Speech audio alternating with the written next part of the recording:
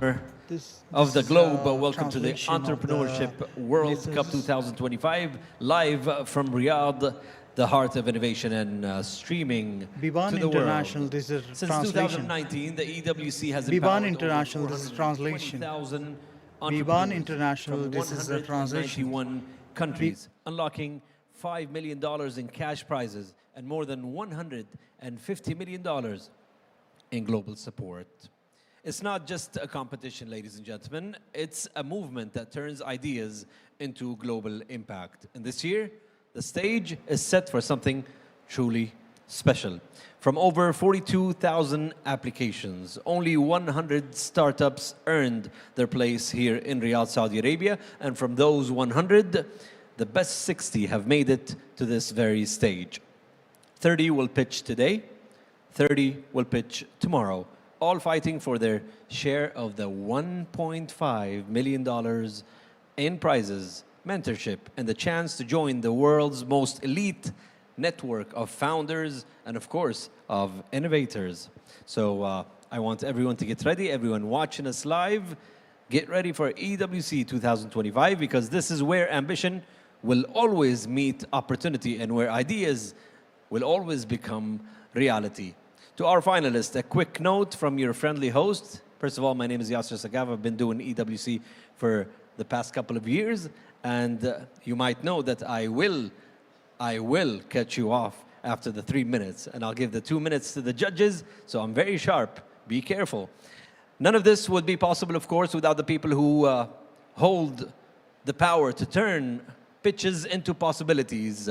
Those 5 judges that I would like to welcome for our first 15 pitches.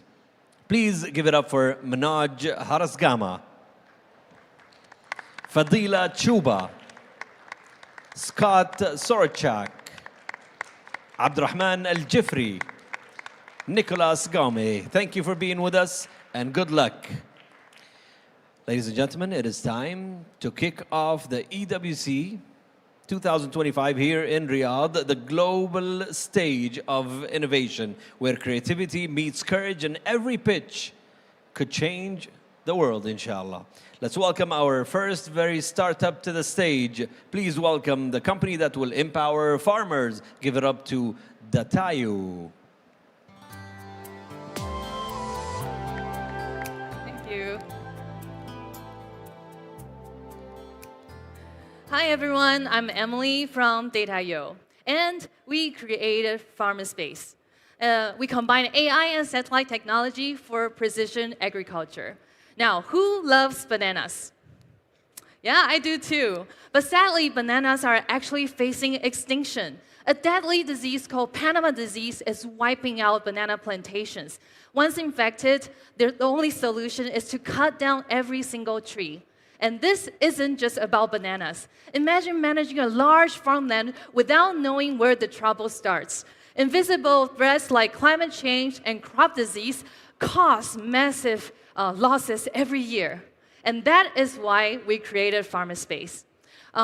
With FarmiSpace, with just a few clicks, the farmers can easily outline their fields and instantly see over 11 crop indices. You can even see the water inside each plant. And no sensors needed, just AI and satellite intelligence. You can easily spot the problems and apply resources only where it is needed. Okay, let's go back to bananas. In Colombia, FarmiSpace helped detect early signs of Panama disease 3 months earlier before farmers noticed it. If they had used our alerts earlier, the losses could have been minimized. And that is the power of early detection. So we've now achieved over 93 to 96% accuracy across multiple sites. This proves that our AI truly works under real farming conditions. And since launch, we have over 25,000 users from agribusinesses to governments and research centers join us. And we're expecting 90,000 users within a year. And today, we've now observed over 2.6 billion hectares of farmland across 32 countries. Are there any competitors, you might ask? Well, global players do exist, but our strength lies in tropical and subtropical markets, backed with over 10 years of agricultural AI expertise. And our team includes AI scientists, software engineers, and agronomists. And our founder, Xiao Wu, has over 20 years of AI technology and 10 plus years in agriculture research. So we make this service profitable by using a flexible SaaS subscription model, but charging by the size of the field, frequency, and resolution. It can be as affordable as $4 per hectare per year. And this year, we're expanding to Saudi Arabia and Middle East. We'll use this price to boost R&D and local collaboration. We're looking for investors, partners, and everybody to join us and empower agriculture with AI. Thank you. All right, thank you so much. You've been practicing very well. You finished on time. Thank Judges, 2 minutes. All right, thank you very much. Love the presentation. I just want you to go into the advantage. You said your focus is on tropical and subtropical. Yes. If you're targeting species that don't have a high vegetation, therefore you actually have good visibility, what is the main advantage? What is the unique data set if you're targeting the same kinds of plants? Actually, FarmiSpace is workable for all kinds of plantation that has, as long as it has leaves, as long as it has something to grow on the ground. So we provide standardized data so you can still see the water content. And right now we have a new index that you can see the soil moisture and the moisture underneath up to 30 centimeters. So it still has a lot of applications that you can use with. Thank you. Thank you, great presentation. Just 2 technical questions. What data image sources do you use and what cloud do you use? Okay, so we are not using satellite imagery. Actually, we use the spectrum data from the satellite. So that is why we can actually learn from the spectrum patterns with our patented AI algorithms. And we're not just using clouds, we're mixing data.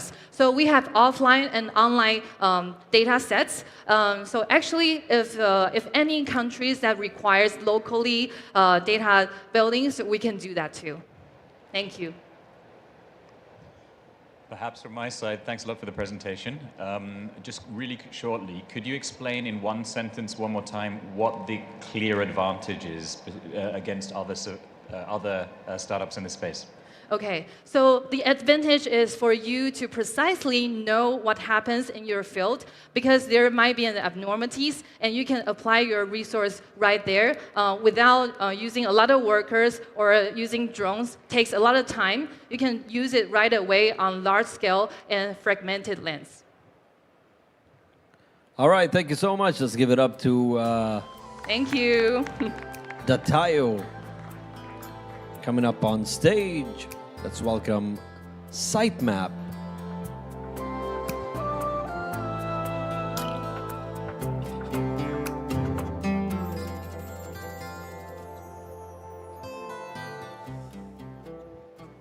Hi, everyone. Today, I want to begin with somebody all of you are familiar with. Meet Aisha.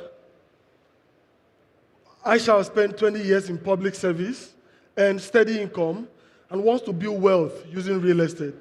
But like many of the millions of Africans who want to really invest in real estate, Aisha faces 2 big problems. One is that she cannot afford full cash price. Now, to buy a property in Africa, you have to pay cash. I know what you're thinking. The answer is no. The traditional mortgage finance is either not available or extremely difficult for people like Aisha to access. The second problem is that she does not trust what she's paying for because the market is riddled with scams. Now, to give you a context, in 2024, about 500,000 property scams were reported in Lagos, Nigeria's largest city. To solve this problem, Sytemap enabled people like Aisha to build credit through savings. That way she can use that credit as a down payment for her property and continue to pay gradually. To de-risk the investment, we provide satellite site maps that helps her to understand what she's paying for and, of course, access to government record so that she can be confident in what she's paying for. Now, this works in 3 simple steps. The user signs up, set up a saving goal, and continue to save. Now, when she meets that goal, our system, using the AI model, select the property that she qualifies for, and then she can select those property just like you would choose a seat on an airplane.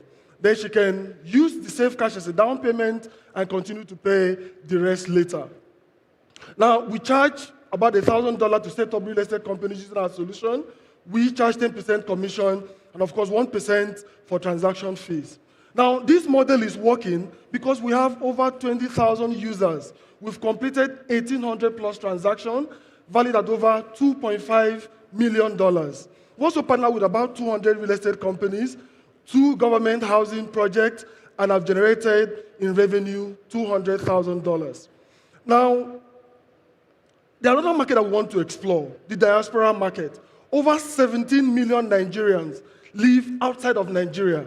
And every year, they send about 21 billion back home. Only 10% of that amount goes into real estate.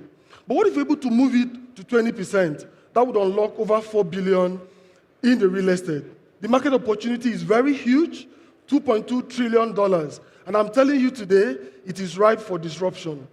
Now, what makes our solution really different is that we fuse maps, access to finance, and of course, the property verification that we provide. Now, this is working because of my amazing team with experts in real estate. We're raising $2 million to scale our operations in Nigeria and expand to Ghana and Kenya in 2026. Thank you.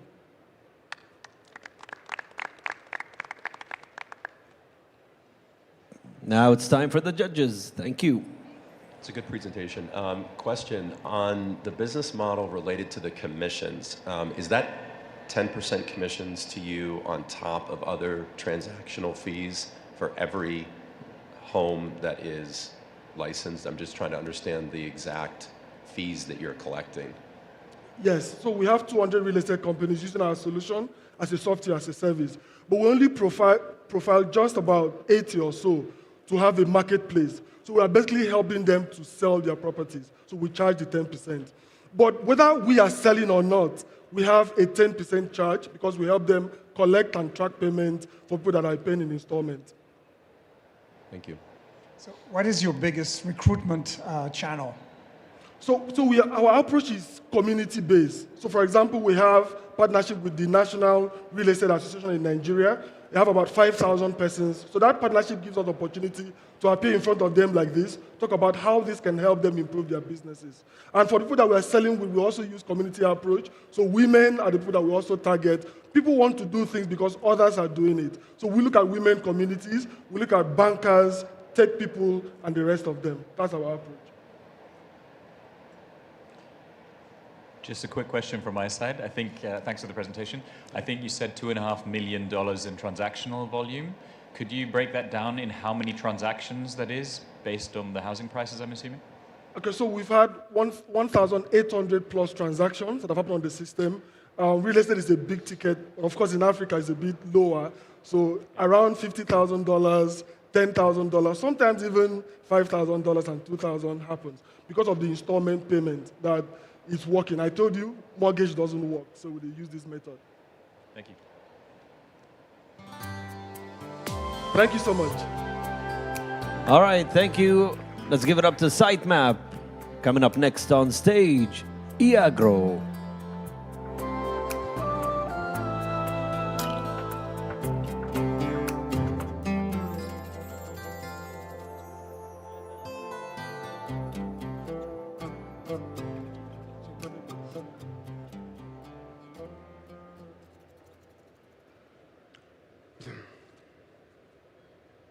Half a billion smallholder farmers produce the world's food, but they're excluded from the traditional ecosystem of agronomy because they can't access 2G phones. Now, when smallholder farmers don't get access to timely advice, small problems explode. This results in pests and outbreaks that result in over $48 billion of losses annually in Africa and the Middle East. Now, most current solutions exclude these smallholder farmers in rural areas because they're hard to reach and expensive. We are currently targeting 55 million smallholder farmers in Africa and the Middle East that are excluded, opening up an annually $100 million market opportunity. We are doing this by combining satellite analytics on the soil, the climate, and the plant health, combined with AI computer vision that is funneled through local community robots in this smallholder farmers community. This means that these smallholder farmers can now access high-quality information on a simple 2G phone. Now, our competitive edge is that we're the first fully integrated offline system that works on 2G phones, coupled with our proprietary data means that we get access to smallholder farmers where others can't at a fraction of the cost. Now, this isn't just theory, but we've managed to work with over 10,000 smallholder farmers and generated about 400,000 revenue in the last year alone. We are currently on track to grow over 75% year on year, and 60% of our revenue comes from B2B play. We have been fortunate enough to work with prestigious organizations such as FAO, MIT, and the Global Good Fund, which has allowed us to increase the smallholder farmers' harvest by over 60%, reduce their cost by 30%, and improve their income by $113 per hectare. Since we work B2B, and we are also offline, this is allowing us to scale to over 50,000 smallholder farmers in the next 18 months across Africa and the Middle East. This has been possible through a stellar team that has skills in software engineering, data scientists, agronomy, and chartered accountancy coming from MIT, ex-Bayer, and ex-Econet. We also have a stellar board of advisors that comprises the CEO of Bell Microfinance and CFO of Lafarge. This has opened up partnerships and skill for us to scale and to continue growing our business. Now, we are currently raising $1.5 million that will mainly be used to expand our technology, improve our team, and expand our rollout so that we'll be able to grow at 3.5x in the next 18 months and be the market leaders of over $100 million opportunity. So join me as we take each smallholder farmer's message to improve their harvest and have them farm better. Thank you. All right, let's give it up to eAgro. That's how you grow. It's time for the judges' 2 minutes. Well done. Well done for what you have achieved so far. For the $400,000 that you have generated in revenue, can you walk us through how you made that in 2025? All right. Thank you so much for your question. So currently, we work as a B2B model where we partner with organizations that want to reach farmers. So we're talking of the microfinance institutions, the banking industry. They pay us for the farmers that they want to de-risk and reduce the value of defaulting. So we're providing value of reduced defaults to them. That's a great question. Okay, brief question on the sensors you locally deploy. How do you do this? How do you maintain them? Because I would assume that could be costly in operations. Thank you so much for that question. So we usually target hubs or communities that have between 500 to 2,000 farmers. Then we deploy one sensor or one computing hub. So this allows us to service all those farmers from just one computing hub. And it has the upfront cost of installation, but we are able to service it and use it to 3 to 5 years, which makes it sustainable. Maybe just shortly from my side. Oh, did you want to go ahead? Okay. You said $113 roughly uplift per hectare. Just to put a bit of relativity on that, what is the current revenue per hectare that a farmer would have on average? Do you know? Right. So on average, for the farmers that we have in Zimbabwe and Zambia, it costs about $70 to $80 that they're getting per harvest. So that's now boosted to about $118 to $120 on the 60% margin. Thank you. So can you just walk me through the pricing model? What percentage of the preventive default are you collecting? Could you please repeat that? Walk me through your pricing model. All right, so when we're pricing our model, we charge microfinance and banking institutions about $2 for each farmer that we onboard on our platform. So this ensures that it's actually less expensive than insuring or paying out insurances on the smallholder farmers. 2.5 per year? 2.5 per year, per month? So we charge them per month, and usually it's seasonal. Our average season is between 4 to 6 months. Okay, thank you. All right. Thank you so much. Let's give it up. Thank you so much. eAgro. Coming up next on the stage, please. Let's give it up to Tag IoT.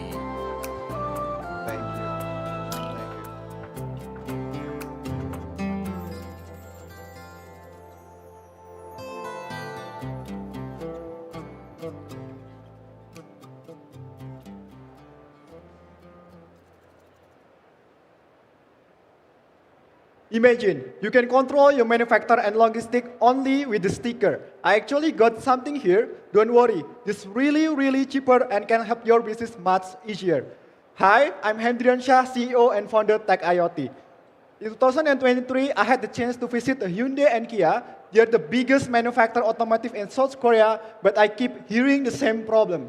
Many of their assets go missing during the shipment. So I tried to figure out what is actually happening. 72% of the assets go missing during the shipment.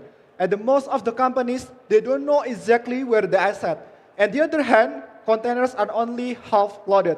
It's not efficient at all. If it keeps happening, they can lose thousands of dollars every single year and hurt the environment. To tackle this problem, we built Smart Tech IoT solution combine ultra-compact IoT sensor with intelligent analytic platform to make shipping safer, faster, and more sustainable. We have the 4 key features: traceability, asset tracking, freight management, and carbon reduction in one platform. Our technology is very interesting. Our Smart Tech, we are not using battery, we're using ambient radio wave around it to harvesting energy, such as for the light, motion, and also radio frequency around it. Our technology is very simple. We have the IoT Pixel or Smart Tech that we have right now. They are collect data continuously, and we have the bridge and gateway. Their works are receiver. They are read data for the Smart Tech. And also we have the dashboard. They are convert your data to be useful inside for your company. When the pallet move, go to inside to the container, the data show up in real time, including the product ID, location, temperature, and full traceability for every single asset. This is the right time to Saudi to become the world, the biggest hub for the manufacturing in this world. With our strategy, we're targeting $285 million for the market share with specific target in the asset traceability. How we make the money? We have the 3 key revenue stream, which is project installation, which is the hardware that installed in the warehouse, and also smart tech sales and other platform subscription. With this business model, we successfully generate revenue $926,000 with growth 69%. We already sold 77,000 tags to our 10 clients. We are not only focused on profit, but we also focus on impact. We successfully reduced 4.5 thousand carbon emission in the last year, and we successfully helped the company save until $20 million. We successfully rate 82%. And today, we are trusted by notable clients around the world to tracking their asset. Behind this company, we are working together as a team. We have the same innovation to build innovation happen. Thank you. Let's grow with us with the IoT, making shipping safer, faster, and more sustainable. All right, right on time. Judges, 2 minutes. Great presentation. Quick question. From a competitor perspective, I mean, this is a great space, but there's also some very large competitors out there. Samsara is one of the public companies that I'm kind of well aware of. How are you going to compete against some of those companies that have hundreds of millions of dollars in cash and they're deploying the technologies? Are you targeting a different size fleet, or are you going to be competing against the Samsaras of the world? Okay, thank you for the question. This basically, we have the 5 long-term plan. The first year, we specific target in high-value product, which is in our client, we have the, most likely therefore the automotive spare part. Basically, we want to focus on until the 3 years to put our fundamental in there. Thank you.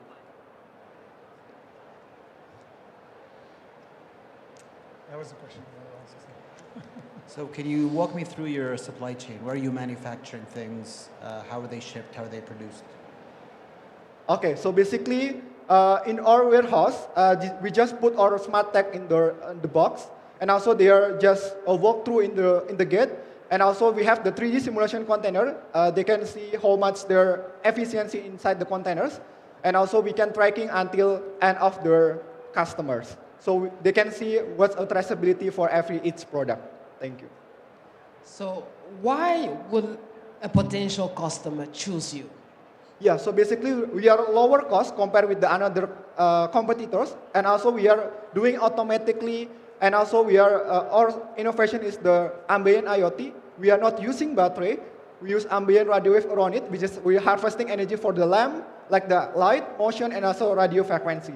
It's not any competitor have this innovation. Thank you.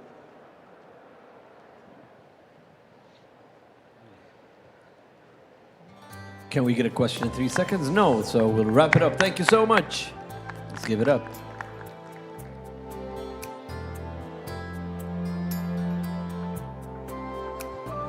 All right, let's give it up to Aruna Revolution on stage.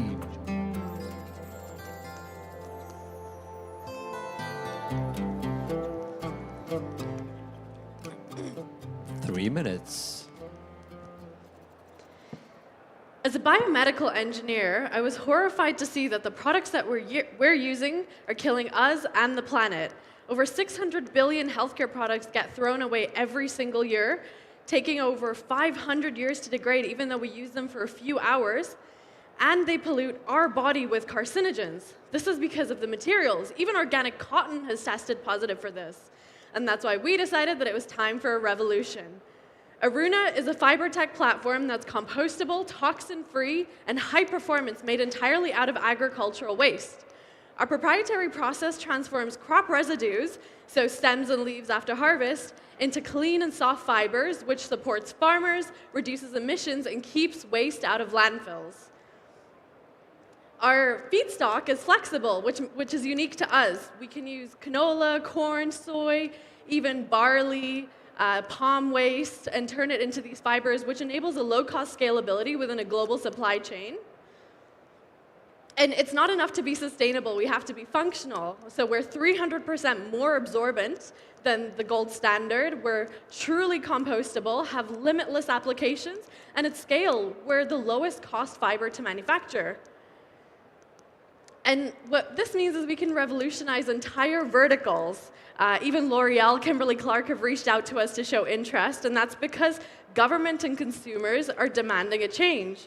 They're interested in a plastic ban and more sustainable products. And so this is a $220 billion market that's ripe for change, and we're starting to tap into it through product sales. So we've started with menstrual pad sales to prove out the value of Powered by Aruna and build up brand equity so that in the future, we can be like Intel Inside. And we've initiated those licensing conversations. So like Intel Inside, we'll be the trusted technology of clean health. We have a high-performance team that is highly talented and very ambitious and has proven market demand by generating $750,000 within the first 6 months of launch and sold into universities, government buildings, airports, and we have interest from many verticals, including Kimberly-Clark for the Huggies babies diapers. And we've sold all around the world.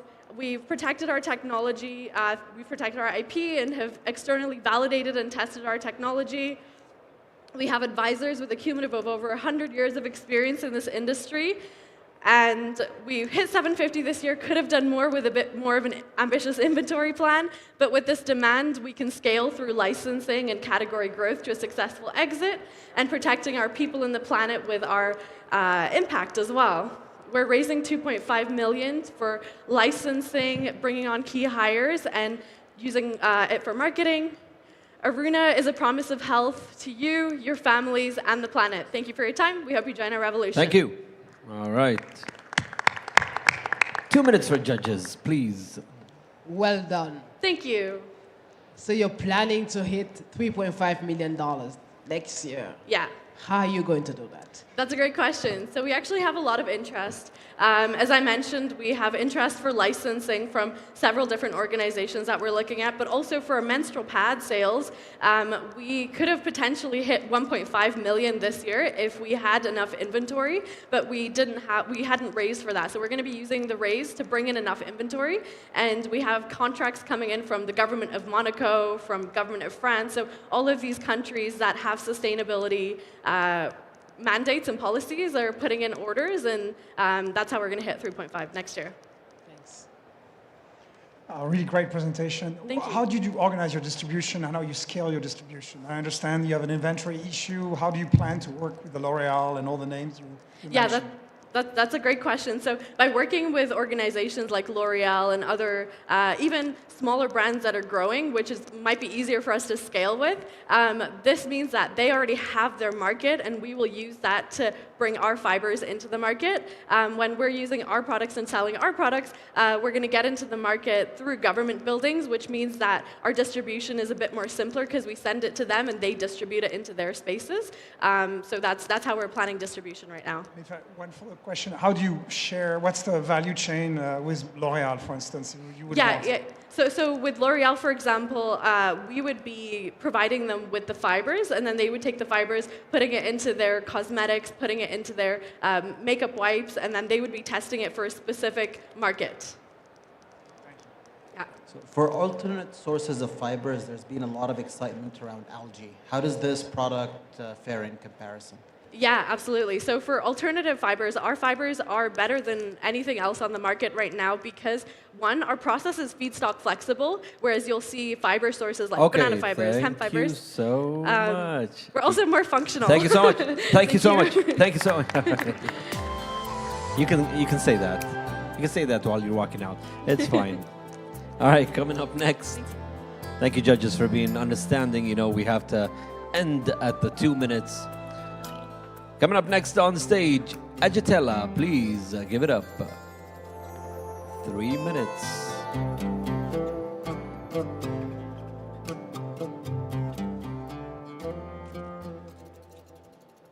Hi, I'm Moni Eriksson. I'm CTO and co-founder of Ayatella.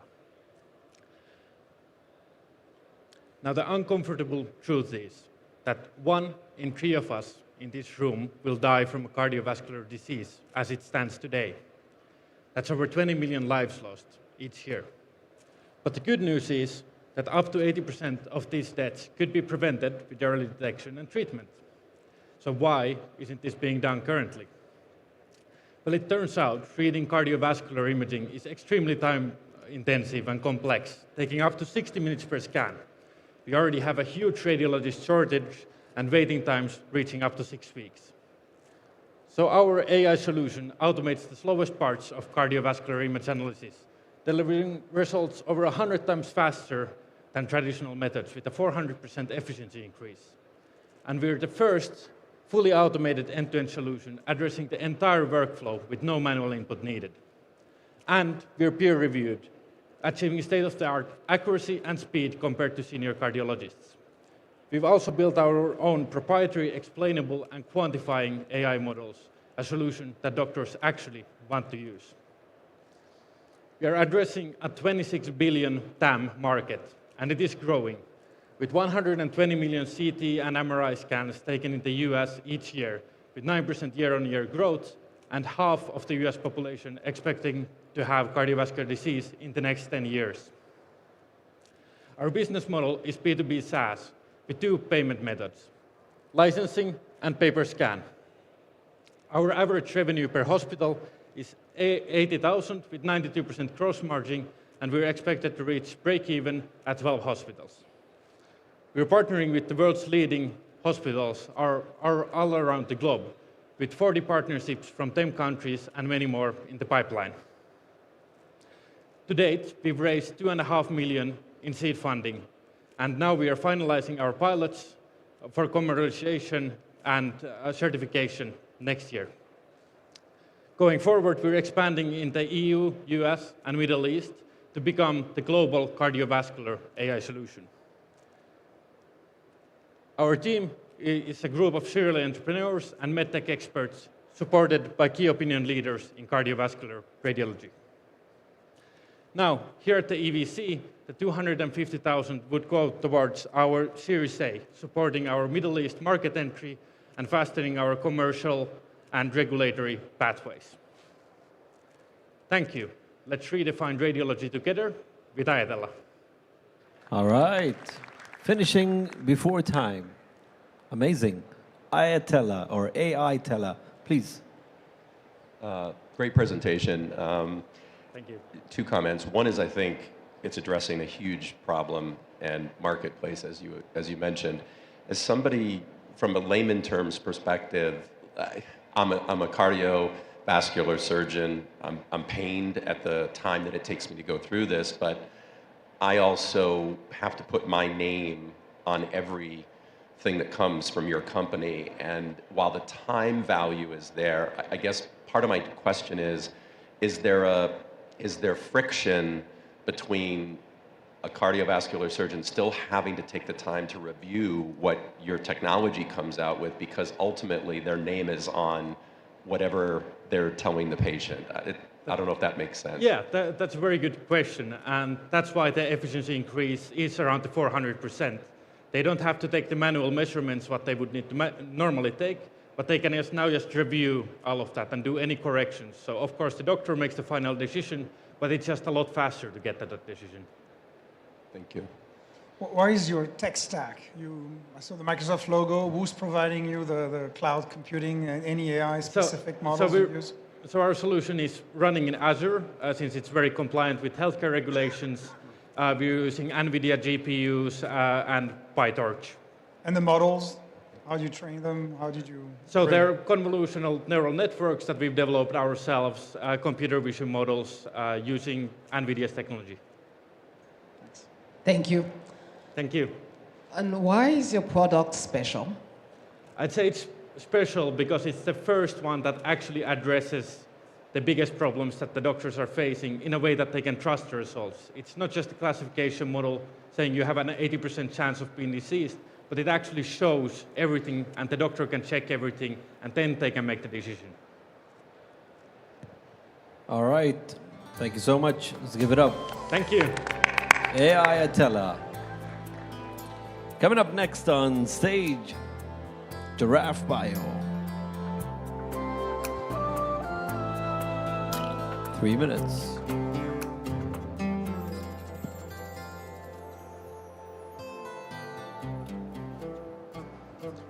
Good afternoon.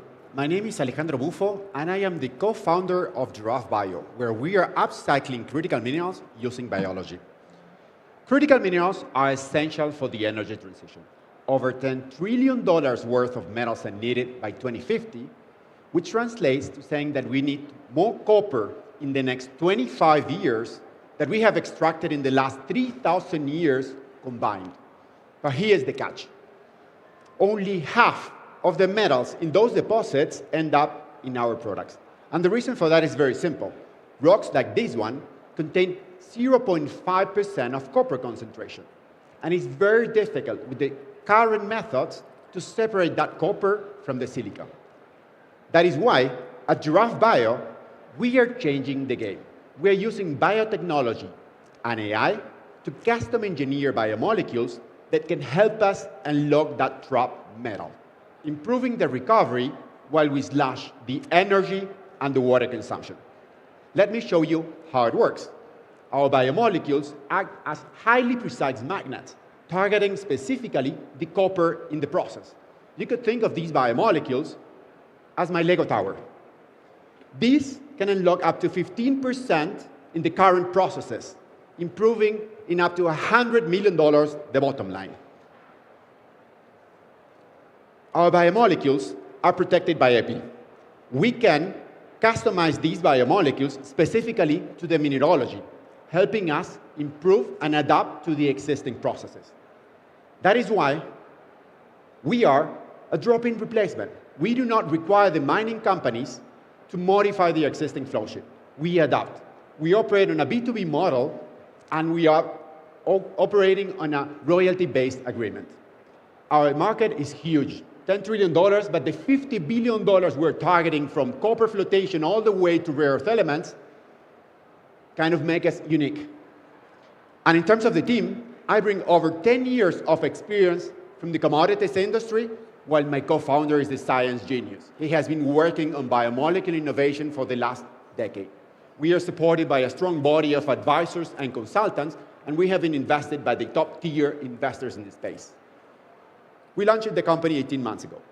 We are going fast. We got paid pilots with top-tier mining companies, repeat clients, and we are here looking for partnerships with mining companies and industrial players so that we can accelerate the pace of the Saudi and the global ecosystem in mining, using biotechnology and AI to achieve that improved recovery.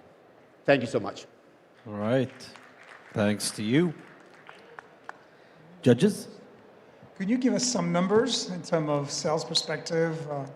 How big are you? Currently, we are selling $150,000. We've sold $150,000. We are aiming to close the year on $350,000, but the pilots that we got are massive. We are scaling 10x the size of the current initial pilots with a repeat client for 100 kilos. Going forward, we aim $1 million, $2 million per pilot. Maybe to add to that question, could you explain a little bit what the go-to-market process is to get to those pilots and then get to the larger ticket size orders? We're currently talking to 8 of the top 10 mining companies. The BHPs, Freeport, Rio, Glencore, anyone in the space, we are talking to them, metallurgists and so forth. Our technology can adapt to any mineralogy.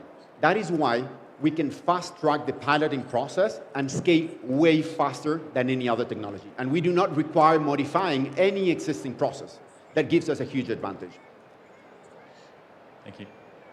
Just a follow-on question to Nicholas is, what's the kind of margin on this business? I'm a little confused as to whether it's strictly software, if there's a lot of CapEx or OpEx associated with building the technology.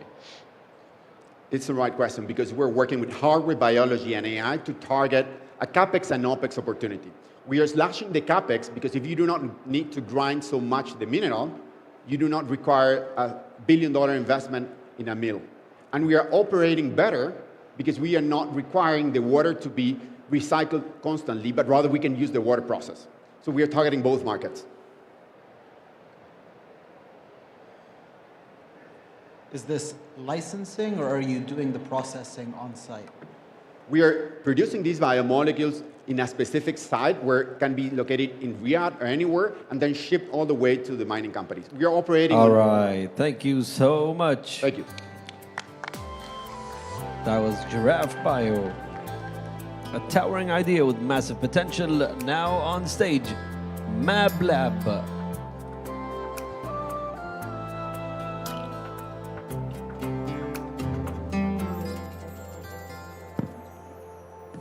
Three minutes.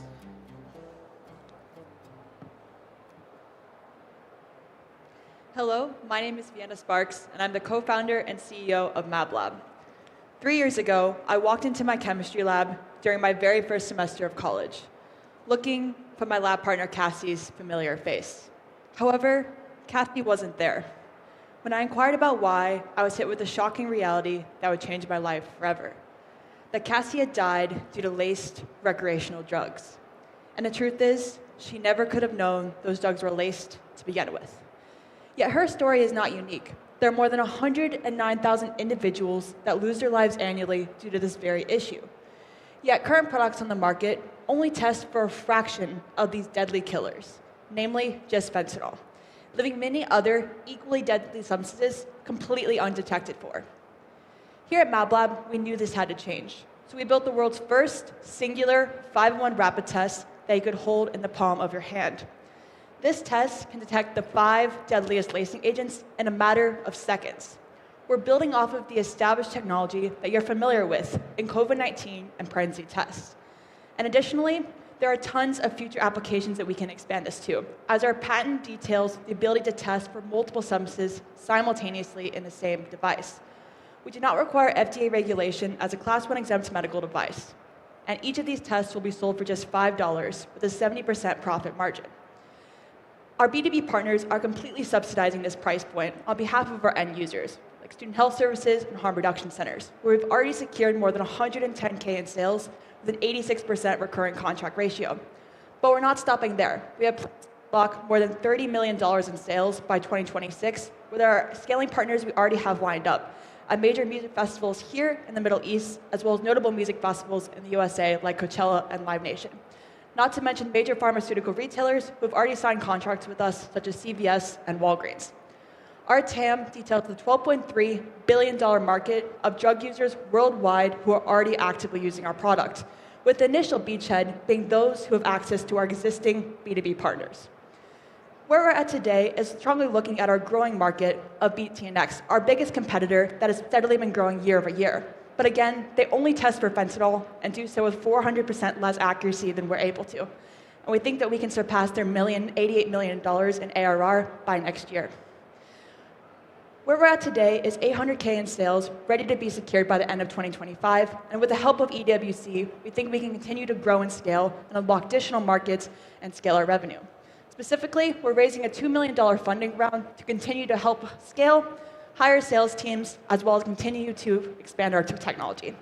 And this is the team that makes it all possible. We're a team of dedicated scientists and engineers, all with previous startup experience. Thank you. Thank you. All right, no, thank you. Thank you for finishing on time. Judges, you have 2 minutes. Yeah, I personally love entrepreneurs that start their companies from a personal and emotional place. And I'm sorry that you lost somebody, but you know, you're doing work that's helping so many others. So congratulations on that. Question, in terms of scale, I think the applicability for multiple drugs is appropriate. Are these sticks that go into drinks? Like, is this a scenario where girls are going out to bars together and they're testing drinks, not for date rape drugs, but just for drugs in general, the top 4 or 5 that you listed? How should we be thinking about that from a user perspective? Yeah, 30% of our active customers right now are using our product for drink testing, with the remaining 70% using it for food testing that might be contaminated, as well as other drugs that might be contaminated, as our product works for both solids and liquids. And a lot of our marketing has been focused on Gen Z to make it as usable as possible and as quick as possible. Thank you. Maybe just to add to a great presentation of my question, I think you mentioned ARR from the competitor. Just to understand, how is it working for you guys in a transactional and then in a recurring revenue model? What's actually happening there and who's paying for that? Yeah, so our biggest competitor, BTNX, they're at $88 million in ARR, and we're looking to surpass that largely through our music festival partnerships. We started off really B2B with student health services, harm reduction centers, but we were approached by the Chainsmokers at TechCrunch last year in 2024 and realized that music festivals is a huge play. So for example, we're working with Visa right now, which is sponsoring around $100 million for our partnership at Live Nation and other major music festivals over the next 2 to 3 years. Sounds impressive. Thanks. Well done. Thank you. What's the most positive feedback you have received from your customers? We've had a few testimonials that have really stood out to me. I can show you a few at the end of this slide deck, but I think one of the few that really stands out to me is... Unfortunately, I have to cut you off. MabLab, thank you. Let's give it up. Thank you. All right, ladies and gentlemen, 20 minutes break. That was an amazing first round, and we're just getting started. Grab a quick coffee, recharge, and we'll be right back with more world-class pitches in EWC 2025.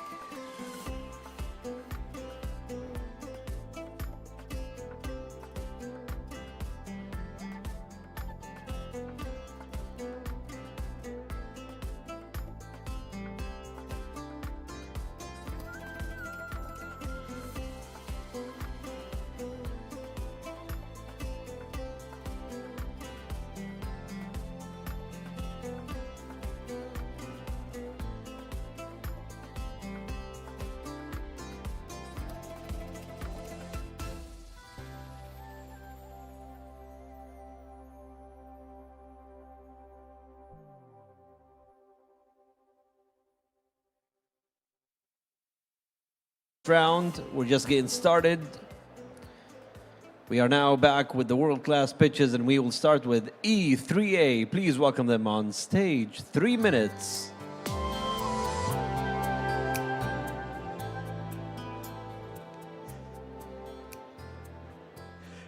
Good afternoon, esteemed judges. My name is Harry Chen. I'm the co-founder of E3A Healthcare, and we are a medical device startup focused on creating first-in-class solutions for women's health. Founded in 2019, we're named after Engineering Building 3A on the campus of the National University of Singapore. Coincidentally, this sailboat you see on the right is also docked at Pier E3A, which was also our very first office. So we're a team of scientists, engineers, and physicians coming together from NUS, UC Berkeley, and Stanford with a strong background in biosensors. We're also achieved serial entrepreneurs, having exited over $100 million in our past ventures. There's a huge gap in innovation in women's health globally, and McKinsey has identified that women's health represents a $1 trillion market opportunity, with particular gaps in demand like fetal monitoring and endometriosis that affects hundreds of millions of people with no effective solutions. To address these gaps, we're building a scalable, connected platform of AI-powered home-based medical devices, starting with non-ultrasound fetal monitoring and non-drug treatment for endometriosis. And since we launched our products, we've already served over 500,000 families across Asia and built a growing distribution network with both B2B2C and direct-to-customer channels. We're also coming to Saudi Arabia soon, and we partner with the National Guard Affairs Hospital as our anchor partner here. So first up is Mudu. Currently, monthly pregnancy checkups simply isn't enough to prevent potentially fatal complications, and also home ultrasound has been proven to be harmful for fetal health. This is why we created Mudu. As the world's only non-ultrasound fetal monitor, Mudu emits zero ultrasound, zero radiation, and doesn't require any gel. And we offer clinical-grade monitoring for fetal heart rate, fetal movement, and contractions from home. We're excited to share that we already saved the lives of over 550 babies from life-threatening conditions like hypoxia.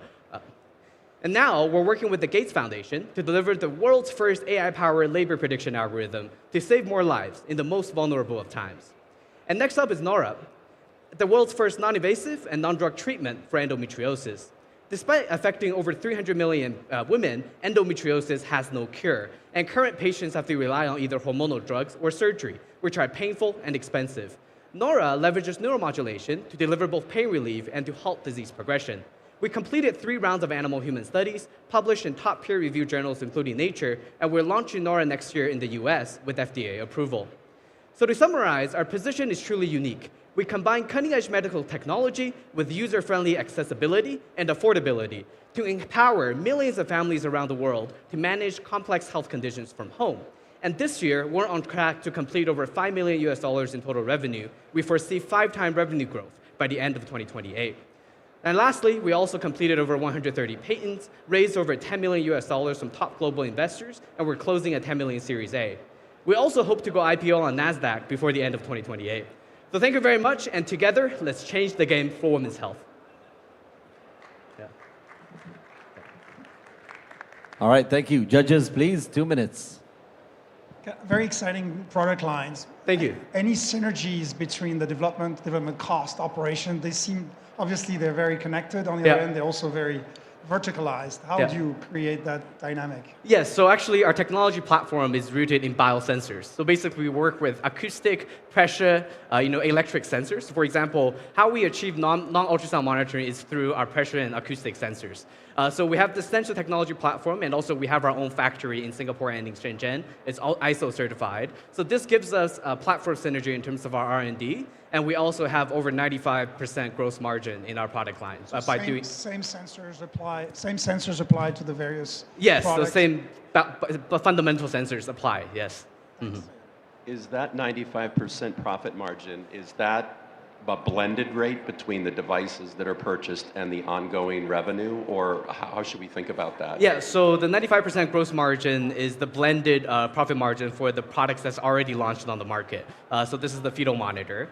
So we do also offer rental business models, which gives a much higher, like about 99% margin. Yeah. And then our CAC is only about 10 to 15%. Yeah. Mm-hmm.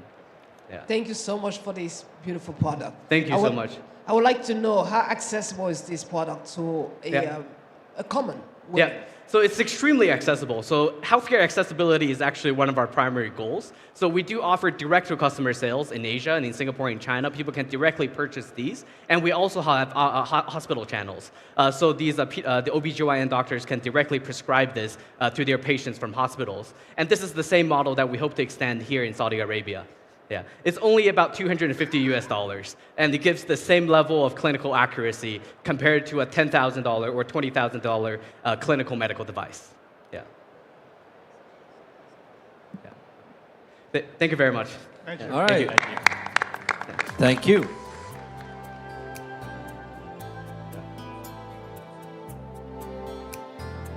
All right, let's give it up to E3A, and now it's time for Refundy on stage. 3 minutes.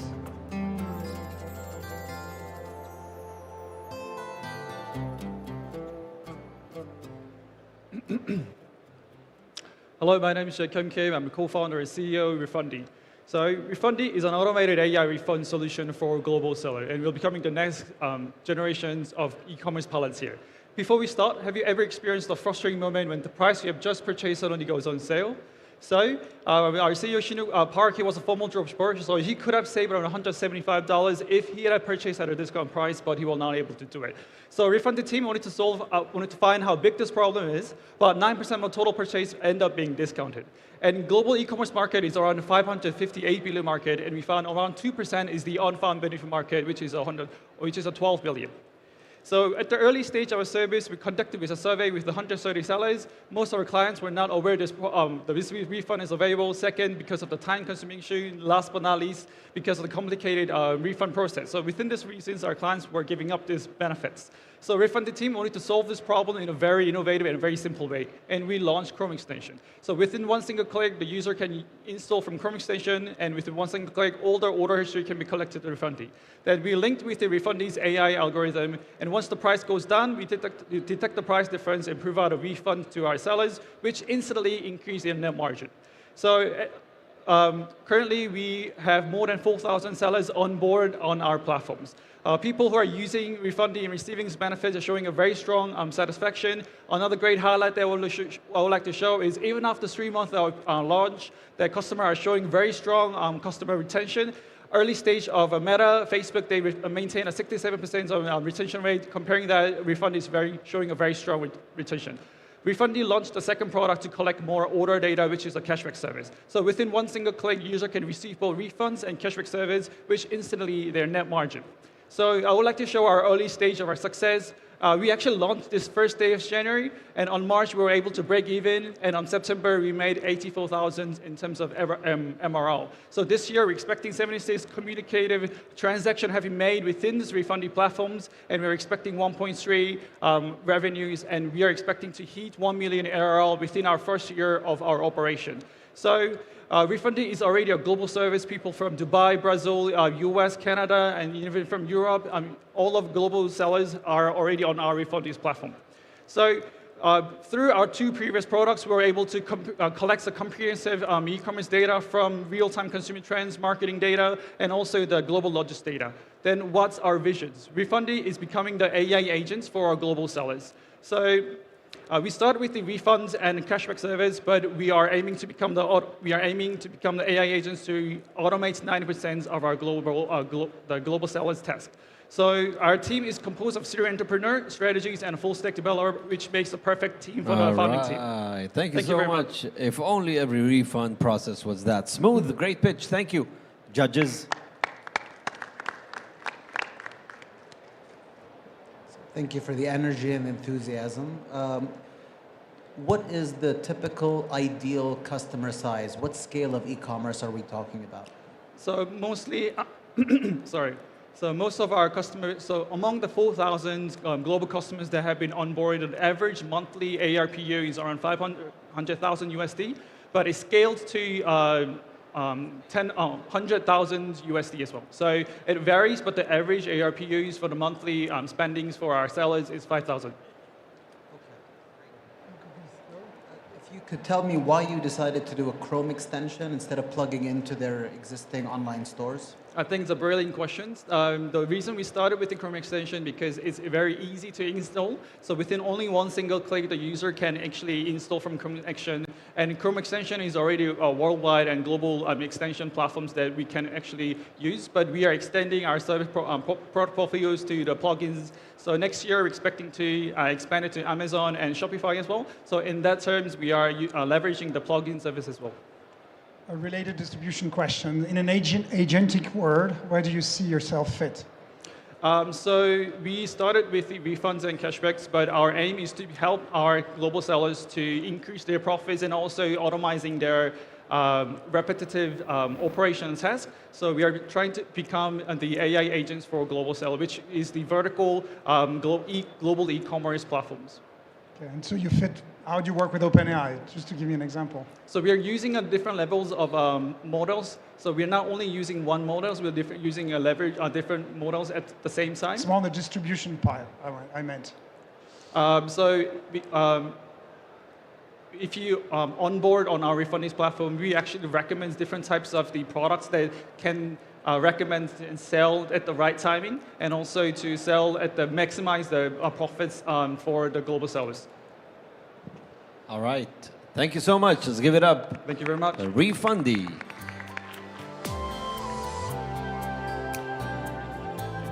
We've got something coming on stage before the next pitch.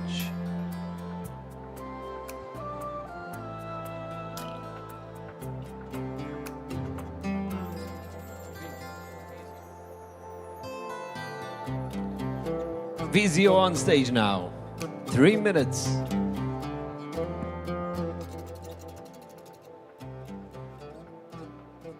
Hi, my name is John. I'm bringing you the world's first AI agentic camera that sports a 360-degree coverage. So these are your all conventional camera that looks at a fixed angle. We have developed the world's first 360-degree coverage with an embedded AI chip. No server to install, no software to install. All the processing and video analytics are done inside the camera. So let's look at the camera. This is not just a camera that sees and records, it also thinks. There's an embedded AI with 200 TOPS capability. So that means I can do all the 4K inferencing and video analytics inside the camera. So today we are offering an alternative to the Chinese. We are assembling the camera inside in Saudi with Saudi Telecom. And this is the worldwide market, $250 billion market, mostly dominated by dumb and limited AI camera. And it's mostly made in China. So our coverage solves the angle problem. We cover all direction, and our camera solve all these camera problem. So today we are putting the camera on drones and patrol dogs and putting indoor and outdoor. And also on vehicles. And also today we are currently at 20 million revenue traction in Saudi Arabia, ramping up to 100 million possibly in the next 2 to 3 years. Our strategic investor and partner is STC, and then they are bringing us to Ministry of Defense and all this. We are asking for 10 million for localized production and expanding sales and revenue here. Let's look at the power of the camera.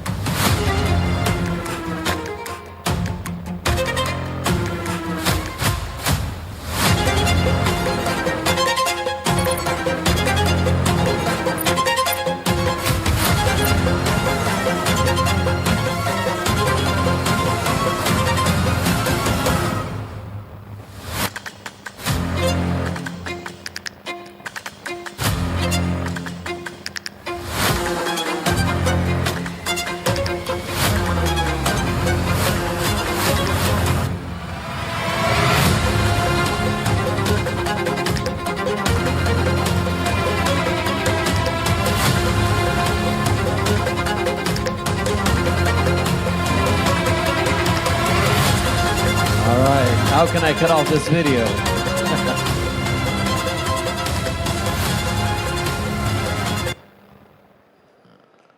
We had to stop it. Thank you so much. Very futuristic and sharp. Very nice. Judges? Great presentation. I may have missed it, but what are the number of unit sales that you have in 2025, and what's the total revenue that you have this year? So currently we are about 10,000 units still. We're ramping up to 50,000 to 100,000 by the end of the year. Mostly in partnership with Saudi Telecom, because they're bringing us to Ministry of Defense. There's an upside of 9,000 buildings to equip, and Ministry of Sports. There's a lot of world events, expo coming up, and we are already in implementation phase with them. And at the later stage, we are exploring a strategic investment with Saudi Telecom. And the revenue? So currently signed contract 20 million by end of the year. By our financial ends from June to June. So by next year, we'll have probably 50 million. And the strategic agreement with Saudi Telecom will guarantee us at least 100 million by 2027. All right. So just so I understand, there's one company in Saudi that is currently raising. There isn't another entity or a holdco that's fundraising. Just so I understand the different layers here. So the holdco is in Singapore. We are bringing a Saudi office to address the greater GCC country and MENA. So we're basing the HQ in Saudi. I think as a small company, we can't grow. We probably need a big telco like Saudi because they have a lot of infrastructure projects, strategic system integration projects. They are to bring us to everywhere. Yeah. There were a lot of use cases you showed on the video, great video and presentation. Is there a specific use case that you feel will be the one to scale the fastest at this stage? I think now we are getting a lot of traction because of the geopolitical tension. People want to look at the non-Chinese alternative. So we happen to be one, and it's made in Singapore. Everybody trusts the Singapore brand. Yeah. All right. Thank you so much. Let's give it up to Vizio, please. And I would like to have one of these cameras.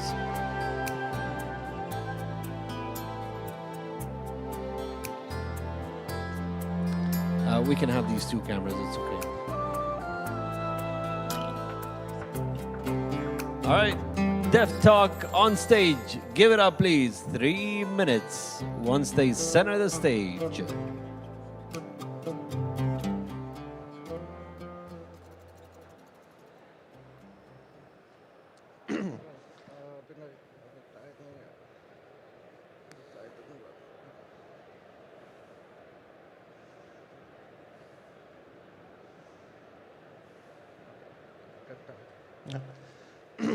Hello everyone, my name is Ali. He is my eyes because I'm blind by birth.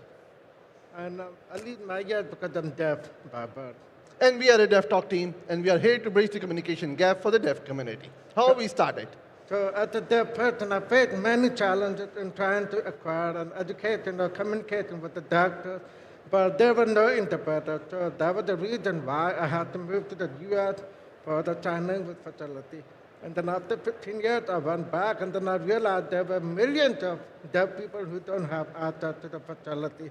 That's why we have built the platform to empower the deaf community. And he is not alone. There are 466 million deaf people who are facing that particular challenge every single day in their life because of two major reasons. One, the lack of sign language interpreters. For 8,000 deaf users, only one sign language interpreter is there. And secondly, 90% of the deaf community unable to read and write their native language. And we are bridging that gap by providing digital sign language interpretation services whenever, wherever required. We have two major products. One is a mobile application, and secondly, DT360AI, which is an AI solution. Currently, we are operating in 5 markets, looking forward to launch in the new avenues. This is a screenshot of a current mobile application which connects deaf users with human sign language interpreters on the go, so they don't need to wait for interpreters and get the solution in real time in order to communicate with doctors, teachers, and many more. But the second product, our AI solution, is the core relationship for the deaf community in their livelihood. So it's translating from text to sign and voice to sign in real time with 98% of accuracy.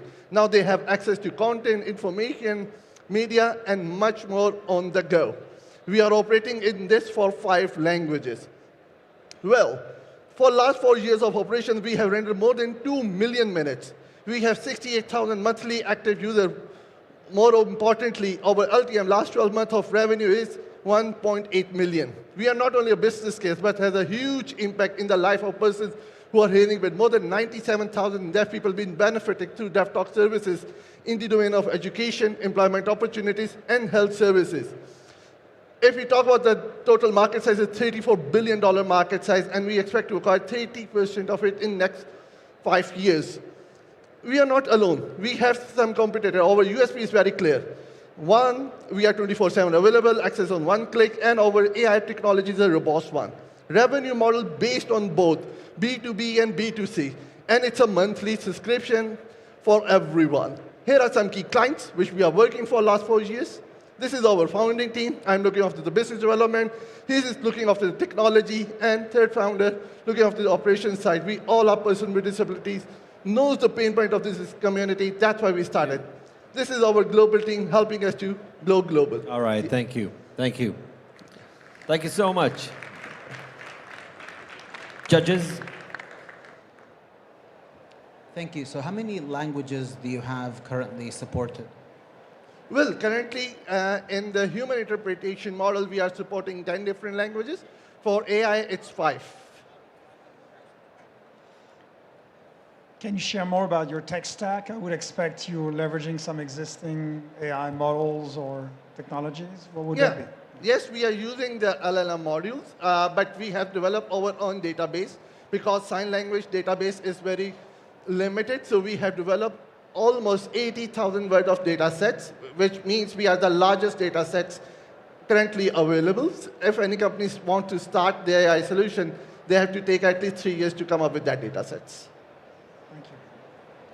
Are you currently working with any of the global deaf community, either nonprofits or organizations, to get the word out? It's a massive market, unfortunately, as you mentioned, and to get your product into the sort of mindsets of more individuals. Just how do you think about that? You're absolutely right. We are closely working, aligned with them. They are crucial partners, Deaf Association and International Disability Alliance. They are helping us to go global, tapping the right markets, and helping the interpreters to be fired and utilize these services. Well done. How would you increase your revenue?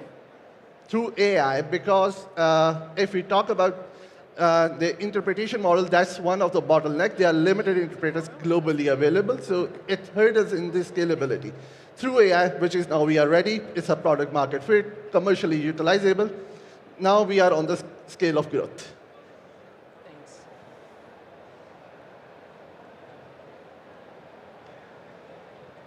Thank you very much. All right, let's give it up. Thank you so much.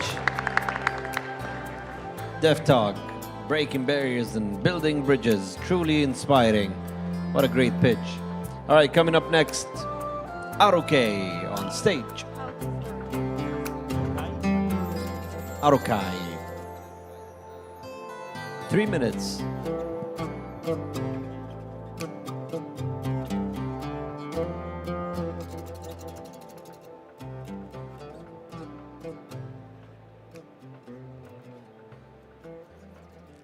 Hi, I'm Vicky Ricaurte, co-founder and CEO of Arokai. Do you know that around the world, only 30% of countries teach AI to middle and high school students? And less than 0.5% of teachers feel ready to teach AI? Millions of students finish high school without the digital skills they need for the job of the future. The solution is Arokai, a learning system that combines curriculum, teacher training, reporting and analytics, and digital platform in one place. It's designed for students from 1st to 12th grade. It is currently available in Spanish, English, and Portuguese. What makes Arokai so different is that we are flexible, highly scalable, and reliable. We work for any school size, and we are aligned to any school curriculum. It could be American or European. keeping classroom out to date with global technologies. Saudi have 12 million students in K-12 education, and the private student enrollment is expected to grow to 1.7 million students. Under Vision 2030, the Kingdom is investing plus $35 billion to modernize education with a focus on AI. So the ideal partner to accomplish this goal is Arokai, as we are currently serving plus 60,000 students on a weekly basis in 10 countries. Arokai is evidence-based learning, which means that we have been able to prove scientifically that our students learn computational thinking, creativity, and empathy. And we have done those research along these universities. Our business model is a software as a service. We charge $100 per student per year with two models, B2B and B2B2C. It takes less than 2 weeks to implement Arokai. Behind Arokai, there is an amazing team with experts in education, technology, sales, and finance. My co-founder and I created Arokai after graduating from Harvard University. We are here with two objectives. We are raising $1 million to localize Arokai here, to translate everything into Arabic. And we are here with a second purpose, to create partnerships, either with public or private schools, to run pilots for Arokai in 2026. Thank you very much. Let's transform education together and make accessible AI education to every student in this country. My name is Vicky Ricaurte. I'm the co-founder of Arokai. Thank you. Thank you, Arokai. 2 minutes for the judges, please.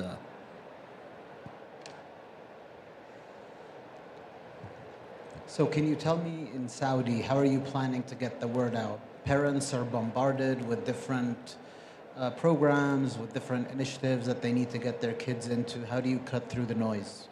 So in Saudi, the private school market is increasing. As I mentioned before, the private school enrollment is expected to grow to 1.7 million students. Arokai is a turnkey solution. We can implement already schools in Saudi because the system is already in English. So my plan is, first year, I'm going to localize the content. Second year, we are going to hit 10,000 students. 5 years, we are going to hit 100,000 students. And in third year, we are going to get to 1 million students.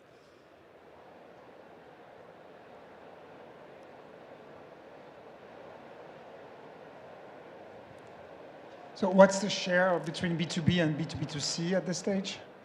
Most of the schools pay directly to Arokai. So I'd say 97% of schools are a B2B model. Maybe just to add on to that question, thanks for the answers. You were mentioning $100 per student. How does that work via the schools in the B2B2C model? The parents pay less than $10 per student per month, so it's quite affordable.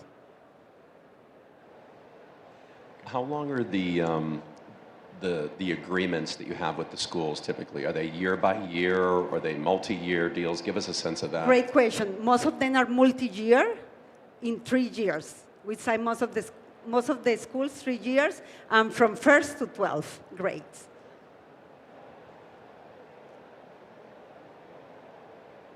Thank you. Thank you. Pretty excited to be here. Thank you. Thank you, Arokai. Simple, smart, and scalable. Amazing pitch. Coming up next, Carbon Oxyitech on stage. 3 minutes.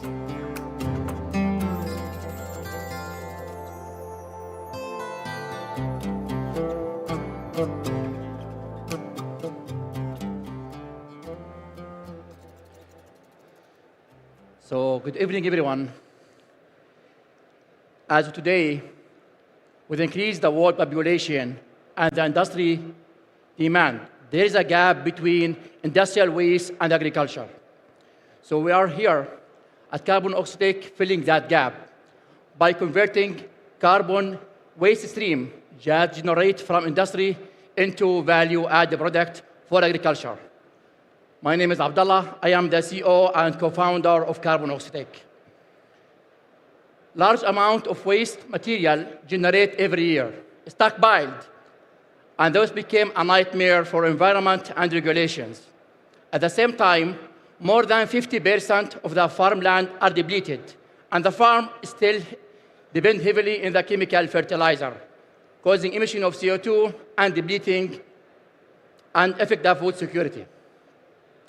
So here at Carbon Oxyitech, we are providing innovative, scalable technology that converts those carbon streams into organic fertilizer and recovering the valuable minerals and many products. This technology can be applied for a wide range of carbon stream material to produce high yield, zero emission of CO2, and zero waste byproduct. For this technology, we have 3 patents. One of the commercialized products that is nowadays in the market and will produce at a capacity of 15,000 gallons per day. This product delivers a value to the end users by increasing their yield, reducing their cost, and minimizing their waste. Those numbers, not from my side, this is from our client, customer, and third-party validations. By minimizing 100% of the waste, the farmer can gain 30% of their yield, replacing chemical fertilizer and reducing their cost. Our business model works in a way that we can work with the waste producers and taking their waste and implement our technology and sell the product directly to our customer, suppliers, and end users. The global market size of this product more than 10 billion. And last year, we managed to sell more than 1 million liters. We have been working with this technology from the lab. So based on our research, we moved from the lab scale, and we successfully de-risked the technology and successfully commercialized at the stage of the 60,000 liters per day. And now we are planning to expanding internationally. None of this would be possible without the right team, technology development management. We are here to expand our international operation. Join us. All right, thank you so much. I will join you Thank if you you. want. All right. Judges, 2 minutes, please.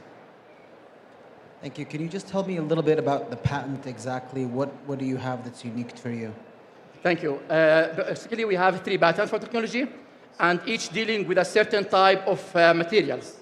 So based on the type of feedstocks, we are able to produce organic fertilizer in the liquid form or recovering the valuable minerals like vanadium, lithium on those feedstocks, and the other technology for other type. So basically, we are having 3 technologies are the same on one package.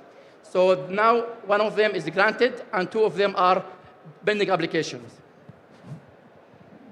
I may have misread your last slide. I think it was talking about the total volume increase that you expect to have between 2025 and into 2026. It looked like your capacity was doubling, but it looked like your revenue was going from like 1.2 to 5 million. Can you explain that just a little bit better? About the scaling up.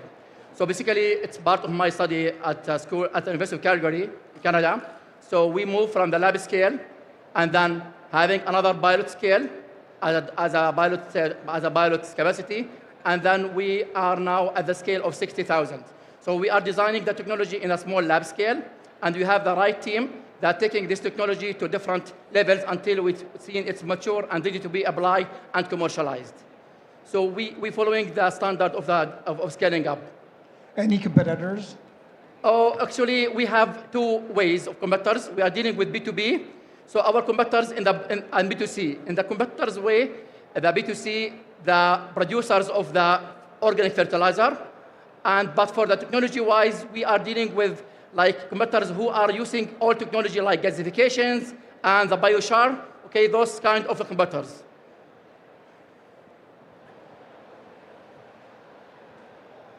Well done. Thank you very much. Thank you. Thank you. All right, thank you so much. Coming up next, Cubtail. All the best.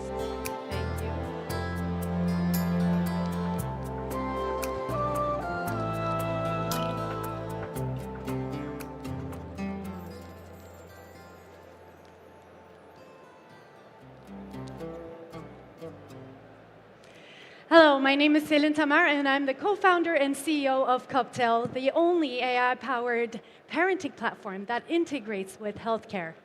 Now, let's talk about a global problem. Parenting is broken by siloed stakeholders, and everyone pays the price. At the center are parents who are feeling increasingly overwhelmed and anxious. Meanwhile, healthcare is missing critical moments to reach parents, to help parents with lifetime loyalty. Brands are spending insane amounts of cash to reach parents at the right time, and governments are unable to drive public health change because they don't have the tools. Cubtail is bringing together this ecosystem on one platform. For healthcare, it's a communication method. For parents, it's a fun, personalized care app, and for brands, it's a smart way to advertise.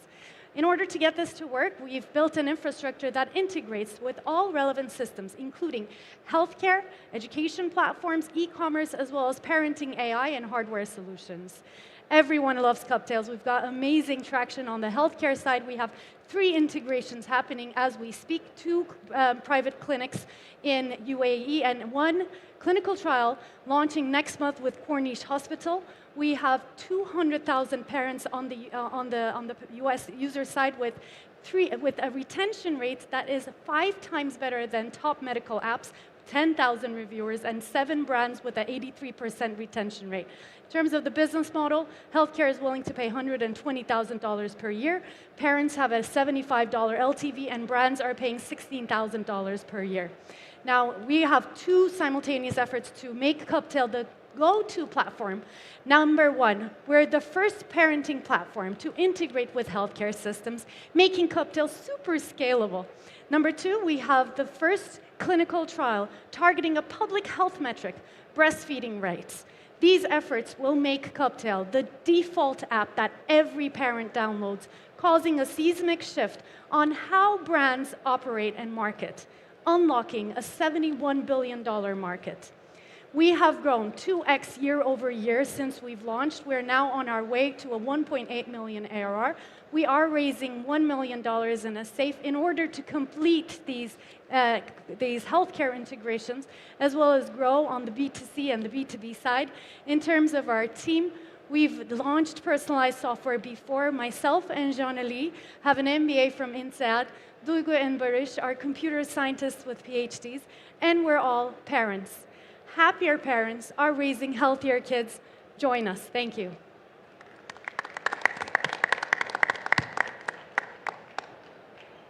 All right. You're 9 seconds early. Thank you so much. You want to go? Judges? Just quick question on recruitment strategy. I mean, obviously, there are a lot of apps out there. How do you make a difference to recruit your users? Yes. So on the B2C side, it's been really a full functionality app that not only does healthcare, but also the fun things like memories, and it's like a little mini Instagram. And it also has all stakeholders like mom, dad, grandma, everyone can join, so we are able to bring in multiple people with one download. But our real goal is to have this integrated into healthcare so that our downloads are really coming through pediatricians and obstetricians. And how do you engage those? Currently, this is really because of this 2 things. One is this clinical trial that we have that's proving Cubtail's impact on breastfeeding rates. We're working on this improvement on this KPI, but then also we have engagements in proving loyalty, patient satisfaction. Just by investing into this first moment, we can increase patient loyalty for hospitals. What is the most common intervention that you're seeing when people are using this that you want to get out there from a public health perspective? The biggest one is definitely breastfeeding rates, but then on top of that, we have vaccination rates, medication compliance, and then and growth and milestones tracking, development tracking, being able to understand the child development issues a little earlier than what we have to do right now, which we have to wait for pediatrician appointments. Well done. You're solving a global problem. How do you plan on expanding into countries with limited access to internet? Yes, that's a great question. Thank you. So I think that there's 2 big streams that we were excited about. Number one is Cerner, Oracle, EHR. Is used by multiple hospitals today. There's no parenting system that really integrates into Oracle Cerner, so we are becoming All right, the first thank one you, in thank that. you, thank you, thank you so much. All right. Let's give it up, please. Thank you. Cubtail. Ladies and gentlemen, we will have the more pitches, the 15 pitches for today after 2 hours. We'll be back at the same stage, same place, same energy. We'll see you then. Thank you so much.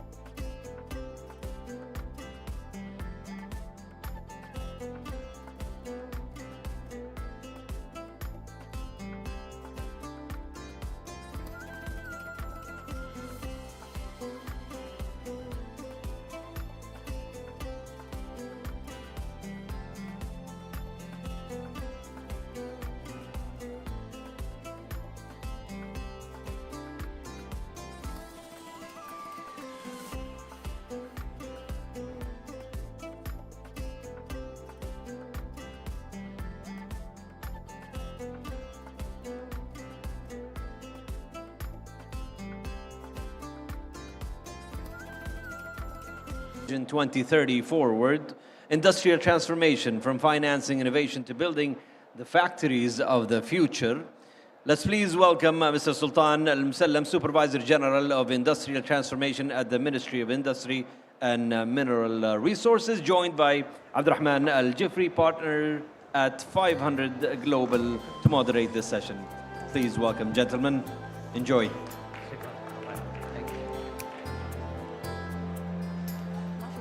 All right, ladies and gentlemen, assalamu alaikum.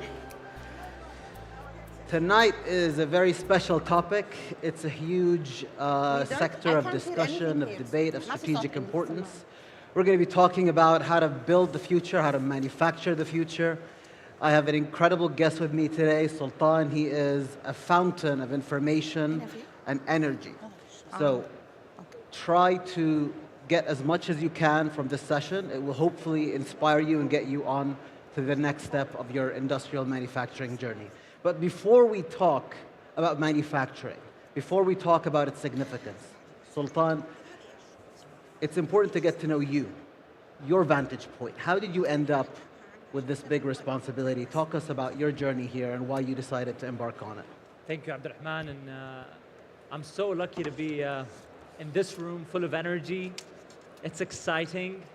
I can feel it in the air. 1,000 exhibitors from 150 countries. As I was walking to the stage, I can hear different languages: the Spanish, the French, the German, the Saudi, the Arabic. It's amazing and it's intoxicating. But it's for me to tell you a little bit about myself. It's a bit of a mosaic experience. I've been trained as an industrial engineer, but destiny took me somewhere else. In the past 10 to 12 years, I worked in the investment industry. I also worked in the non-profit industry with MISC. And there's a great story that I want to share. I mean, I'm sitting on the stage, and right before the session was the Entrepreneurship World Cup. And I want you to all know that it started on a napkin. I was in a cafe with a friend of mine called Abdurrahman Sahimi, Allah yawajjih al-khair. We were part of the MISC team, and we had the MISC Global Forum, and we were in talks with the great friend of ours, Jonathan Ortman, to bring in the Global Entrepreneurship Network to Saudi. And we wanted to be crazy. We wanted to be unoriginal and come up with something new. And we, lo and behold, on a Saturday morning in a cafe, we came up with the Entrepreneurship World Cup. And we wrote it on a napkin, and I said, oh, this is a great idea. Let me put it in a napkin and so that I don't forget it. And on Sunday or Monday, I think, we had a call with Jonathan, and he was like, oh, no, we've never done this before. It's new. We do the Gen annual meeting. With time, we jumped right on it, and we started working. And lo and behold, this is the 6th edition, impacting hundreds of entrepreneurs' lives. So this is Sultan, back to the industrial engineering system, trying to help as many entrepreneurs as possible. I mean, it's a huge accomplishment. EWC is something I'm excited for every year. The impact and the quality is growing from year to year. I wanted to talk a little bit about the topic itself. We're here talking about manufacturing. Why? As a VC, it's something that I'm trained to be scared of. This is something that is capital intensive. This is something that is highly risky, yet it is something that is of significant importance. Why is this so significant? That's a great question, and I think before I start answering it, I'll just share with you one key takeaway, one message I wish you all to take home. If you are buying it in Saudi today, then you can make it in Saudi tomorrow. It starts now, and it starts with you. There's no better time in Saudi to make stuff than now. And to answer your question, I'll share with you a situation that's happening today. And if we look at national economies, they have three major components. You have the services, and you have the manufacturing, and you have technology. If any of these three is missing, the economy is crippled. And I'll take you back to 1975. The United States had manufacturing contributing to its GDP about 20%. Fast forward to 2017, it dropped to 10%. So it halved basically. And the current geoeconomic situation we're in today is triggered by reshoring, bringing back that manufacturing capacity to the United States, hence the tariffs, hence the support of the government to bring in as many investments as possible. So industrial policy and manufacturing, making hard stuff, is necessary. Technology and services will not be enough for an economy to survive on its own, let alone grow and expand beyond its economy. So for us in the industrial ecosystem, we want to create that culture of making stuff rather than just buying it. So if I am somebody who is deeply passionate, I want to make something, I want to localize it, I want to have my own feeling of this is a product built here for this market. What are the unique challenges that I'll face? And what is the support that I'm going to get in order to be able to achieve that ambition? I think there is an inherent challenge in the industrial sector itself. It's not as easy as other sectors. Let's start with that. And any entrepreneur who wants to get into this sector, they must know that it's not easy. The life cycle of an industrial project is much longer than any other sector. But just to go back to your question, in Saudi Arabia, we have currently 12,000 factories, and we needed about 60 years to get to that number. Our target in 2035 is to reach 36,000. That's 3 times the number of factories that we have today. So what got us here won't get us there. We need to change how we approach the way we want to breed factories around Saudi. And we realize that in the government, and we want to make sure that the entrepreneurs who wish to choose to come to the industrial sector, they have the ecosystem necessary for them to prosper, for them to make stuff easy and fast, to test it in the market and grow as a result. So what are some of those building blocks that can help me create something? What are the common stumbling blocks? How are we preventing that? You said what got us to here won't get us there. What will get us there? Well, let's start with the current state assessment. We realize that there is an issue if an entrepreneur has a great idea, but they're not really equipped with the necessary skills to take that idea to reality, they'll fail. And I'll give a very simple example to send the message home. Now, you can give your son a fancy car. If they don't know how to drive, they're just going to crash. You lose the car, and your son, God knows if he's okay. Bringing back the industrial context into this picture, we don't want to provide those entrepreneurs with resources without knowing that they're capable of carrying those resources forward from an idea into a factory. So, the first thing we said, we need industrial entrepreneurship capacity building programs. Mm-hmm. We want to make sure that they know their business stuff, they know the cash flow cycle of their business. They know how to sell, they know how to market, and they know how to protect their idea from infringement. So human capacity building is necessary in the industrial and entrepreneurship ecosystem, and we just signed literally an hour ago with Munshaat to cooperate with them, with the Munshaat Academy, to train basic entrepreneurship skills. But that's not enough. We have the Industrial Academy, whereby those entrepreneurs get specific training in industrial entrepreneurship. Right after that, they get the fancy car, if you will, the analogy, we go back to it. We provide them with what we call the 3Ms model. That's a micro factory, machines and materials. Okay, so not a fancy car. Not a fancy car, it's like the 3Ms. Because we don't want them to jump right into a big factory, 500 square meters or 1,000 square meters, and they pay huge and hefty rents every year before testing their idea.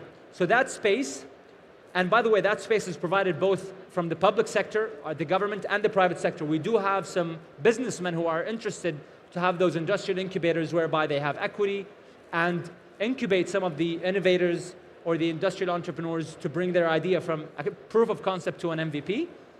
And then the last pillar, which is to us the most important, we've already started it. The first two are still in progress and they're going to launch hopefully next year. But the third one is the 360 task force or the 360 support team. We know that the entrepreneur cannot survive alone in this very complicated ecosystem. So we handhold them to make sure that they are supported in terms of access to financing, access to technology, access to talent, access to market, and support with the government entities to reduce the red tape challenges that they might face in order to succeed. So this is the ecosystem that we're trying to build. Part of it is already built, and we tried, and we have about 250 identified entrepreneurs in our support system. We take them throughout this journey and make sure that their challenges are resolved. From Biban, we're already recruiting some of those industrial entrepreneurs to increase that pool. And anybody here in this room or whoever's viewing us online, if you are an industrial entrepreneur, you're more than welcome to reach out to the ministry. We'll welcome you with open arms. I will make sure that we handhold you and make your endeavor in the industrial ecosystem as successful as possible. So on the stage, we saw a couple of founders from all over the world who had aspirations to bring their company here to Saudi, have some production, onshore some things here. How much of the support is available to those that are coming from abroad to invest in Saudi? We have a great package of policy instruments that are ready for use, whether they're entrepreneurs or they're investors. We have about 36 identified enablers and incentives, totally 127 sub-enablers and sub-incentives. They're all available online on our website. And by the way, it really tackles different sectors and segments. But I advise anybody who wishes to invest in the industrial ecosystem to take a look at our national industrial strategy. If you want to invest in what the government is investing in, so your chances of success are higher. Our incentives and enablers are dedicated more towards those 118 product segments and 12 sectors.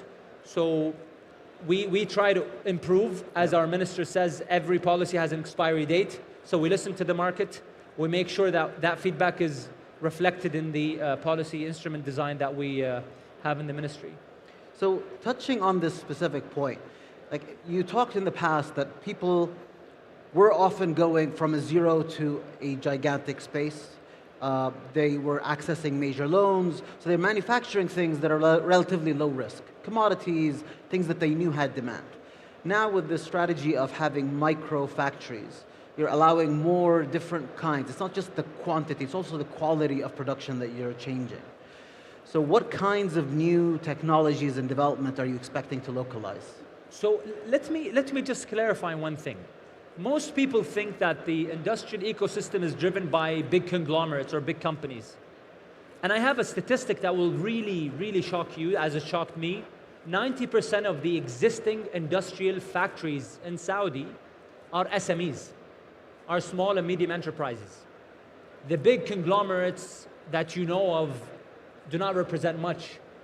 So any sort of technology you can think of is going to be supported, especially in the 12 strategic sectors. And I'll give examples of sectors that we are seeing a lot of innovation.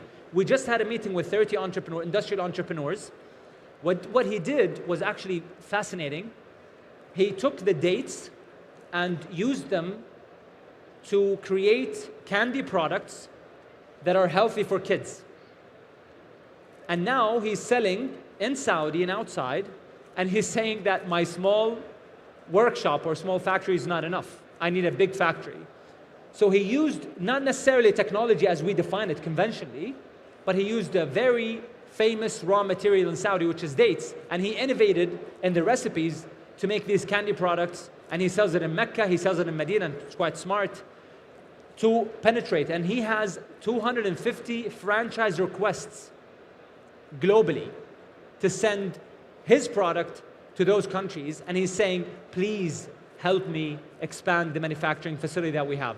So these are all opportunities that we try to help with, and we hope that we have more of those challenges to come, because we need them to grow our manufacturing contribution to GDP, inshallah. So Sultan, I'd love to continue this discussion for forever, but I want to end on a final note. One call to action for anybody who's thinking of building and manufacturing in Saudi, helping this country transition from a consumer to a producer. What's that final word? I think I'm going to go back to my key takeaway. And please, if you are buying it in Saudi today, then you can make it in Saudi tomorrow. And we are here to help you through this journey, to make you create this impact story from an idea into a factory. Thank you very much. All the best. Thank you, Abdurrahman. Thank you all.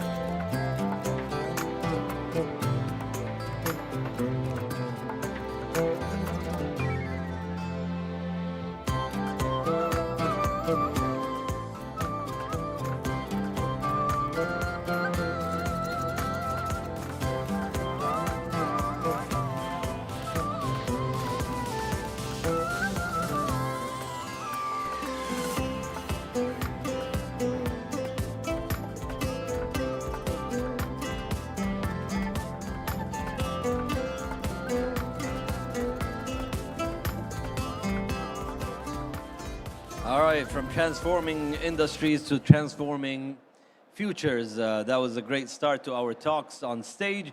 Thank you, Mr. Sultan and Abdurrahman.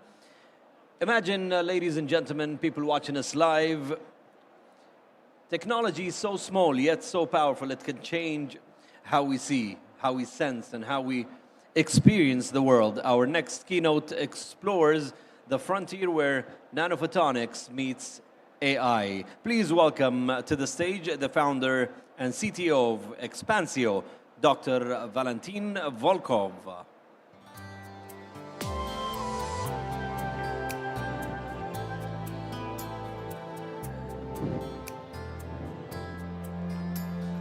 Hello, everyone. It's a great pleasure to be on this beautiful stage and participate in Biban 2025. Yes, today I will talk about gadgets. You know, everyone has something in his pocket like smartphone, or on his wrist like smartwatch, and maybe smart glasses, smart rings. Today I would like to discuss the very important question: what will the next generation of computing looks like? And at our company, Expansio, we believe that this future is, in fact, seamless, invisible, and I would say even more, this future already happens, I would say, in front of our eyes, or it's more correctly to say just directly on our eyes. I mean, I will talk today a lot about smart contact lens. Yes, a few words about our company. It's called Xpansio. We are physically placed in Dubai. It's a deep tech unicorn. And what we are doing, we are developing ultimate interface, which is powered by artificial intelligence and is supposed to be used for special extended reality computing. And it's not just words, basically. We are not trying to develop one more smaller and more compact display. In fact, we are moving forward in a several, sorry. I don't, seems like, okay, sorry. Yeah, we are doing a breakthrough research in a variety of directions. First of all, of course, it's advanced photonics and nano-optics. It's artificial intelligence. It's novel materials and also neural interfacing. We already have a bunch of patents, and much more is coming. And our multidisciplinary team of more than 100 researchers is physically placed in our emerging technology center in Dubai. So we also managed to attract a significant amount of money for the last 4 years. We raised 290 million, which officially made us a deep tech unicorn with evaluation around 1.35 billion. And there are two people behind, there are two people behind this company. It's all started less than 4 years ago. My partner, Roman Axelrod, at that moment, he was just a serial entrepreneur, knocked to my door. At that moment, I was a scientist, director of one of the biggest research centers in Europe, Center for Photonics and 2D Materials, and proposed me to build a smart contact lens. I was not that much enthusiastic at that moment because it sounded a bit like science fiction, but he was kind of moving around me and saying, okay, Valentin, we can do it. At a certain moment, I became really curious and realized that actually I can do it. That's how I became a crazy scientist behind this strange project. And yes, we are really dealing with some problems that from traditional optoelectronics might be considered like fundamental and unsolvable.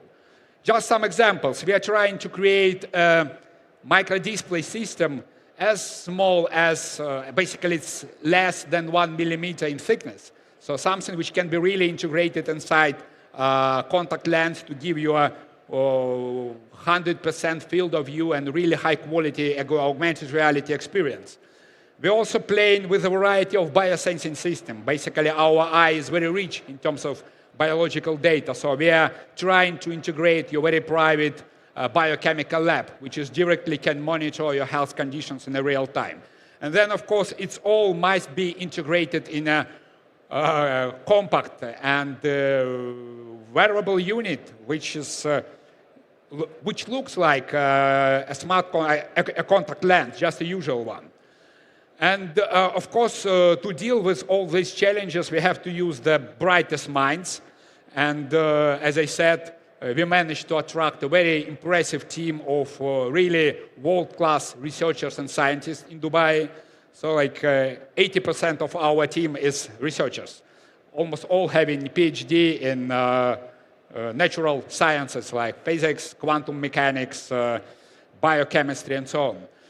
And I think officially we are now within top 3 among all startups in physics, according to Nature Index. You know, it's not a commercial index. They just estimate the scientific impact, judging on papers and patents. And it's not a theory, actually. If you visit us in our facilities in Dubai, you will actually see that there are a bunch of prototypes. each of them demonstrating different parts of this final device, which we are going to deliver in the end of the next month. So you can literally speaking try the lens, which will provide you with some augmented reality experience, some biosensing devices integrated inside the lens. And one can say that we are already prototyping future on our optical labs in Dubai. Yes, and the natural question is why we are doing all this. And here you can see some evolution. It's how we change our way to communicate with machines during the years. So it's all started with punch cards, then of course keyboard, mouses has appeared. Then relatively recently we start to communicate with machines through touching screens. And now we can control machines with voice, with gestures, at least to some extent. And each step felt more and more natural, but yet still we have to translate our very rapid and fast thoughts into clicking and commands. So it's still not our native language for communication with machines. And, and it's all about bandwidth. So you should keep in mind that we are thinking in a very fast way. Basically, we think at light speed. At the same moment, we interact in a very slow way. So if our brain intends at hundreds of bits per second, then during the typing, you can at maximum achieve single digits of bits per second. So there is a huge mismatch between those speeds. And this naturally limits our creativity and productivity through this input-output ratio. So the solution to this, of course, to create a perfect interface between humans and machines, like a bridge which will allow you to kind of overlap in a natural way, real and digital worlds altogether. So as any technology, of course, it should be built in materials. And here, one can clearly see there are some challenges. First of all, the technology itself should be biocompatible and invisible. So we are talking about soft, flexible, and non-irritating materials. Then, of course, it's all about signal-to-noise ratio. We are really talking about capturing microsignals through human tissues. And human tissues, they are very, very lossy in terms of electromagnetic waves. Then, of course, power and efficiency. We somehow need to find a way to safely power this system in an efficient way. And then, of course, it should be all combined in one device. And we believe that this device is a smart contact lens. So our perfect smart contact lens is a combination of 4 technological platforms. First of all, of course, it's an augmented reality device with infinite screen and with infinite field of view. Then, of course, it's a very powerful biosensing lab directly integrated into your contact lens. Then, of course, it's also give you some superpowers. I'm talking about zooming. I'm talking about night vision, color correctness, color blindness correctness, and many others. And then, of course, it's all equipped with transparent optoelectronic components to charge and to provide the data transfer in and out of the lens. And one can say, okay, Valentin, how you can put a supercomputer inside a contact lens? And basically, we are not doing this. I mean, we are not trying to squeeze a supercomputer inside the lens. The lens naturally comes with a small companion device. So all the computational powers is placed in your pocket. So the lens works like a screen and basically like a biochemical lab on your eye, which communicate with your companion device through in a wireless way. So here you can see the schematic of our lens. At the very center, you can see augmented reality unit. So it's a display integrated with a calibration system. Then, of course, biosensors integrated all around. We also need some antennas for power and for data transfer, solar cells and batteries like an additional source of energy. And it's all this impressive packed inside the typical contact lens made of certified materials. So, of course, I can talk for hours about different sides of this complicated device. Let me focus on augmented realities, just to save your time. So it's actually pretty difficult to deliver the image once the display is placed on your eye. I mean, we are out of accommodation ability, so once you put it on your eye, you will see nothing. The only way to overcome this fundamental problem is to combine your display with collimating system, directly integrated inside the lens. So just to give you an example, this is one of the prototypes. So that's our contact lens. We are kind of approaching it. Of course, I mean, the best way you have to put it on your eye, but as you can see, now we are trying to look through, and it works. So what we have here, it's a variety of user cases that can kind of help to drive your car, or I don't know, to provide you some casual gaming and so on. So now the camera moves away, and then again, it looks just like a lens. So another example of the same technology, but with a slightly different usage, just to show one more time. So we are now approaching the lens, put it on our eyes. The display is not visible anymore. So now you can see through the lens. So you can see all those information start to appear. Again, you can deliver different information. You can play games. Just to give you some examples, it should come here. Yeah, for example, sport, and then you can call.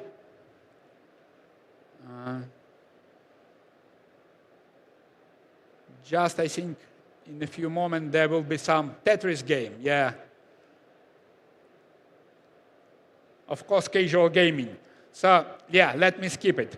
So, as you can see, in principle, it works in the first approximation. There are many things still to be solved, but in principle, our augmented reality projection system already functional, and now we're actually waiting for human trials. So, but it's not only about augmented reality. Of course, eye is very rich in terms of biological data. In principle, all the necessary information which you can extend out of blood, you can also achieve out of eye liquid. But of course, concentrations are much, much smaller. So that's an additional demand on sensitivity of the sensors. So just to give you an examples, we are working on interocular pressure sensor integrated inside the lens. You know, there is a huge problem on glaucoma. So once the pressure is not stable, it starts to destroy the eye nerves, which connect retina to the brain. So with our device, we can monitor it in a real time. So all you need basically is from time to time to do a selfie, and then the sensor will send the information about interocular pressure directly to your eye. Directly to your phone. Another example is surface-enhanced Raman scattering integrated directly into the lens, which allow basically to monitor a variety of biomarkers from viruses to vitamins levels and beyond.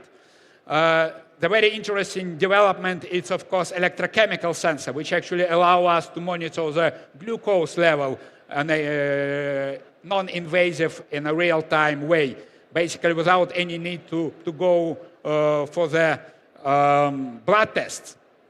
Of course, it's all equipped with our wirelessly powered system and also with the batteries, which integrated directly into the lens, and right now, lens can be operated for more than 1 hour in an autonomous regime.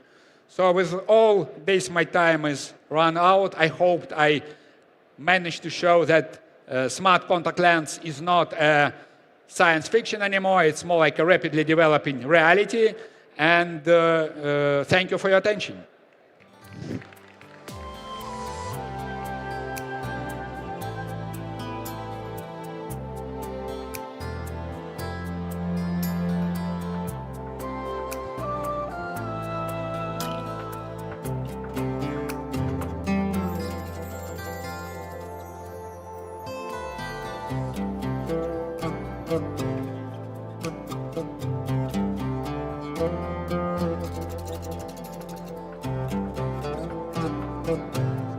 All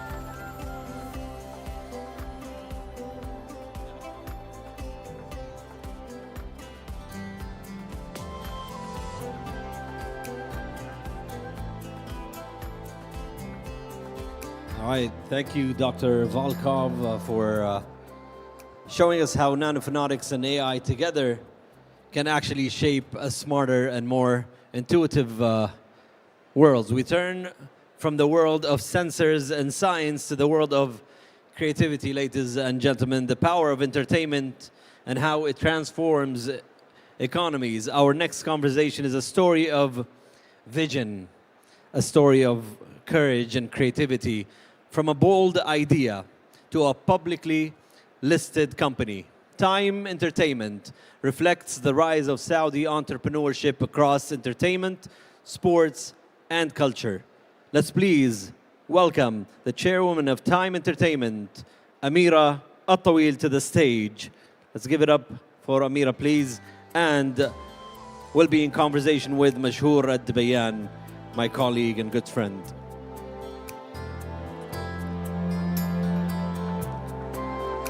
It's been a long time, Amira. Welcome to the stage. Please enjoy the conversation.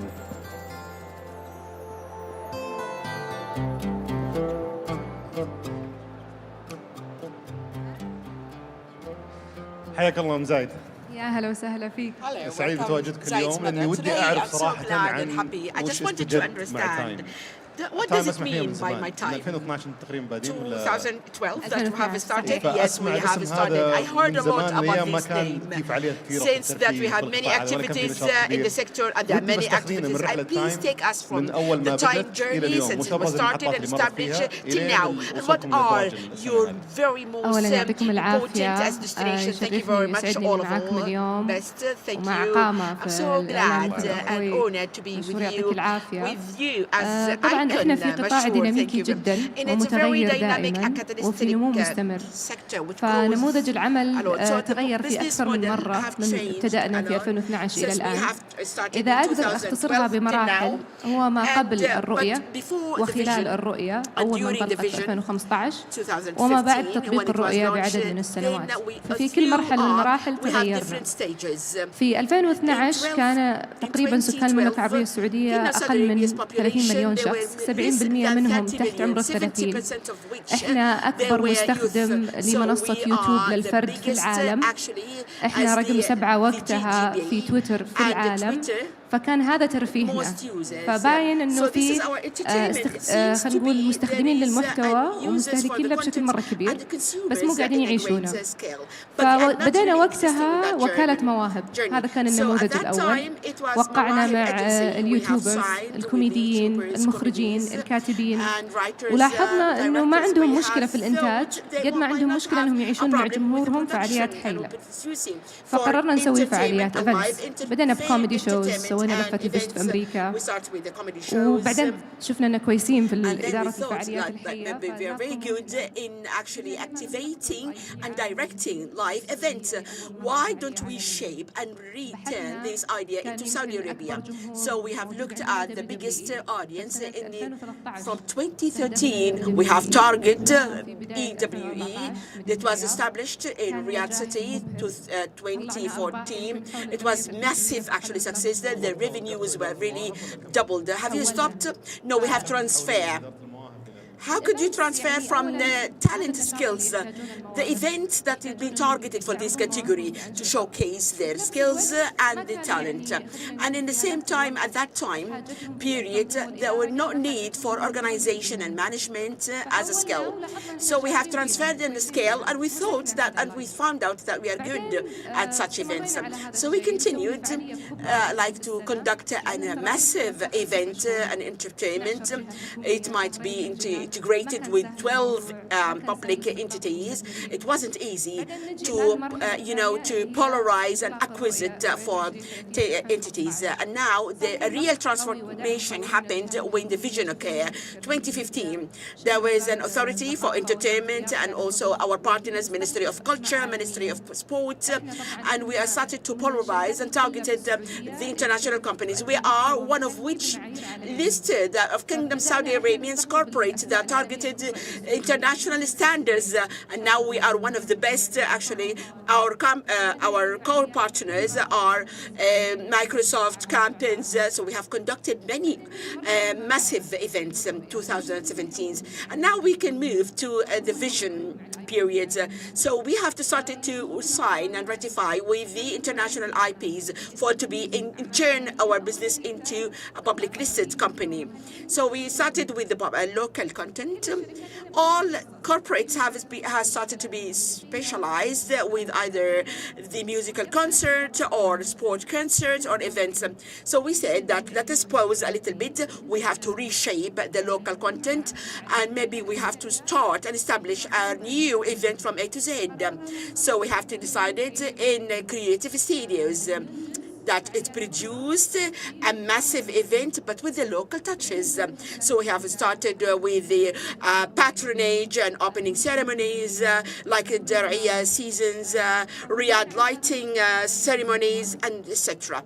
For the last years, we continued our journey, and we so much distinguish with the corporate, with the very massive local content, with the international standards and criteria. And that's the time that appears that we link. So we have to be listed. Now, I think we thought that listed to be a listed company or IPO, it was really a good transition shift. Did it actually, to be in a barrel market, did it really affect your strategies? When we have started the plan for 5 years, IPO was the base of our strategies in the corporate. We wanted to reach to the governance and transparency, and also to create and advance business models, looking for very strategic investments to expand on the region and on the basis of provinces. So when you are listed, you are already as a corporate, which is already trusted, transparent with the governance, whether with the clients and customers and investors. So that was a very important step for us. And actually, we are in a growth scale and a sector. And I think we are in the right time and a good time and accurate capacity. That's very good that we have looked actually and view your activities before we conduct this meeting. Now you are exceeded more than 100 million as the revenues. What do you need? You need a high flexibility or resilience. So why do you need to build your capacity with the staff members? Let's say that there is challenges and obstacles, one of which it's a seasonal sector. So the contract actually, it's a short-term contract. So you don't have that assertiveness within these years, whether you will develop, you will grow, and you cannot detect or speculate about this the diversity. So it's really quite risky to expand and to have a great investment with that database. So our projects, our schemes are really expanding, and we are diversifying. We have already diversified our actions. We already launched with the sport section. But let me be honest, we have to be accurate and determined, because to avoid or to mitigate this risk. So you wanted to have a clear, efficient cost? Yes. And you know, the staff and the capacity, they are really, the creativity they have, they are really brilliant. And there we also still acquisite that we are looking for talent acquisition. And if there is any event, sometimes we do deploy more than 2,000, 3,000 staff. And even we do use local competence and local expertise. But for the continuous long-term competition, that is limited with the limited expertise as well and specific. What do you need to actually have assistance or help from different companies or corporates in this sector, whether like partially or like internally? What do you think? Why you say fireworks, for example? Why you say that you might really have to have an internal contract? Why you decided to look for a corporate to have? We have a long-term team and a sustainable team that for managing the events or directing the sectors or even the departments that we use it. But we have a certain special occasions or events, and it needs competence, and you have to work with an expertise in this domain. So do you think that you are going to allow to have and just a talent, for example, that it might really ruin the whole event or the season? So producing of the event, yes, we are working, of course, overcoming the challenges. And our company is a service company. It has heavy assets. We don't have heavy assets, so we are cooperating with the local corporates of services. If we are talking about procurement management and project management, yes, of course, we do also provide the consultation services for the customer services. How does that local landscape as a market, how does it look like from your perspective?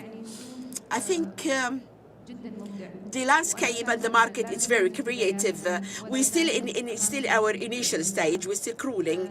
But when we are talking about entertainment as a sector, it's expected that it will really contribute 4.80% in the local GDP from here up to 2030.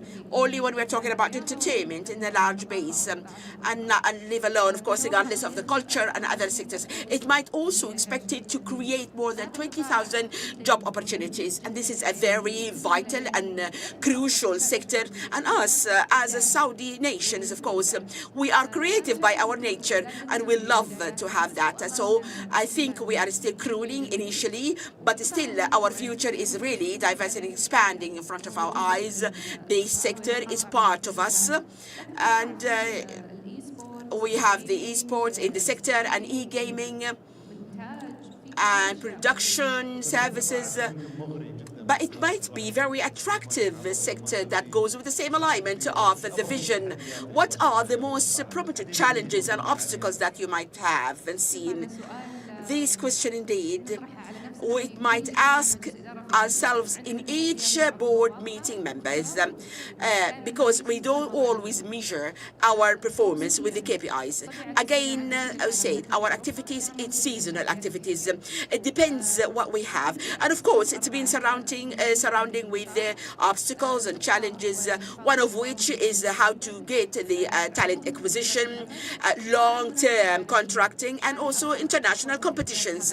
All of these challenges, it might be tackled. Of course, the competition, international competitions, we have upscale our services to match with the international competitions as a corporate in the certain sectors. Seasonality, we have seen some announcement of venues and activities. They are already being listed in the market, and there are some announced schemes and projects, and that contributes greatly in the seasonality. So, of course, if you are going to create a grand season event, you have to tackle that. As for talent acquisitions in any corporate in service productions or service consultations, you might have this challenge as it is as a talent acquisitions, but we have to overcome it. So short-term contracts, most of the development countries, most of the time they have shareholders. The contracts are very limited, very constructed for small and short time. But lately, we have seen that some public entities, it has a framework agreement. I know this framework agreement might not be with the same size to fit to the volume, but initially we can expand it and upgrade it. It means that it will be only tackle one event at a time. Yes, for 3 years, for example, you might be called Biban as an event, okay? So if you have that contract, you know where is your destination or direction, and then the private sector might support you. Yeah, that is the contractual agreement. Within 3 years, the private sector will support you to conduct these events. What is where are you? Yeah, where are you directing now? Where are you heading in Time Entertainment? Do you still focus on the same events, or you are focused on something else? We are focused on live events and concerts, but our live events and concerts are expanding. We wanted to reach for sustainable growth, diversification of growth within the customers and clients, and expand our geographic location, expansion of integrations and acquisitions through our tasks and activities. So we have strategic plans that we are following, and let's say that there is a power which pushes us actually towards our destination. Well, best of luck, and all followers from ladies and women in all cluster in business. They are talking to me. They keep saying that we don't have hubs or clusters. We just gather by nature. You know, females are really always just talking. So they have a complaint. We don't meet. We are on the contrast, like you as men. So somehow they might have difficulties in reaching. Through our conversation, we have talked about the empower them and the sports. I want you to share with you what are the key messages that we can empower women. We have established Saudi female leaders as a network, and I'm the member and actually the chairwoman as a member in the board. So first of all, we are in a time which is totally different. There is a paradigm shift of the previous time, totally as like legally and business and studying. There are different actually approaches. So, and we are, of course, the leadership of our custodian of the Tuhri Mosque, King Salman, So this is a journey. We wanted that this is a very exciting journey that we're, but this is not really a load with the tolerance for public entities. And of course, the third sector also have a role to play. The challenge now, how could we push ladies to be in the leader position, especially in the private sectors, especially the board members or the chairwomen members. The percentage and the threshold are very limited. And so the idea depends on the venture capital, and in general in the world, actually, the percentage shows that we are way behind them. So the complaint was that women are not gathering together and they don't look like men when moment they are meeting and deciding. Well, you can make business everywhere, in camping, in farming, in anywhere. But in venture capital, corporates, and consultation, there are some positions. For when we meet, we share expertise, and now we have a database. We are targeting qualified ladies to be the chairwoman, and maybe they will be voted or nominated candidate to be a leader in such position. So our goal and aim, we have 200 specialized ladies in investment and technology sectors and also financial sectors. So any one of these ladies, of course, anyone who feel that you have an experience in financial or technical or business atmosphere or ecosystem with an experience that exceeded 15 years, she could come and register as Saudi Ladies as a platform. How far you might upscaling the percentage? One of the good examples that we have actually signed an agreement with the governance center. We are about to make an agreement with the memorandum of understanding to develop the idea, the concept of the governance. Before we sign, they were all men. After we signed the memorandum of understanding, they started actually to embed more than 2, 3, 4 ladies. So they have a specialized ratio. No, they have not specialized ratio, but they already emerge within. First of all, we increase that as a message, increase the awareness. What is the governance center? What does it mean? What is the scope of work? What is that you need? So we link them together with the center.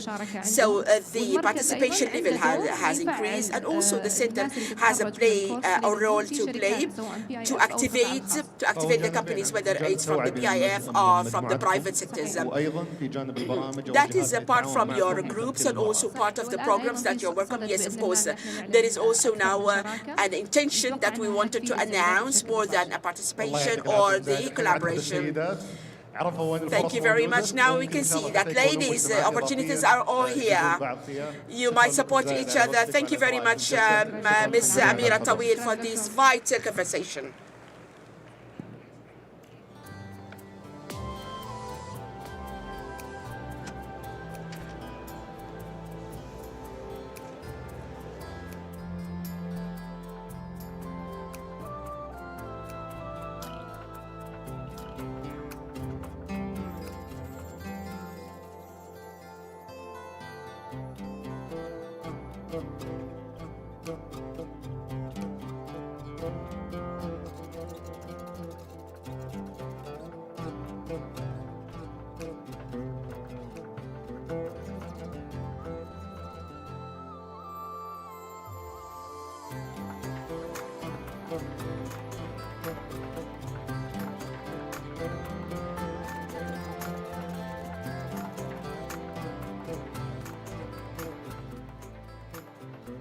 All right.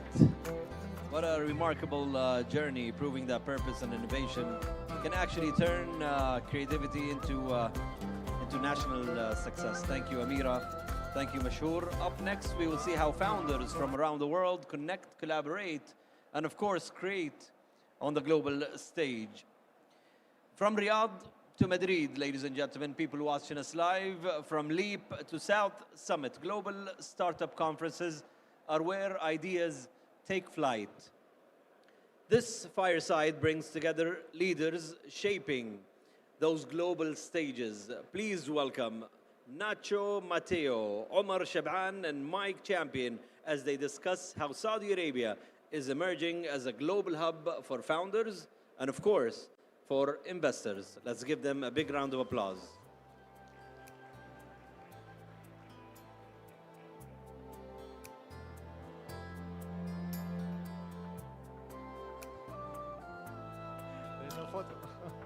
Okay,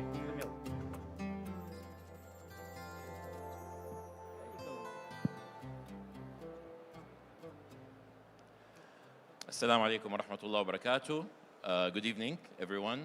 It's a pleasure to be here with you at Biban Horizon, and I have the pleasure of having Nacho and Mike, two of the leading event curators in this world when it comes to tech and others as well. So it's a pleasure. I had the pleasure to have some chat with you yesterday. Obviously, Mike, we go way back. So I'm very excited about this discussion. And allow me to start with you, Nacho.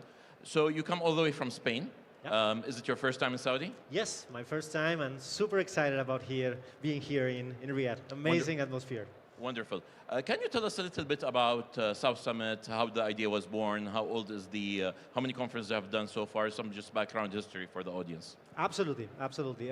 South Summit was born 13 years ago already. We created South Summit in 2012 in Madrid. And to put you a little bit in context, 2012 was the worst year during the financial crisis in Spain. Okay, to have a better idea, at that time we had a 55% of unemployment rate in young people. Okay, this means that people between 18, half of the people between 18 and 26 years old was unemployed. Okay, so that's why we created South Summit. South Summit was born not as a conference, but more as a business platform to help entrepreneurs to create new companies, and with that, to foster the economy of the country and to foster employment, right? So that was the region of South Summit. And we created South Summit as a movement in order to connect entrepreneurs with what we consider was the other main actors of the ecosystem, right? So investors, the capital on one side, and also connecting them with the big corporations, the innovation departments of the big corporations, in order to close potential deals between them. So, and how was this idea born? Was it due to, how was the startup ecosystem in Spain in 2012, the entrepreneurship movement? Was it something that is on the grow, or is it an opportunity that you seized, seeing that there's a gap in the market? Well, at that time, the ecosystem in Spain was not as mature as it is now, right? Actually, the first edition we created, we engaged with 20 founders, maybe 10 venture capital firms coming from outside, and a few corporations. So at that time, it was very difficult to convince, especially the big corporations, to engage with the founders in order to attract that technology. Nowadays, it's easy, no? But, and if you give us a snapshot, first event, how many attendees, and today, June 26, how many are you expecting? Well, how much did you grow? First edition in Madrid, 300 people. We grew, now we have 3 South Summit editions in Europe, in Madrid, in Brazil, 25,000 attendees, in Madrid, 20,000, and another edition in Asia we opened just 2 years ago in South Korea with around 5,000 attendees. So you grew by 100x, so congratulations. Yeah, more or less, more or less. Mike, you have a fascinating story, the story of how Tahaluf was born, obviously Leap, which is we're all proud of. Can you talk us about the behind the scene? How was Tahaluf born? What's the background story? How you doing, Omar? Nice to see you. And also, it's nice to share the stage with Nacho. And the South Summit is a really cool brand. And I've got some members of staff here, some colleagues. I can just see them. I'm wearing my glasses today, which means I can see them. But they were saying that it's a really cool brand as well. So, congratulations. Thank you, Mike. We also shared some adversity in the founding of Leap. If you take it back to 2019, that's when I joined Informa. And I was sort of challenged in my interview.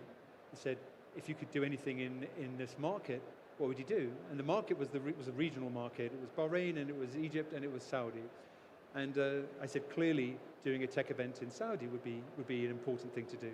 And lo and behold, after about a month of me being in the job, I intercepted this email that had been sent to the London office, from His Excellency Abdullah Al-Swaha's office, the Minister for Communications and IT, asking for a proposal for a tech event. And I was already in the process of trying to find the right people in Saudi to do a proposal. So I was like, okay, I'm gonna reply to this, all right? And what I can say now, which is I couldn't say back then, is 2 of the people that work for Tahaluf now, they were currently working for a company I used to work for, and they took holiday and they came and flew in, okay, to pitch MCIT with me, okay, so they shouldn't have, but now they work for us. It's fine for me to say, and there's been many years past. We came up with this idea, and then eventually we all worked it out together. I said to, I basically gave 3 options to the ministry and said, you can have a nationally important event. It would cost this amount of money to accelerate it at a very quick rate. Regionally important or globally important would take probably longer than a year, but we can get something that is seen and heard in the first edition. They went for the biggest and the largest, and then immediately after that was signed, COVID hit, right? And they're like, what are you going to do, right? So you had this issue, right, with 50% unemployment. We also had this COVID issue. We survived that, Omar, because Informa at that time were very, very, had a great deal of foresight and a great deal of humanity. Lord Carter, the CEO, he's also the chairman of Tahaluf.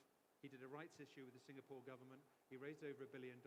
He guaranteed everybody's salaries for more than a year. Nobody took a pay cut. There's no tactical trimming other than normal trimming.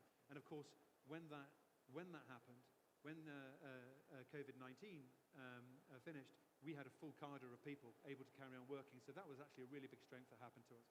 Anyway, we deliberately, slightly more delayed than what we had anticipated, but we were thankful for that, because not often you get about a 20-month lead time to deliver an event in Saudi, okay? Absolutely. And so we were thankful for that, and we were still able to sell in that period, such as the strength of the Saudi market. About 2 days into the event, Faisal Al-Khamisi said, people at the Royal Court would like to meet you. And so we went for a drive, and we met with some advisors at the Royal Court. And they said, look, we've been trying to do an event of this sort of scale and this kind of impact and this sort of, for a long time, and you've done it without very much cost. We'd like to offer you an opportunity. You can either do a joint venture with us, or you can carry on doing what you're doing. What would you like to do? And the decision was there and then, and it was very obvious. I said, we'll do a joint venture with you, please. Right? And so we did, and a year later, I was appointed the first CEO. And we brought in the Events Investment Fund to increase the tapestry of government entities. And immediately we started going out and trying to win more events, not just in the tech space. And that's why we're doing things like Cityscape, and we're doing things like Global Health Exhibition, and more events. And I was telling you backstage that I love the post that I've seen on LinkedIn a couple of days ago. I was fascinated with the numbers, and I would love you to share what you remember from them on the impact of Tahaluf on like the GDP and economy. Yeah, we're very careful to measure how Tahaluf impacts, the ecosystem in different ways. A very conservative measure of how Tahaluf is impacting Saudi Arabia is that since 2023 to now, we'll have impacted as a direct economic impact plus measurable sales at our events. So we don't estimate sales that we don't know the answer to, of $17.6 billion, which is actually more than the economic impact of the FIFA World Cup in Qatar. And so when that's happening on an annual basis, that's recurring value that continues coming into the economy. Make sure you heard that it's a billion with a B. So, yeah. mashallah, that's amazing. Obviously, and many jobs created, whether in the events themselves or like the Tahaluf team, big team today. That's we used to do some. I've got very fond memories of this venue. You know, this is where the first leap happened in 22. It launched as the largest debut tech event in terms of attendance. We had 100,000 attendants. We were lucky that it was declared a COVID-free zone just before the event happened, so the timing was absolutely perfect for that. And since then we had many repetitions of shows and other shows, but most of our shows now have moved to Malham because of the size of because we want to scale them, and we want to scale them at a very quick pace, so that part of our mission, of course, not just for profit, it's to help make Saudi Arabia a global events hub. And we feel that we've contributed in some way towards that. There's a long way to go still. Yeah. You absolutely did, and I'm going to get back to you with some questions on where do you see this is going. But Nacho, back to you. So you started in Spain, you've seen the gap, and today you are in 3 countries, hopefully going to other markets. What's the DNA of the company? What is it that you try to do in South Summit that is very unique to you as a summit compared to many other tech conferences that exist in the world, in your opinion?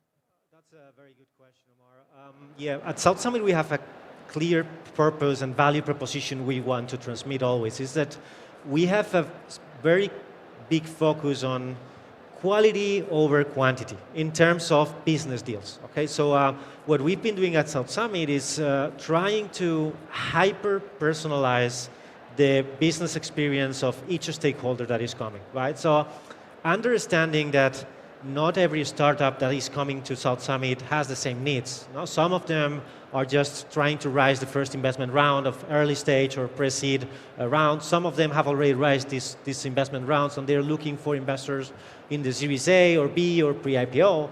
Some of the investors are actually looking for deal flow. Some of them are not. Some of them are just launching their third fund, and what they are looking for is for LPs and family offices in order to raise their funds, right? So trying to hyper-segmentate the experience for each one and creating one-by-one, one-to-one meetings for each one before South Summit happens is the value proposition that we always try to give. So try to give business meetings to each one of them, depending on their needs, and understanding that is what we have been working on. And that's exactly the reputation that South Summit is known for. But how can you replicate that success in new markets, like Brazil and others? And that's a very good question as well, because the formula is not replicating the exact same model in every ecosystem. If you do that, you're going to fail. That's for sure. So understanding the needs of each ecosystem is crucial before you take the decision to open a new South Summit. No? So for example, to give you real examples, in Brazil, when we decided to open the edition in Latin America, we spent 1.5 years identifying what were the needs of the Brazilian government in terms of positioning the entrepreneurial hub, and also understanding which were the industries that were impacting directly in their economy, right? So for example, we adapted South Summit Brazil edition, putting a lot of effort to attract agro-tech startups. Why? Because their economy is based on agriculture, right? Yeah. So trying to adapt each South Summit or each initiative to the needs of each government is crucial. And the second point of personalization of each South Summit is that you need to also to understand the culture of that ecosystem. Right? The business culture is not the same doing business here in Saudi Arabia than in South Korea, than in Brazil. Everyone has a completely different way of doing business, and understanding that and adapting each business platform to the culture is something super important. And actually, you remind me of something that I know about Leap. For example, you guys decided to do a deep tech focused Deep Fest, and so part of your decision making. But I have a bigger question from the Tahaluf perspective, Mike, which is, I believe you have more than maybe 12 or 13 IPs, to my knowledge, in Saudi, specifically, maybe more. How do you select sectors? What makes you focus? Say you want to go that sector, not that sector. Next year we'll have 21. But in terms of large-scale exhibitions, you're right. There's about 12. You sort of bang on the money there. The rest of them are sort of conferences. They're more focused. Tahaluf only operates in markets that we consider to be strategic and strategically aligned with the priorities of government partners. We do that because that is a faster route to those events being impactful on a regional or a global scale. That's why, last week or the week before, we had Global Health Exhibition. Yeah. Clearly, in every economy, in every country, healthcare is a super important factor. That's why next week we have Cityscape. The Cityscape is dealing with giga projects, massive urban redevelopments, the future of living, and of course that huge sort of centralized spend within Saudi Arabia is making global sort of impact. So that's why we're in that space. You won't see us doing events that look at further down the supply chain and look at materials for building or anything like that. Not to say that that isn't a really good business model, and it is for many, for many. But because we have aligned ourselves with what the government's aims are, what Vision 2030 is, we just want to play in those areas. And we do get a lot of offers, by the way, to take some of our IPs out of Saudi and move them abroad. Well, we would never move any of our shows out of Saudi. Saudi is our primary market, but we would sometimes replicate. Now, despite all the offers we've had, we've only actually ever accepted one, and that's moving Leap, or rather replicating Leap and putting it into Hong Kong, and that's going to happen in July next year. Nacho is right. You don't just do a copy-paste. You have to adapt to the local market, and there will be adaptations. I don't know if they're quite ready yet to sort of welcome so many Saudi companies and sort of Saudis flying in or not. But I mean, we've got a huge amount of interest from the Saudi sort of startup ecosystem and also from the governmental ecosystem there. The bond between the two countries is enormous. And that's already looking like it's going to be a really good launch. But let me ask you, I mean, there's maybe two schools of thoughts here when it comes to events and conferences. Obviously, I think both South Summit and Leap here are similar in the sense that quickly, fast growth, and they became very well known in a short time, versus other events that might have existed for years and years, and we're more patient when it comes to that. And in regards to Leap, it was like a skyrocket. I witnessed it from day zero, and everyone was fascinated with how quickly. I'm sure there is a recipe for that, and I'm not sure if you're going to share the recipe for success, but we'd love to hear some of that. I'd happily share the recipe. There's no secret about it, and you know, Leap has grown to be, you know, the most attended tech event in the world as far as we can measure. We've done an independent study on Leap where we've measured it against other large-scale exhibitions in the tech sector, of which we have come out as the most trusted tech brand. We're incredibly proud of that. We don't publish that online too much. We just want to do that to ensure that what we're doing is right. The reason why we've got so far, there's a number of reasons. One of the primary reasons why we've got so fast and so far is, of course, the market. Okay, remember that Saudi Arabia is a G20 economy, and before it did Vision 2030, it was a G20 economy without actually trying that much. Okay, you know, it had a huge amount of oil which put it into that sector. Now it's really trying to diversify, and this country's just going places. But of course, it didn't even have a very major event sector in that time. So of course, there's a big vacuum there to fill and a lot of tailwind. I'm not going to take the credit for something that I didn't create. Okay, so the Vision 2030, the economic conditions that His Royal Highness the Crown Prince has put in place, and Saudi Arabia being a major economy in itself, has allowed for that growth to happen in a short amount of time. But also, a lot of other companies are operating in this sector, and they've not had the same growth as us either. So I do have to give my team credit for this. The fact is that this year we had a 96% retention rate of our staff. Last year we had a 94% retention rate of our staff. And when you keep your best staff year and year, when they make a mistake in 2022, and then they make it better in 23, actually by 24 they're doing something really good, and in 25 they're doing it perfectly. And so we're in a position where actually no one is doing it from scratch again. We're continuing all those mistakes year and year, and we see that as just being a really important aspect. The third aspect is what we said earlier on, being totally aligned with the Saudi government. You know, Leap would not be where it is today without, you know, MCIT, NTDP, Sadaya, SAF CSP, Munshat, all these different entities, okay, that are fully on board with us. Garage and all the stuff that Garage did with us in that time, you know. And the same when you look at Cityscape next week. It's the Ministry of Housing and Municipality. It's Riga and all the other associated bodies, and we can go on to the Ministry of Health and the support that they give us when we do Money 2020. It's SAMA, it's Capital Markets Authority. So we co-create, and we do it in the vision that they want. In the same way that Nacho said earlier, we don't prescribe and say this is how it's got to be. Take it or leave it. We go, how do you want it? This is our experience. Maybe this will work, and we do it together. And eventually, actually, we find that we're left to our own devices after a few years because people trust that we know what the government wants. True. Okay. True. Very well said, and I can't agree more. And I have to give a shout out also to this fantastic event, Biban. Yeah, it has been fantastic. Yeah. This year has been like, you know, attendance, everything is amazing. Like, you know, spot on. We were having a chat yesterday, and you told me that you're considering to come to this market. So can you tell us more why, in your opinion, and how? Absolutely, absolutely. Hopefully we will be opening a new edition of South Summit here in the Middle East.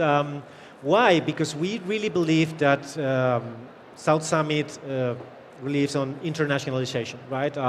We don't want to open a lot of South Summits everywhere, but we want to make sure that we have one South Summit in each region in order to interconnect with other global entrepreneurial ecosystems, right? For us, the key of success for any country in order to grow in terms of entrepreneurial community, it needs to be connected with other global regions, right? So you need to work not only in the inbound strategy to attract all the global community here, but also being part of an annual circuit where you can have the chance to meet the key stakeholders in Latin America, in Europe, in Asia, and of course in Middle East, right?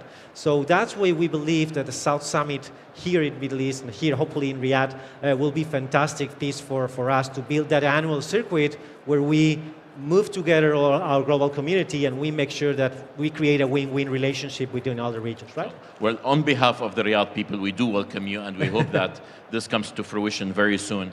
Mike, maybe very fast, last question to you, and we run out of time very quickly. What's next for Tahaluf? I mean, do you guys even sleep? I know the amount of work you guys do, so what's next? We've got a lot of things happening next year. A lot of new exciting things happening. There's going to be a few event launches. I think one of the most exciting brands we're bringing in is in the life sciences sector. It's a bio event, which is one of the biggest biotech events in the world. We're going to see that coupled with CPHI, and that's going to become a really serious event. I think one of our mega events in the kingdom. World Routes is coming in. That's obviously one of the most important aviation events. It's peripatetic, but that's going to be happening. And that's, I think, going to really start to connect Riyadh, Saudi Arabia with the rest of the world, because what you're talking about with that event is us bringing in, all the decision makers around the world who pretty much decide who's going to get the, the landing spots and the parking spots at all the airports around the world and what the new routes and flights are going to be. So Riyadh's won the right to host that with GACA, and they'll be partnered with Tahaluf in delivering that. I think that's a really good one. From a personal, from a work perspective, we're moving to brilliant new headquarters, STC Square, 4,750 meters square. So we're actually going to be in a place where we don't have to share, offices with people and sit on each other's laps in order to get things done. We'll actually have our own. I promise you guys, we will. We'll have our own place this time. So that's fine. I do congratulate both of you on great success, Mike, with Tahaluf as a whole, and also obviously in Leap, which holds a very dear place in our heart. Nacho, for doing what you're doing in the Spanish ecosystem, which is fantastic, and hopefully we see South Summit very soon in Riyadh. Thank you so much for the time. Your time is gone, and thank you for listening. And Assalamu alaikum. Thank you so much.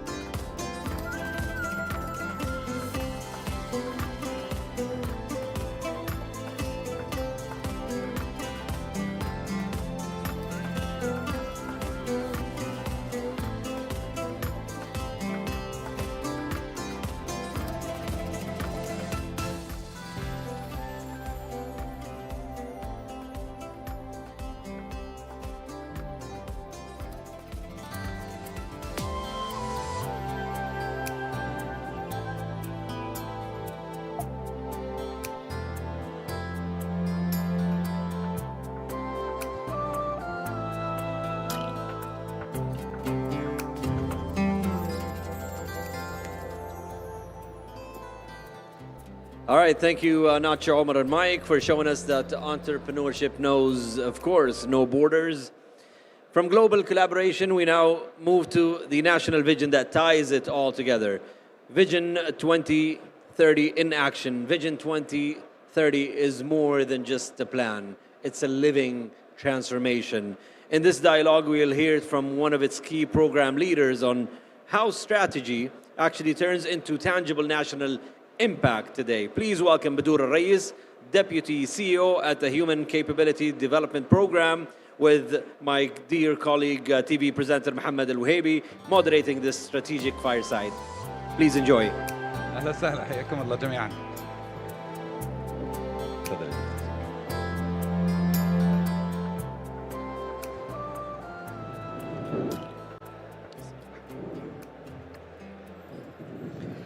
يا اهلا وسهلا حياكم الله جميعا.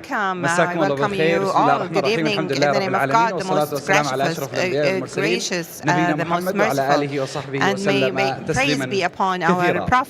هذا المكان بكل ما فيه لا شيء فعليا بدون القدرات البشريه، بدون الكوادر، بدون الكفاءات والمواهب الموجوده. السؤال العام الذي سنطرحه هنا كيف ينافس السعودي عالميا وما هي المبادرات citizen go into the global competition, and how is he a participant in all the global experiences, and what is the important skills that we need to have in order to be part of this amazing place. You're most welcome here in Biban event, and we welcome Dr. Badour. دكتورة حياك الله معنا. You're most welcome here, Dr. Badour. شكرا للاستضافة. Thank you so much for inviting me. أفضل استثمار في تنمية القدرات البشرية هو أن يكون الاستثمار في الركيزة الأساسية للمحتوى المحلي والشركات الناشئة ولكل ما نشاهده في بيبان في هذه النسخة.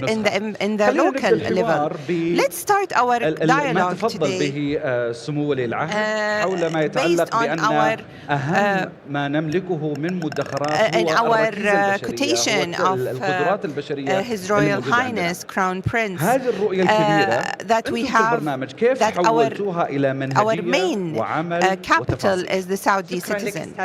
Thank you so much, Mr. Mohammed. Before I start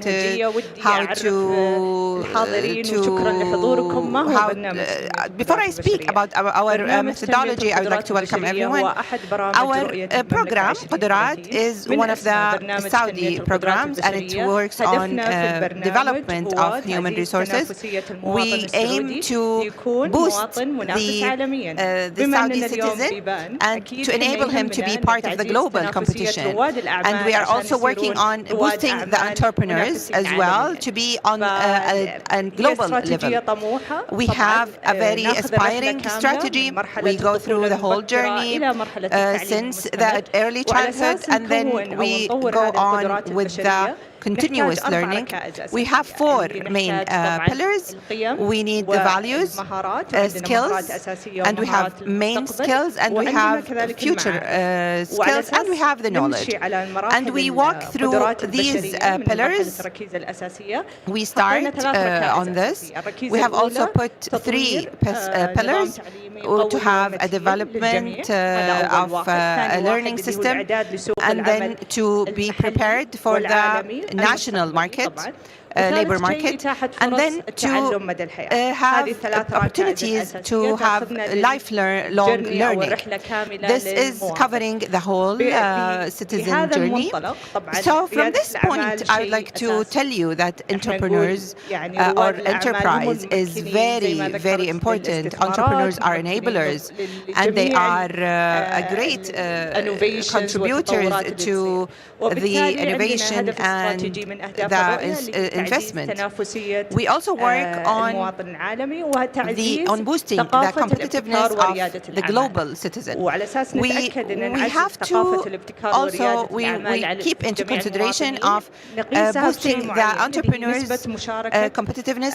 We have a benchmark, and also we measure the percentage of the entrepreneurs participants.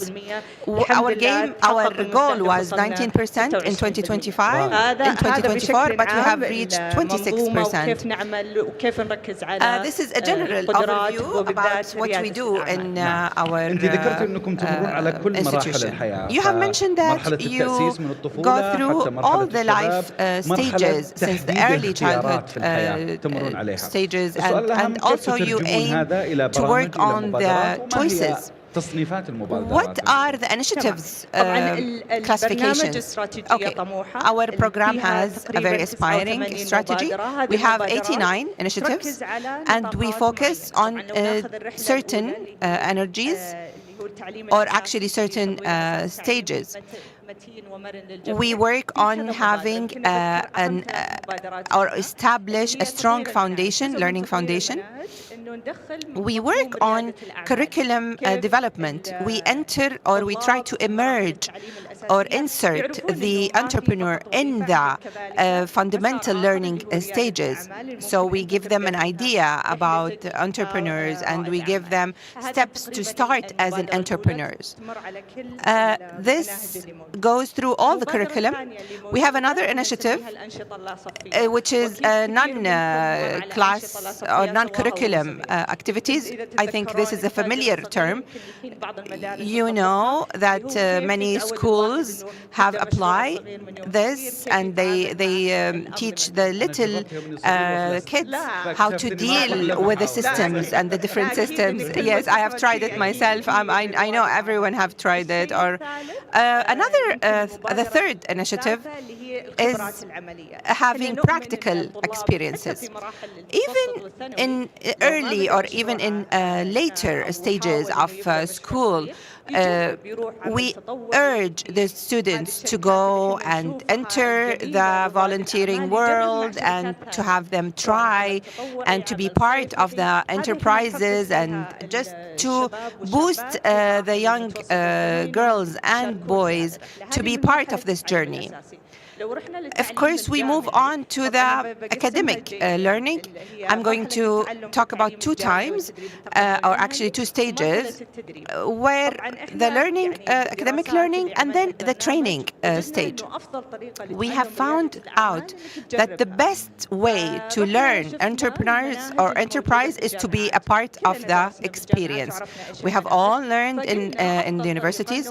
We know that for each specialty, we have to have a place for entrepreneurs.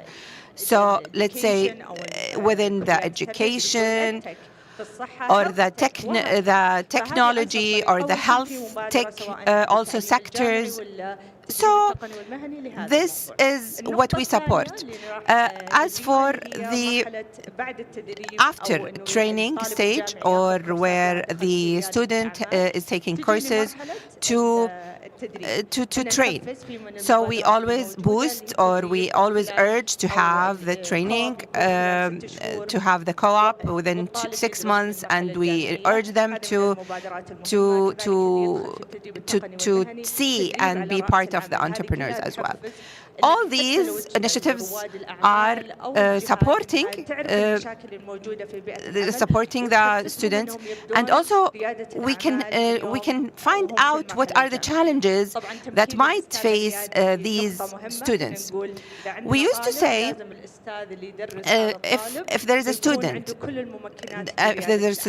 going to be taught by a teacher, we need to enable this teacher to have all the abilities to give him an adequate learning of entrepreneurs. It is also the stage that's covering the academic stage. Also, we spoke about the practical experiences. We always urge the students in the universities to work as volunteers and to be part of the facilities. I want to talk about the last stage, which is lifelong learning. It applies to everyone. We always need to keep developing, and we always need to be open for practical developments. We have an important initiative here under the lifelong learning, which is supporting the universities. Munsha'at is working with the Ministry of Commerce, and they support companies. And of course, Biban is part of this initiative. We have incubators, business incubators, and accelerators to support the university students, and we we support him to come up with his idea. Even if he has an idea, but he doesn't have the requirements, the necessary requirements, we support him by entering this incubators, and then we have them graduate. We have 120,000 students who graduated from these initiatives, and we are very proud to announce this number. We have another initiative, Tech Founder, and it is in collaboration with the Ministry of Telecom, and it is a support for the entrepreneurs as well, who are in the beginning of their career. We allow them to blend with other entrepreneurs, and we have graduated 46 entrepreneurs. I've met 3 of them here. Ali Asiri have graduated. He has a studio, one of the big projects where he has for the gamification and electronic games, and in a very global stamp and local stamp as well. We have Yusuf Sayed as well. He has a platform named Laya using AI, and he supports learners. And I remember the name, mashallah, there are 46. Dr. Sarah Arshud also. Sorry. Sarah Al-Hmoud also, Dr. Sarah Al-Hmoud. She has a platform using AI as an AI agent. These are projects that we are touching the impact of these projects. And also Saeed Al-Shahrani, the one who we met earlier, the person. Yes, he was present last year and this year as well. Okay, and the person who have coordinated this session was also a partner about this initiative. He spoke about it last year, and today he's in a partnership in this year, which is, by the way of mentioning names, I would like to indicate him. Okay, as for lifelong learning, entrepreneurs has to be part of this through, did you find through your studying and research, did you find any age limit? No. There is no age limit. There is no age limit, and when it's never too late. As we say, you have to keep learning, lifelong learning. Thank you so much. I have one last question. What are the primary skills and what are the future skills? We always have a plan, a future plan. What are the main skills, please, or the primary skills? Yes.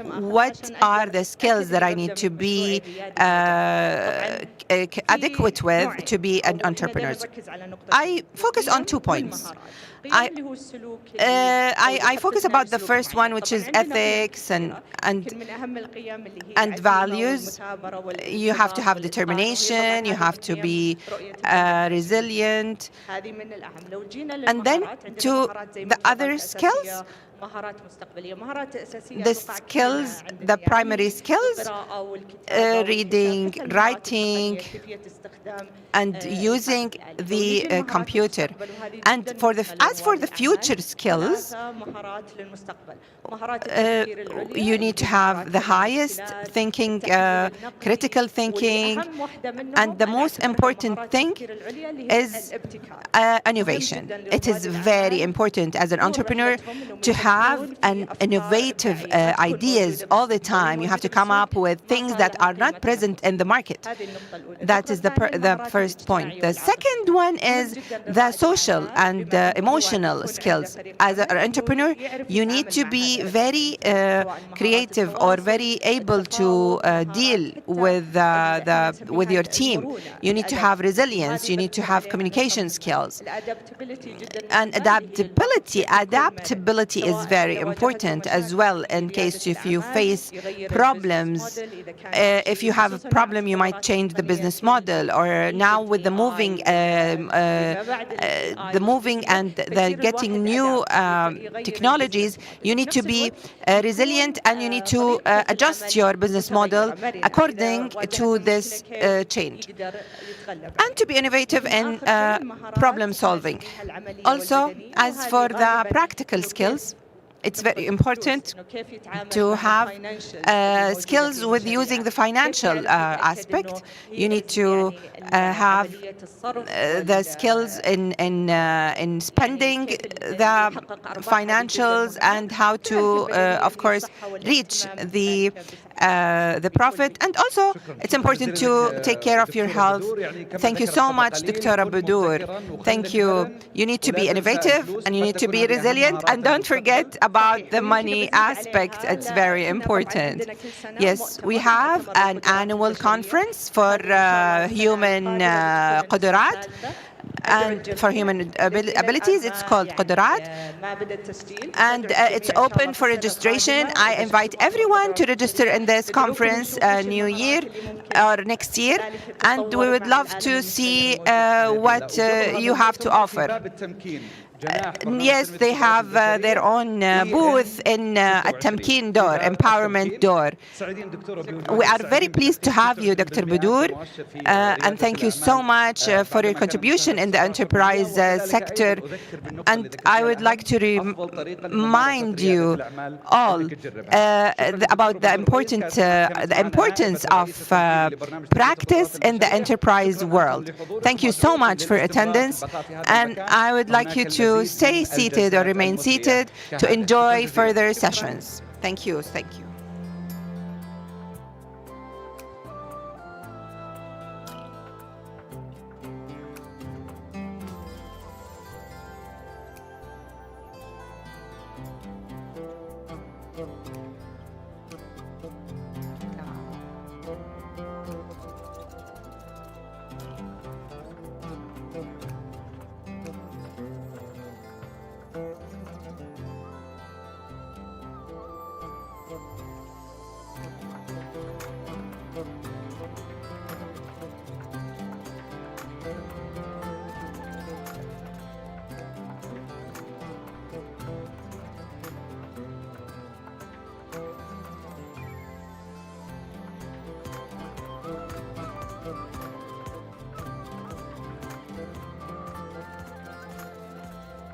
You know, sometimes we say artificial intelligence isn't just the future.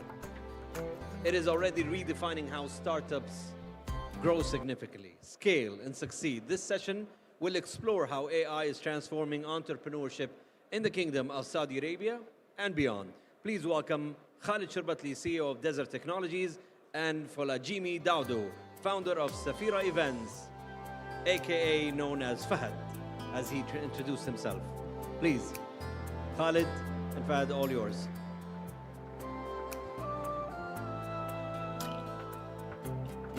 All right, let's have fun.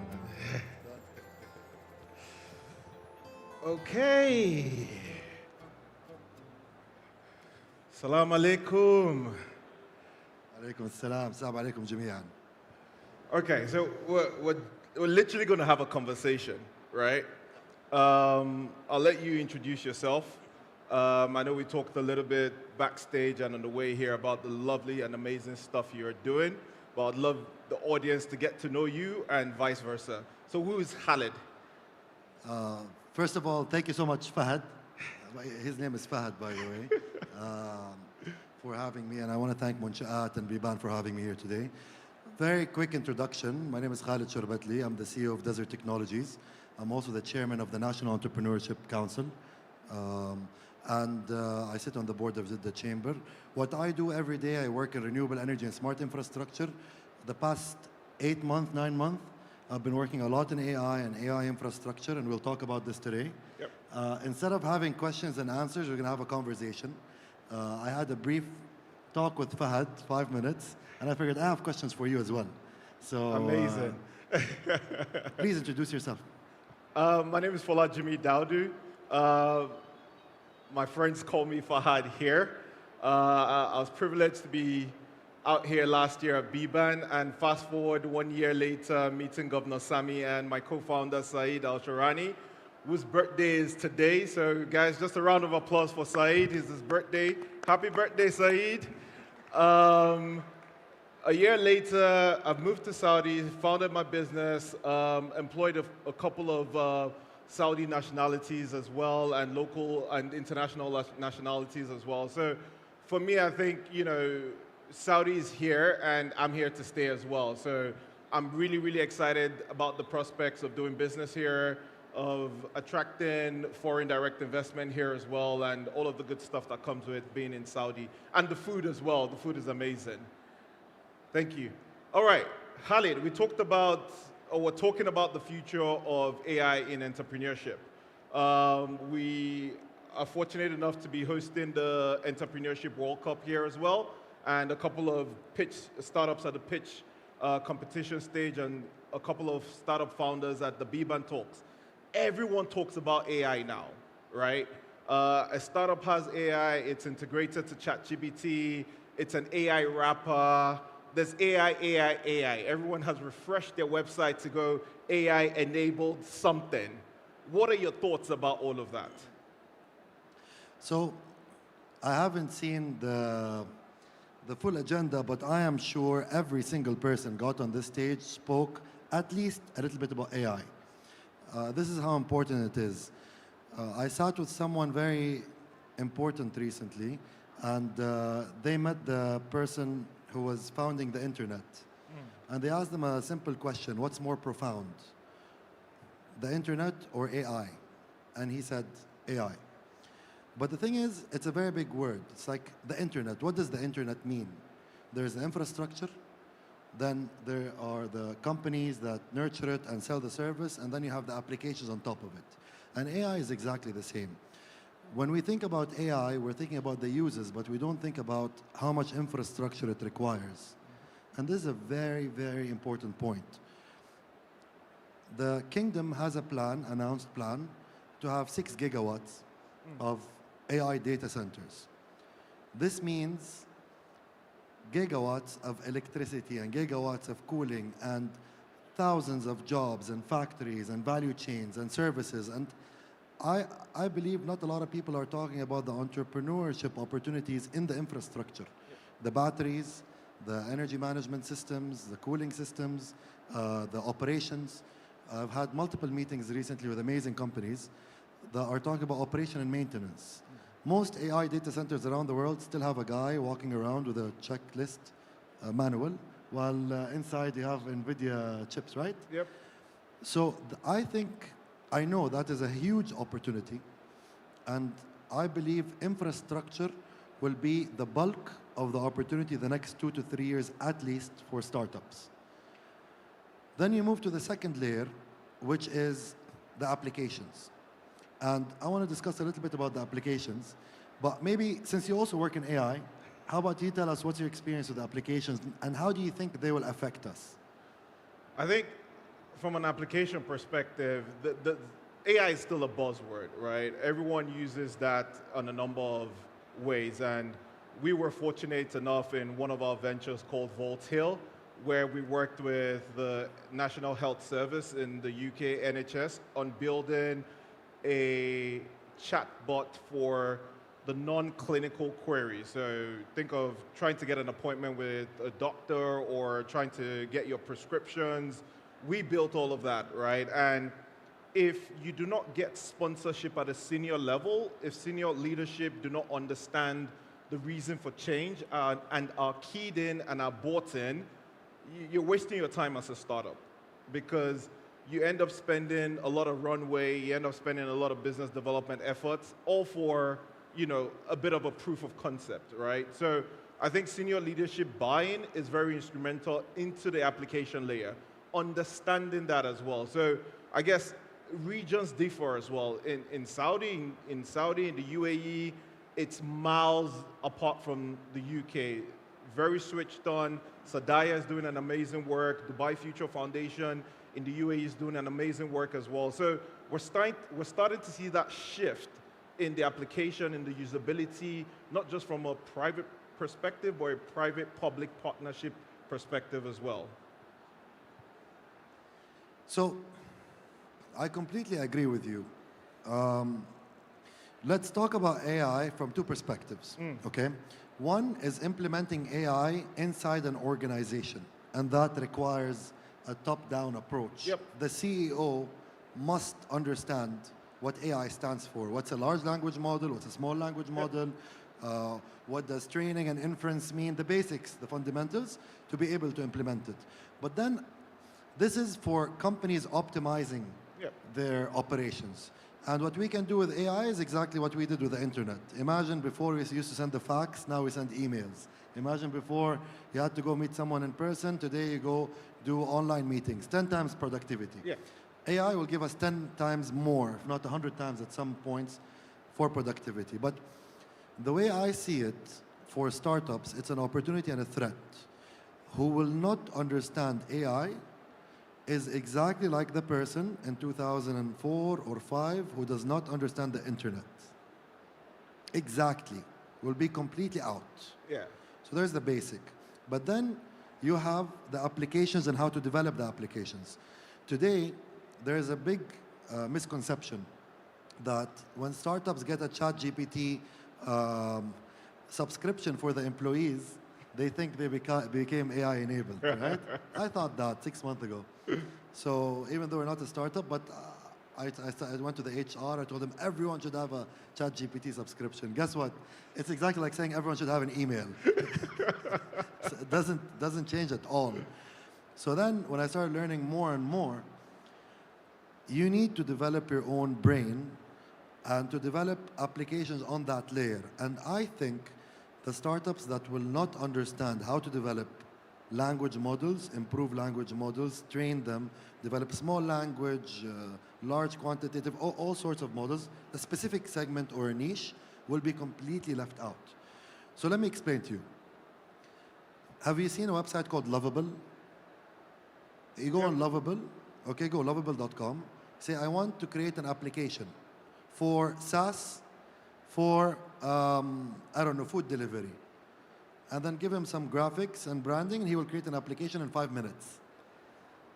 Most of the startups here spend 2 to 3 years developing their applications, including myself, right? And including a lot of startups I personally invested in. Yeah. Now you can do it in 5 minutes. But Khalid, let me interrupt you there, right? I love the fact that you've portrayed that picture of you could spin up an application in 5 minutes, stuff that took people, a team of 10, and funding of X. However, the complex part is selling that product. If you go build your tool using Lovable and you come to Munshat to say, hey, I have a platform, it's based on Lovable, they'll shut you down immediately because Lovable servers are not based in Saudi. So you could have a POC using Lovable, but a production-ready application still needs all the bolts and whistles to be Saudi ready. Then you should have a Lovable Saudi startup. Hey, okay. Let's get the CEO of Lovable then. This is an idea for someone here who wants to do something like that. So this is called building a small language model, which is you train the model on how to develop something specific, biotech, fintech, construction tech, energy management, something, okay? You train it and it becomes your brain and you can build applications based on that. So exactly like how Lovable and other websites work. Yeah. This is very important because right now, creating applications is not the bottleneck. What you said, go-to-market strategy, segmentation, pricing. The ones who win are the ones who have the biggest client base. Because one thing that's very important, if you're a SaaS company, your clients will not change to another SaaS company. It's very hard. If, let's say, you're using FoodX, there's no way you're going to switch to any other ERP system, right? Why? Because you trained your employees, you got a subscription, went through the cycle, you're comfortable with it, you're going to stay with it, right?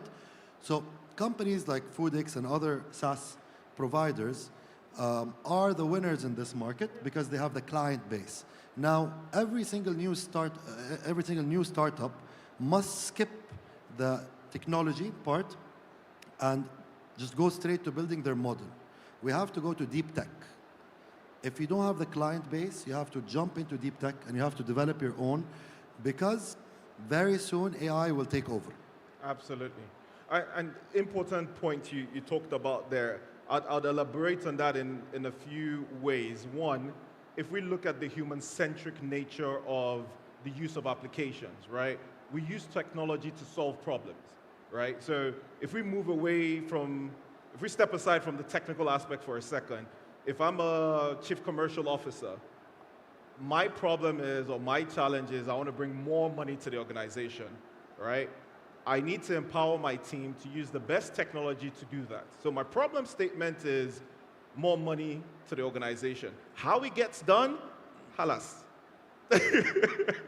You know, so I think we need to start looking at it from a problem-solving perspective when we use technology, including AI.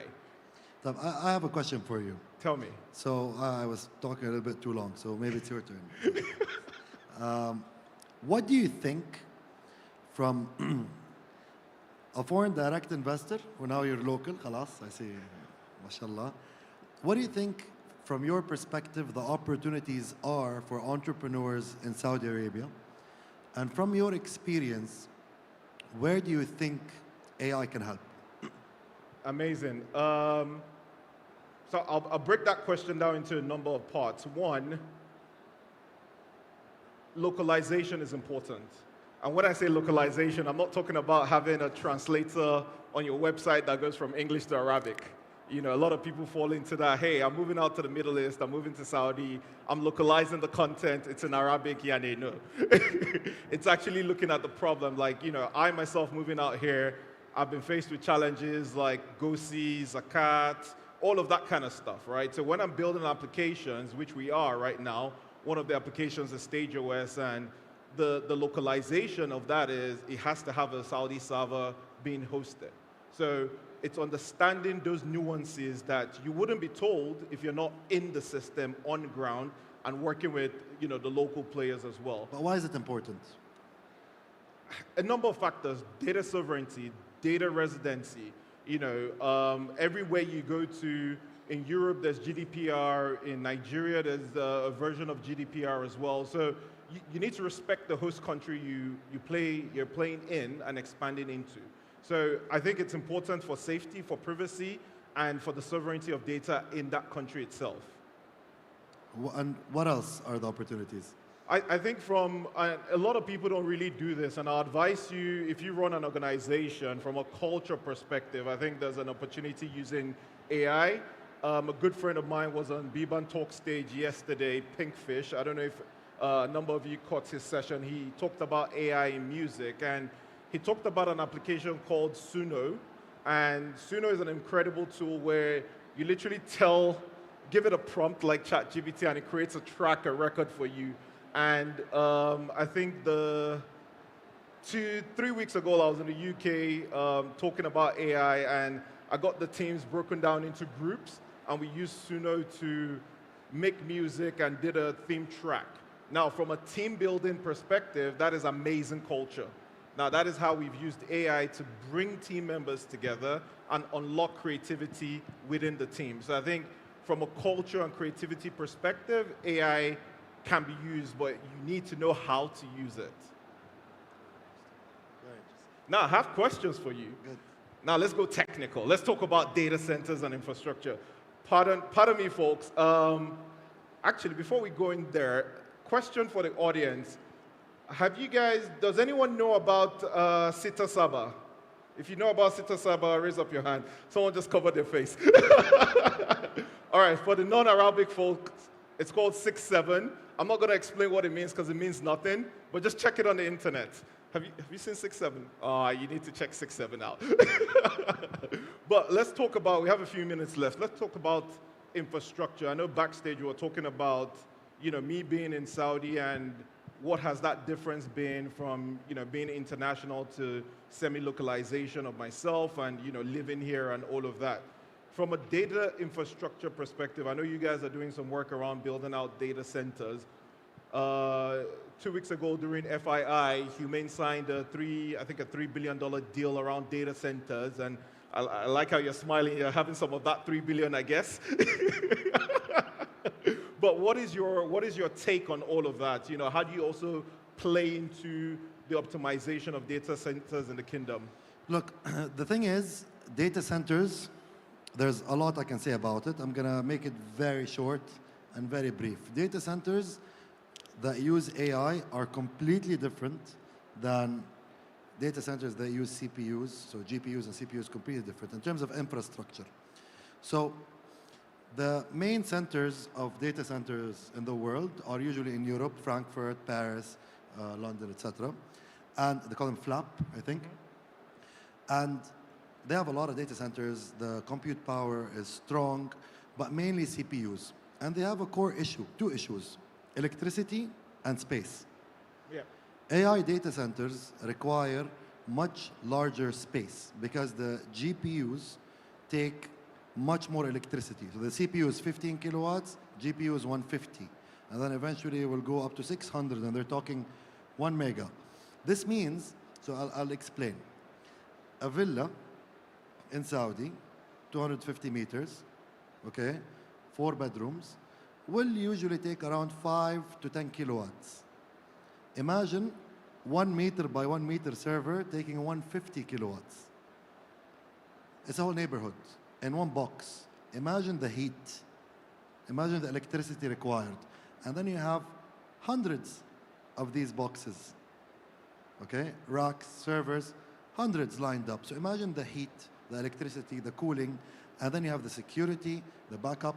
So you will require huge facilities as big as this, even bigger, to build data centers. Who has the space? Fortunately, we do. Who has the electricity? Fortunately, we do. And the climate is actually great because Riyadh is only hot half of the year. The other half it's cold, very cold. So I believe we have a huge opportunity in Saudi to be a market leader in terms of data centers in general. And the abundance of electricity and the abundance of land is there. Where's the opportunity for entrepreneurs and startups? As I said in the beginning, the infrastructure is huge. You have all the components that go inside, the batteries, the software, the operation and maintenance. If you open just the operation and maintenance bill of quantity and go down, you will find a lot of opportunities inside. And that's not going to be an easy job. So what we saw last week at the FII, that is just scratching the surface. Yeah. 6 gigawatt is a lot. It's 2 to 3% of the global market. And I believe it's going to happen. I believe it's going to be much more than 6. When we started in the solar industry, the plan initially was 9.5, then 10, then 20. Now it passed 30 already. And batteries were 0. Now we're at 8 gigawatt of batteries. So when it comes to energy, when it comes to innovation and IT, we are the leader. We will be the leader. And I believe the future is very bright over there. Amazing, Khalid. We're almost about time. 2 things I'm going to ask you, and I should have started at the start. Tell us one fun thing about yourself, and what is one thing you want any founder in the audience to walk away with? All right, so fun thing about me in general, no. I'll talk about fun thing about me the past 9 months. Probably I've been talking to ChatGPT more than any of my friends. So, but now I calmed it down. I got what I wanted. And then I started taking professional courses. One thing to take away is, please, if you own a business, go back to the foundation and rethink the whole thing. Just rethink the process, the whole process. Instead of having 10 people doing 1 million riyal in revenue, you will have 10 people that will do 10 million riyals in revenue. Don't think that 10, I want to reduce them to 2. No. What can I do more with 10? What can I do more with 20? Right? Absolutely. And if you do that first in your industry, in your segment, you're going to leap. You're going to leap all the large companies that will have slow decision making, that will take them a very long time to understand. Don't go too technical. You don't have to go too technical. Leave the technical to the technical guys, but understand the basics, understand the concepts. Sit with people who have used AI and took their companies to unicorn status. A lot are here. Yep. I met 3 or 4 just backstage. So this is an opportunity, and I wish everyone the best of luck. Nice.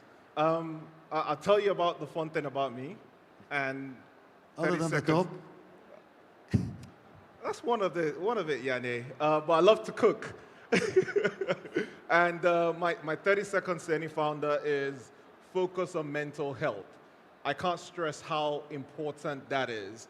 Looking after yourself mentally, whether it's taking walks every day, going to the gym, having someone to call, or forming a community of founders around you. So if you're a seed stage founder, look for Series A founders and pre-seed founders. It is very, very important. It's lonely at the top.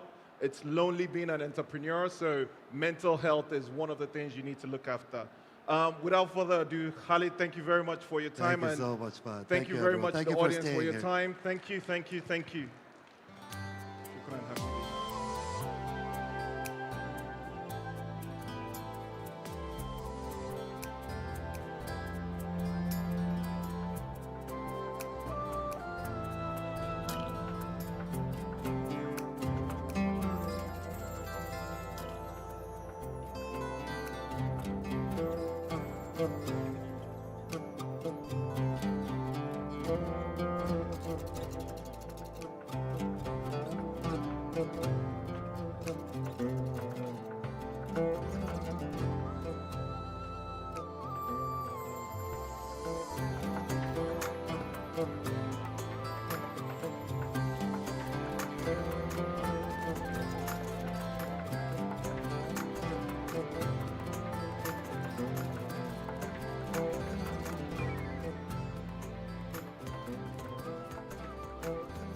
All right, our closing keynote tonight reminds us that entrepreneurship begins not with money, but with a good mindset. He's the chairman of the Global Entrepreneurship Network and co-founder of Priceline. Please welcome Jeff Hoffman on stage. Thank you. So I'm just going to take just a few minutes here to talk about the mindset of entrepreneurs. And I am talking on behalf of the entrepreneurs as a lifelong entrepreneur myself, and I'm also talking to the entrepreneurs here. Or if you're an investor, the things you should look for in an entrepreneur. So here's the important thing. Entrepreneurship is not a job. Entrepreneurship is a mindset. Entrepreneurship is an attitude. It's the mindset of change. It's the attitude of looking at something and saying, I can make that better. Entrepreneurs have this belief that instead of waiting for the future, I'll just design it. That's the difference between entrepreneurs and other people. At the Global Entrepreneurship Network, at our organization, and we are partnered with the MISC Foundation and Monshot to do the Entrepreneurship World Cup here. We're on the ground in 200 countries. I have probably personally gone and worked with entrepreneurs in 120 of those countries. At the Entrepreneurship World Cup, this is year 6, we have had 420,000 startups from these 200 countries that have applied. Why am I telling you that? Because there's a lesson learned by talking to entrepreneurs and working with them all over the world. And that's this, that there are cultural differences in the way we run our companies in our countries. There are cultural differences in the way we build our companies, but there are not cultural differences in the way entrepreneurs think. There is an entrepreneurial mindset that is really important, an attitude. Entrepreneurs, every time they step onto the pitch, they actually think they're going to win. We don't win every time, but secretly, we think we're going to win. We actually believe that we can change the world around us, that we can climb big mountains, that we can fix things. That's important that entrepreneurs have that attitude, because your attitude really determines your outcome, right? If you know that saying, if you think you can, and if you think you can't, you can't. Entrepreneurs, part of that attitude that they have is the mindset. One piece of the entrepreneurial mindset is ownership. I'm just going to talk about a few things for a few minutes that define an entrepreneurial mindset. So one of them is the word ownership. And what do I mean by that? In fact, I'll just give you an example, a real one that happened for me as an entrepreneur. I was standing in an airport. The airport was extremely crowded. You had to wait in line back then to go up to a human being to get your boarding card. I missed my flight while I was waiting. And I was standing there, and all the people, thousands of people in the airport that were upset that the lines were long. And I realized later, the difference between the entrepreneur and everybody else is everybody complains about a problem. Entrepreneurs say, you know what? I'm going to fix this one. I actually went home that day. I didn't know I was an entrepreneur. But I will tell you what, I did stand there and say, this is unacceptable. Somebody needs to do something about it. So I went home, and today when you go to the airport and you check in at a kiosk, that was actually my first startup. And now the kiosks are in the airports all over the world. The reason is I took ownership of the problem. I remember thinking one day that I was watching something on the news, and I was sitting there and thinking like everyone else, they should fix that problem. They should help those children, right? They should make this better. And one day I thought to myself, wait, if everybody watching, looking at a problem is saying they should fix that, who's fixing it? Nobody, because we're all waiting for they. Most of the times we're waiting for the government. Entrepreneurs, in fact, I stood up that day and I went to the wall and I wrote down 4 words. When people ask me, why don't you just retire? It's because of the 4 words I wrote on my wall. I wrote down, there is no they. They don't fix that problem. They don't make it better. I do, you do, and we do. That's the importance of the entrepreneurial mindset. Entrepreneurial mindset entrepreneurs don't think they are going to fix it. They think, I am going to fix it. I am going to create it. I am going to make it better. And that is exactly what entrepreneurs go out and do. Now, another thing that the entrepreneurial mindset requires is courage. The reason why is we can't always fix it. We don't always get it right.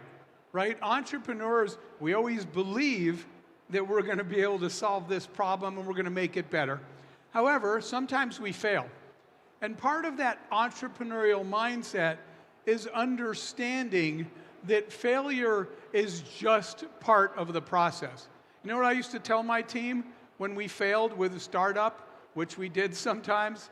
I would tell them, you can go home this weekend, you can take one day to cry all day if you want. You can take the next day to go walk in the park, go swim in the water, whatever makes you happy. But by Sunday night, shake it off, come back Monday, and we'll just try something else. Entrepreneurs do not fear failure.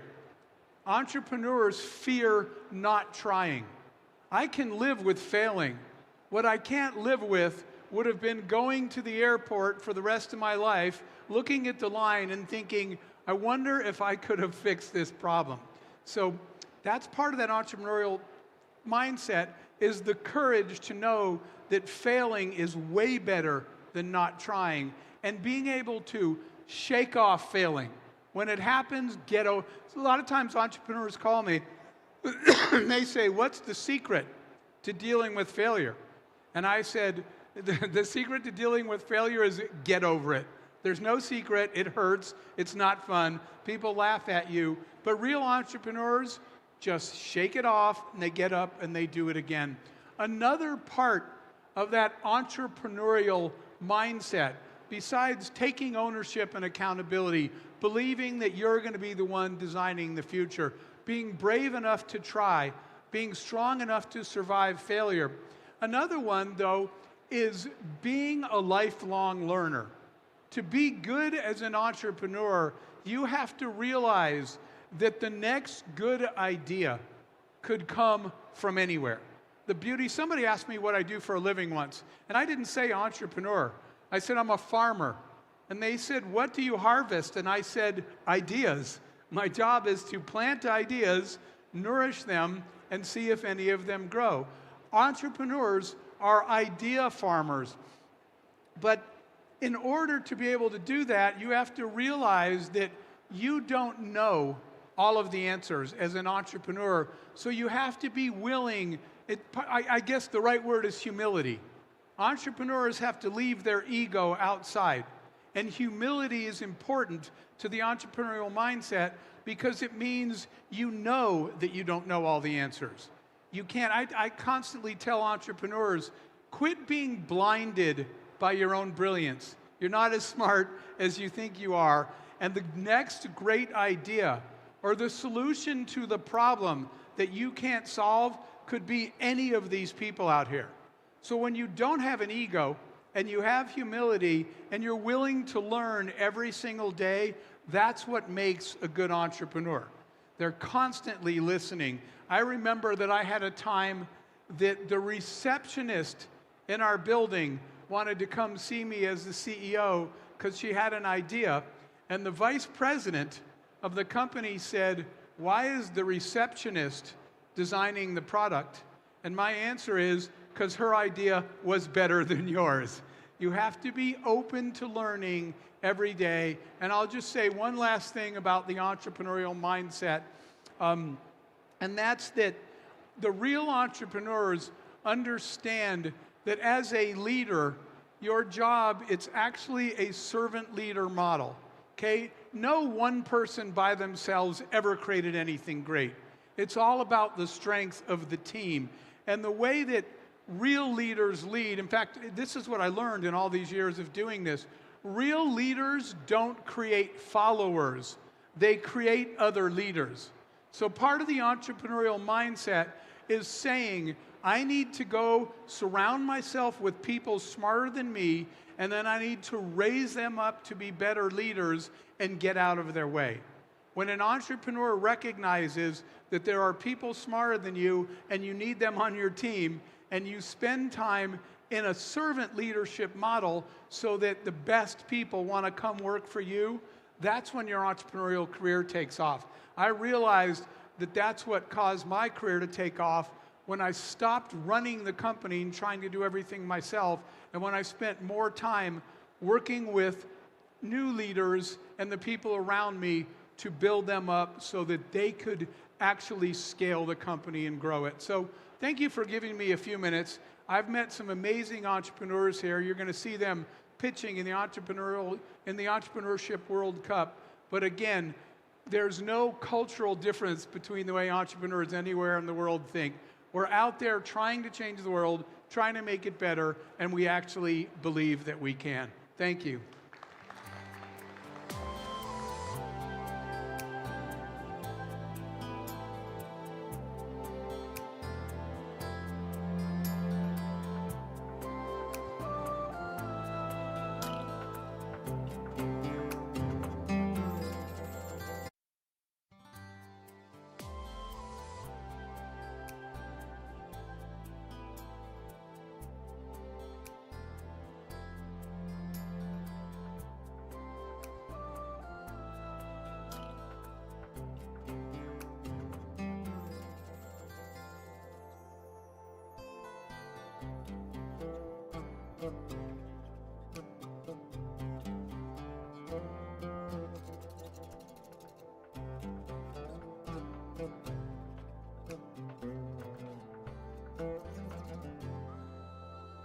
Jeff, for reminding us always that mindset is truly the engine of innovation.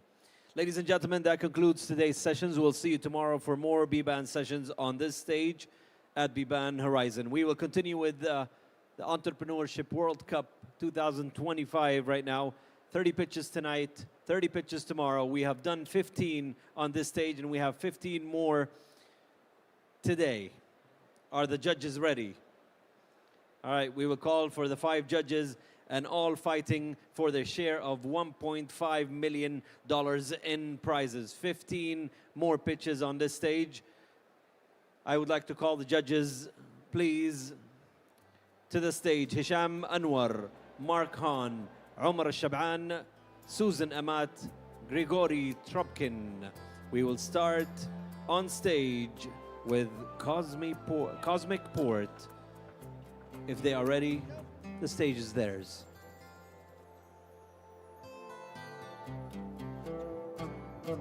Cosmic Port, please. Okay, back is the black. Okay, I left the phone there.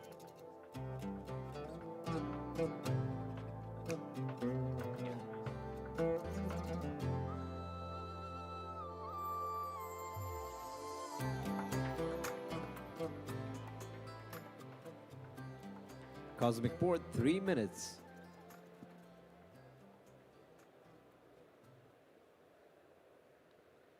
The story begins in Thoothukudi, a small coastal town in southern India, home to a new spaceport and my dear hometown. Good evening, everyone. I'm Livan Samudhan, founder and CEO of Cosmic Board, and we build scalable propulsion technologies for the new space era. Engines are the heartbeat of the space economy, yet they're extremely overpriced, built on legacy designs, and most of them are non-reusable or non-eco-friendly. By the year 2032, the global space economy for engines and launches will exceed $86 billion. Yet, propulsion still remains the main bottleneck. And that's where we come in. Meet Cryonics, India's first methalox engine.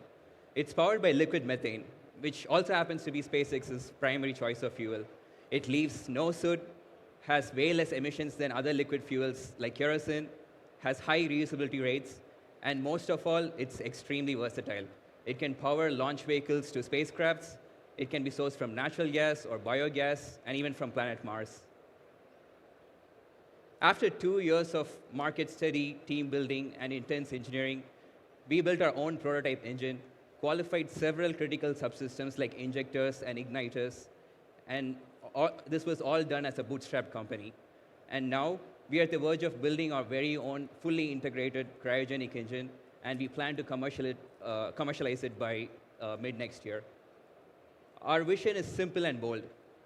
Build engines, scale it up to stages of launch vehicles, completely integrated into a full-scale launch vehicle to place satellites into orbits, and eventually extend into human spaceflight and deep space missions. The unique aspect of this roadmap that you see is that each milestone has its own commercial market. And this is our true value add. Compared to other engines in the market, our cryogenic engine can be built in just a fraction of their cost. Now scale this up for an entire launch vehicle, and that's exactly how we plan to compete in the global launch market. Our team has extremely complementary founders with expertise ranging from product development and hybrid rockets to business operations, supported by a team of dedicated engineers and experts from the space sectors who are deeply interested in our vision. We are raising $1 million to successfully complete our methalox engine development and scale it up globally. Let's build a sustainable propulsion technology together. Thank you. All right, 15 seconds earlier, thank you. Judges, 2 minutes. Thank you. Can you share with us the Metalox engine? Where are you now in terms of the prototype development? Yes. So we basically did initial hot fire tests and cold flow tests. What that basically means is a subscale version of the full engine that we need to develop. And right now, the very test that we're planning to do by December will be a non-integrated system where it's a cryogenic engine, except for one critical subsystem called a turbopump. So once we are done with that, and then a turbopump for 3 more months, we'll have a full-scale engine, which has a thrust capacity of 100 kilonewton, which can power launch vehicles and even spacecrafts like orbit transfer vehicles. So we are like 6 months away from a fully integrated Methalox engine. Are you planning to build your own vehicles, or are you going to be licensing the technology? Yes, our vision is to build our own launch vehicle. That's the ultimate goal. And while we are experimenting that, we still want to commercialize this engine technology because it's very novel and then it's still a revenue stream for us. And the more we vertically integrate to, let's say, an OTV or a launch vehicle, it gives the flight worthiness for the engine, and then it can actually be used for much more applications than just test bed based applications. Yeah. No, actually, my question was answered. I'm just not sure that 1 million will be enough. Yes. So, it's like, how much do you plan to raise in upcoming year after you raising this 1 million?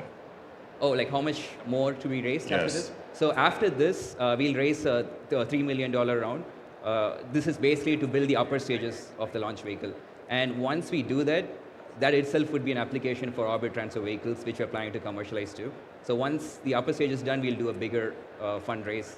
That'll be for the entire launch vehicle. And that'll come up to like $30 million. Okay. All right, thank you so much. Let's give it up for Cosmic Port, please. Ladies and gentlemen, let me remind you, all of the innovators, dreamers, and change makers from every corner of the globe. Since 2019, the EWC has empowered over 420,000 entrepreneurs from 191 countries, unlocking $5 million in cash prizes and more than $150 million in global support.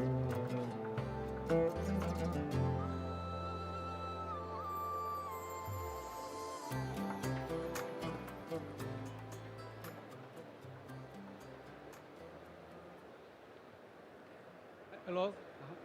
Hi, I am Douglas from Sytemap to introduce Space-Time AI, a new foundation AI model for space. Satellite count increased 10 times the last 5 years. We expect 1 million satellites in 10 years. Starlink reported an exponential growth of maneuvers in the last 5 years, and what will happen in the future. Your phone and navigation depends on this. We have solutions for conjunction assessment and collision avoidance in real time. Now we are facing a more challenging computational problem about optimization and intelligence of constellations. With 1 million satellites, it's going to be a very difficult problem in the future. We developed space-time AI as that has two columns. The first, machine learning called the Voronoi diagram, and second, the deep learning called the space-time neural network. STAI communicates with the users through agentic AI layer. Here, the horizontal axis is response time from hours to seconds. Vertical axis is catalog size. All current solutions are locked up in the space-time cage. We will be real-time in even with 1 million objects. Humbly speaking, I am a leading person for Voronoi diagram. And 10 years ago, scientists from United States Air Force Research Laboratory came to me asking to apply my Voronoi theory to satellite conjunction problems. Based on that, I founded the company, and since last year, we work with the United States Space Force SDA TAP Lab as a first Asian company, and now as a leading company. We developed safety, optimization, and intelligence solutions through the SaaS, DaaS, and the library as a service. We have $500,000 revenue in the last 2 years. McKinsey predicts $1.8 trillion market in space, and we anticipate our annual revenue in $1 billion in 2035. This is my team. Two of my technical officers are my former PhD students, and with the $500,000, I will found my subsidiary in Kingdom and expand the hardware, and we will have international gatherings. We reuse information, just like SpaceX reuse rockets. We want to be the Google map for satellite in space. Thank you. All right, Sytemap, thank you so much. Let's move to questions with the judges, please. 2 minutes. So basically, that's a neural network with a unique set of data, which allows you to compute quicker, like potential collisions, and avoid it, right? Yes, that's right. But collision avoidance, conjunction assessment collision avoidance is one subset of applications. We are more interested in forthcoming applications of optimization and intelligence. Here, the conjunction assessment is comparing pairs. So it's enters 2 operations, but with the intelligence and optimization, it's enters 3, enters 4 operations, which is very, very costly with the existing algorithms. Now, with our algorithm, it's we can be done in real time. So who are your customers and who will your customers be in the future? We have, right now, we have a B2B, B2G business models. So government, especially defense-related government organizations and constellation owners and operators are main customers. But we are looking at B2C and even C2C markets later on. Yeah, we have some models. It wasn't 100% clear how the agentic AI and the LLM component work. And have you thought through how you're going to handle hallucinations? The existing AI method, LLM-like method, it does not work very well with the space-time problems. And that's why we are developing new foundation model based on Voronoi diagram, which is used to teach new neural networks. All right, thank you so much for your time. Thank you.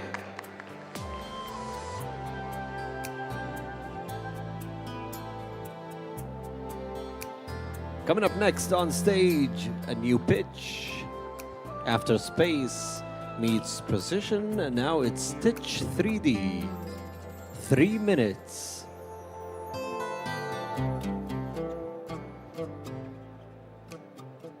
All right, well, good evening, everyone. My name is Clark, and I'm the founder and CEO of Stitch 3D.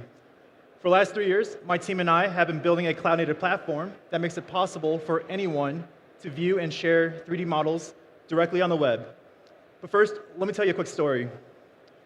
So 10 years ago, when I was deployed to Afghanistan as a US Army intelligence officer, we were using this really cool technology called LiDAR to 3D scan everything from the slope of a mountain road to measuring craters from roadside bombs.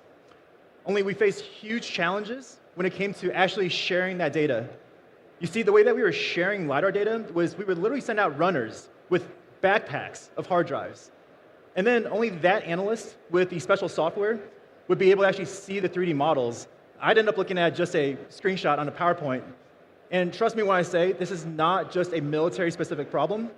In fact, many industries today, such as construction, energy, and mining, all face the same data accessibility bottlenecks. And this is because spatial data is really complex. I mean, not only are we talking about file sizes that can range from a few megabytes to a terabyte or more, but you also have a lot of different file types out there.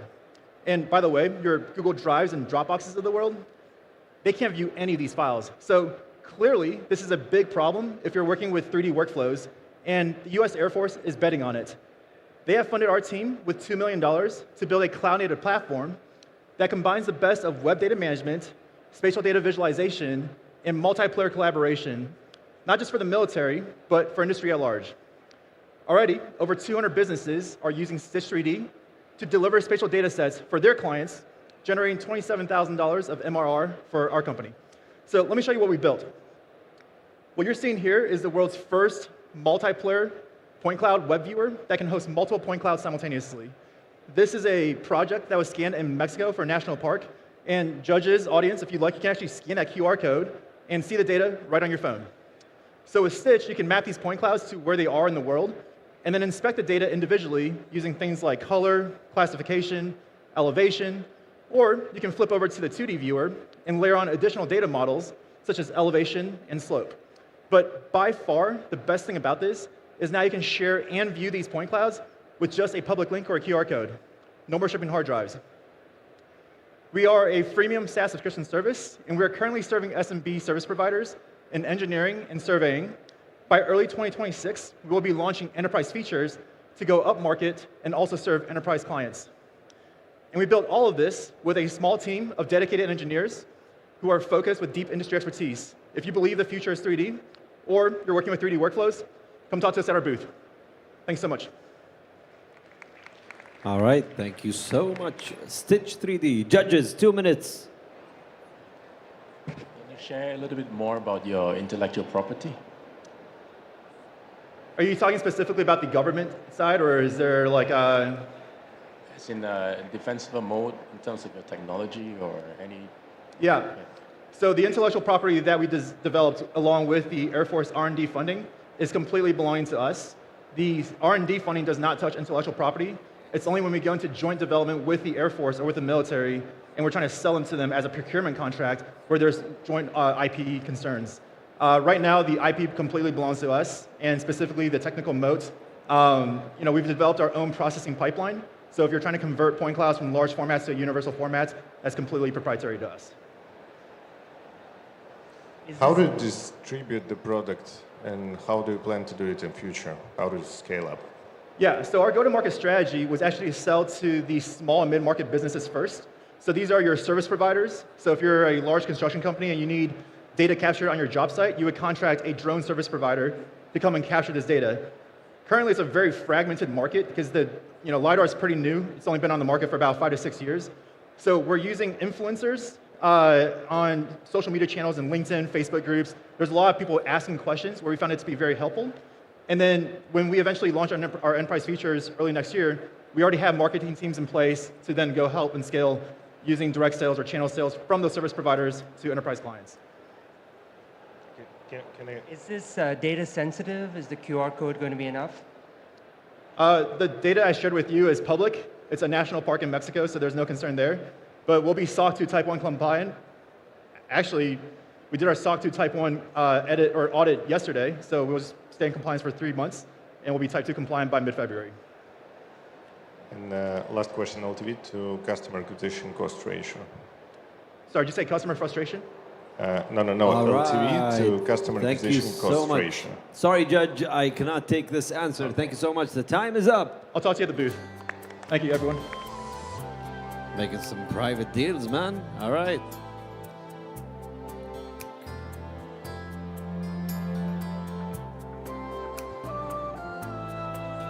All right.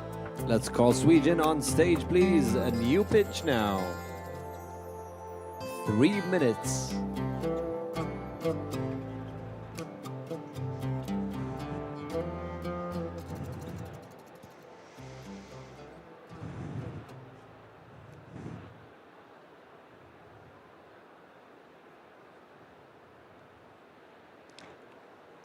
Can I go?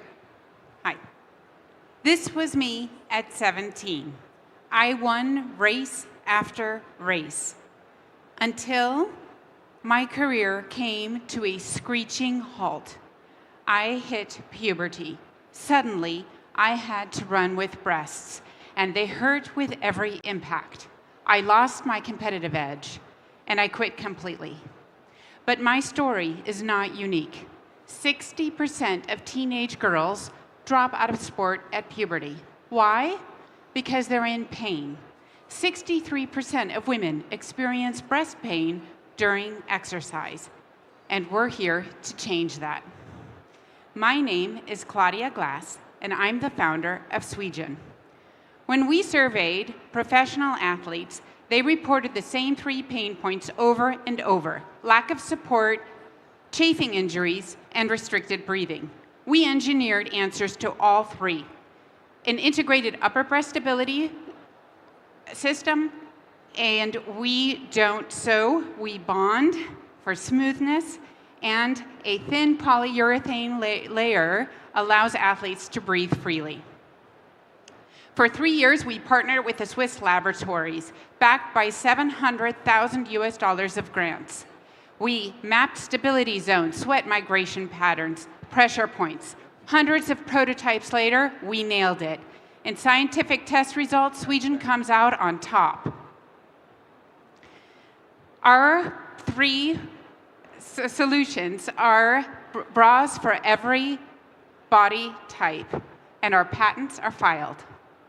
Only Swedgen solves all problems in one bra. That's our USP. Swedgen is growing from a sports bra that we've now nailed to a women's performance wear brand with a $112 billion market size. In Saudi Arabia alone, women participation in sports is growing at 115%. We have a competitive advantage with our all-in team that has decades of experience in manufacturing and building sports brands into billion-dollar brands. And we've proven it because we sold out of our first shipment with no marketing spend. So we're positioned to become the next billion-dollar female performance wear brand. The product is proven, the science has done. We're raising $1.2 million to fuel our path.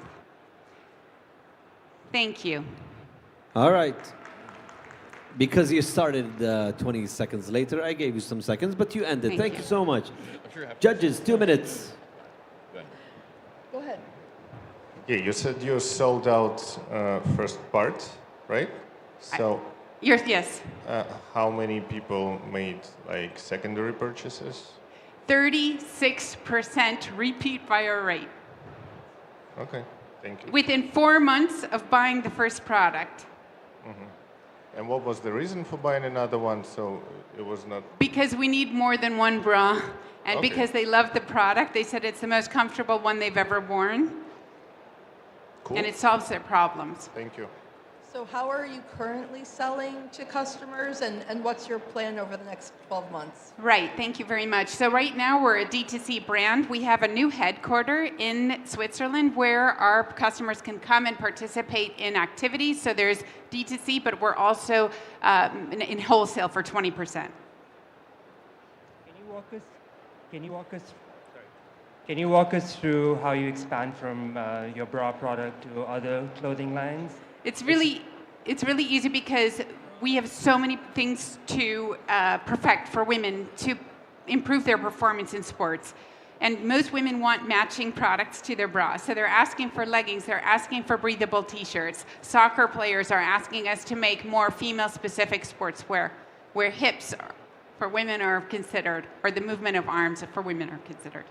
Is this only for high-performance athletes, or who actually can feel the effects of their performance with the product? So, like many sports brands, we started with working with professional athletes because they're our toughest customers. So we can iterate with them on the highest level.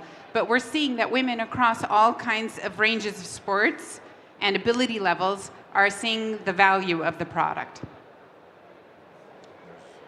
There's no time. Thank you. Thank you you. very much. All right, thank you so much. Judges are scoring, and we move on to the next pitch, ladies and gentlemen. Please welcome Banff Intelligent Tire System.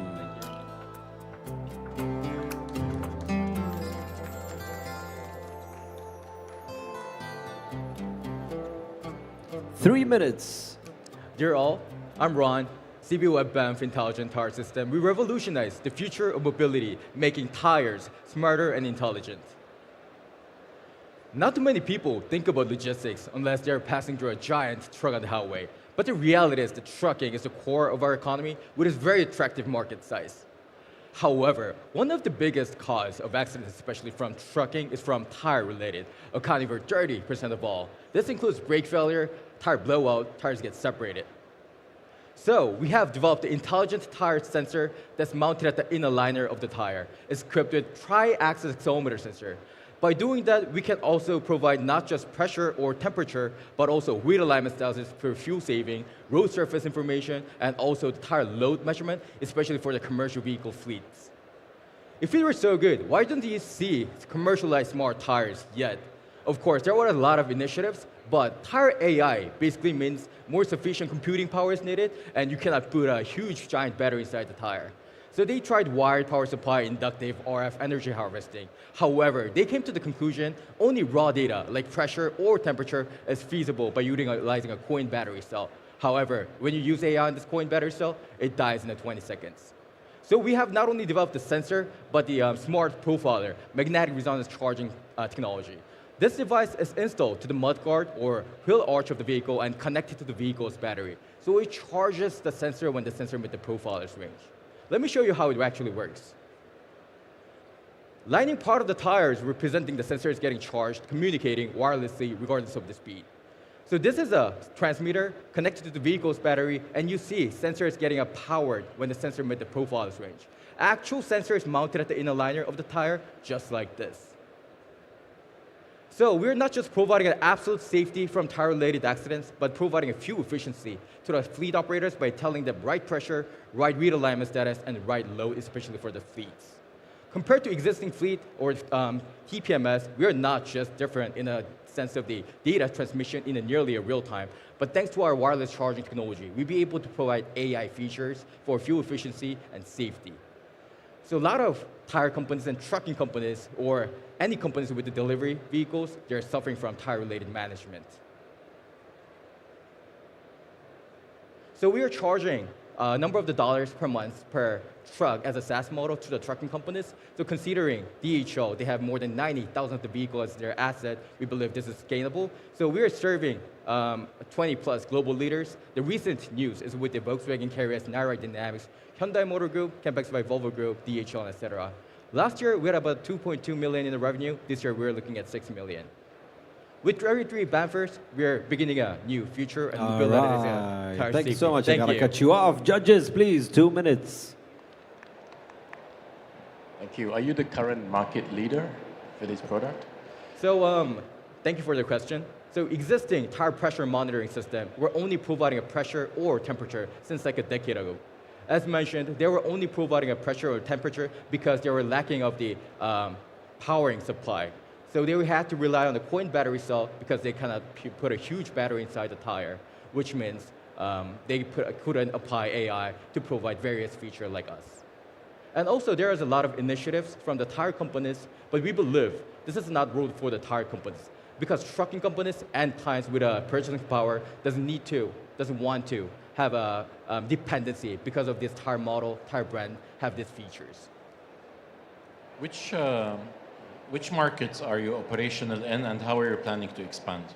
Sure. So our main operations in the States and Sweden, Germany. But we realized Aramco and also different Enoch or Middle East trucking companies or oil and gas company who delivers precious goods like oil and gas doesn't want to get destroyed and determinate delivery just because of tire-related accidents. So we had a lot of increase and initiatives going on with the existing MENA region, trucking or companies with the trucks. What does it cost you to build a unit? Excuse me, sorry. How much does it cost to build a unit? So our main target vehicle asset configuration is about 18 wheelers. And per set of the vehicle for the tire is per tire sensor is about $80. Considering average truck tire price is about $700 US. Also, we've been able to prove about 3.3x return on investment by utilizing our system. We didn't have too much concerns and questions about our pricing. Thank you very much. Thank you. All right, no more questions. Thank you, Banff. Judges will score. Coming up next on stage, Novideed, please, on stage. A new pitch. Let's give it up. Novideed. Hello. 3 minutes.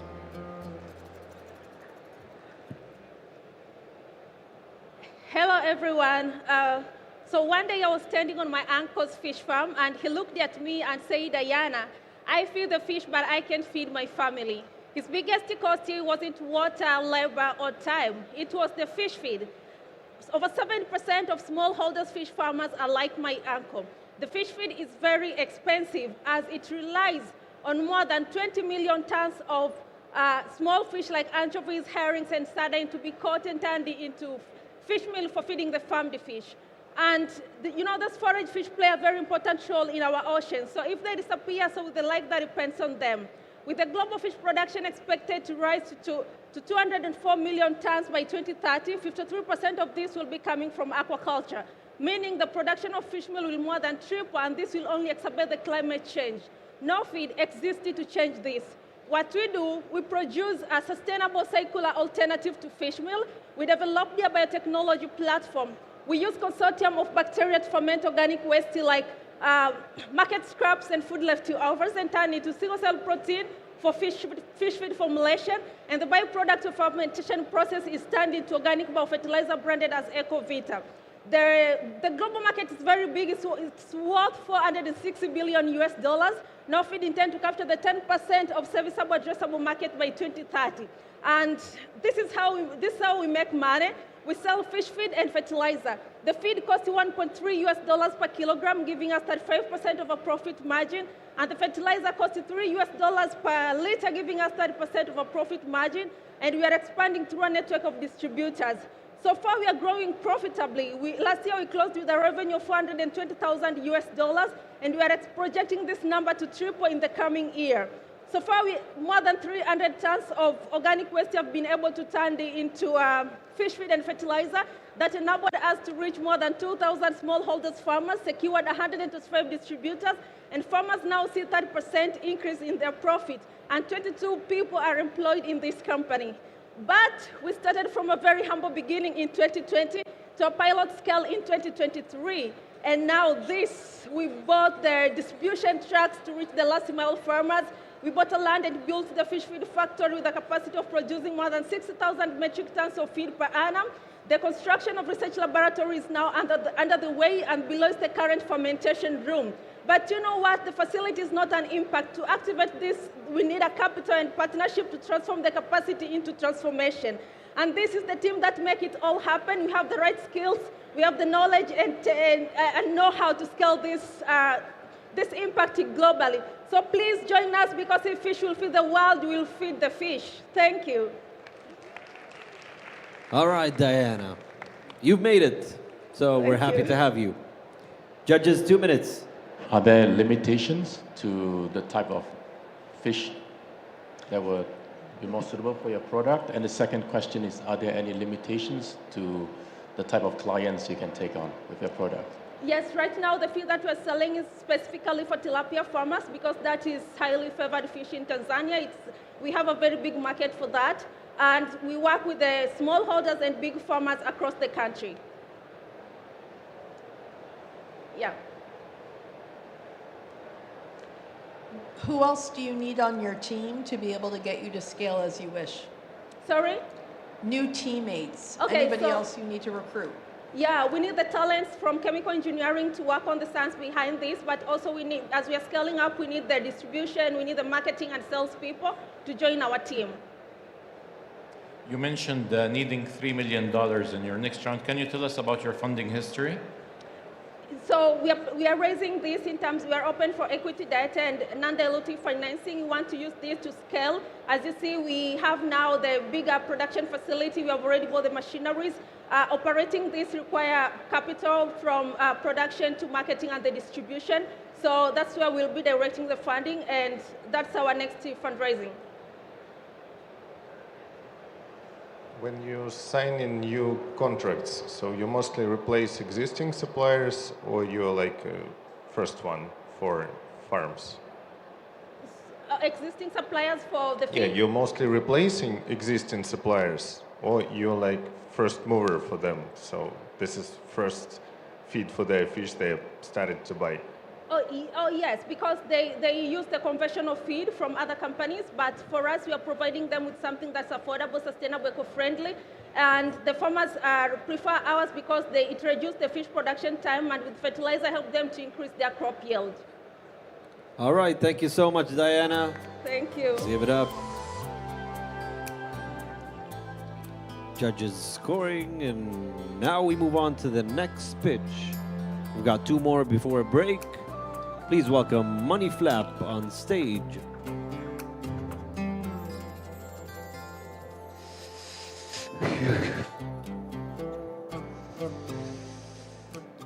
Hello. All right, 3 minutes. What is next? Oh. Why it is not moving? Start. Okay. Okay. Hello, thank you so much. So money is broken in a lot of countries globally.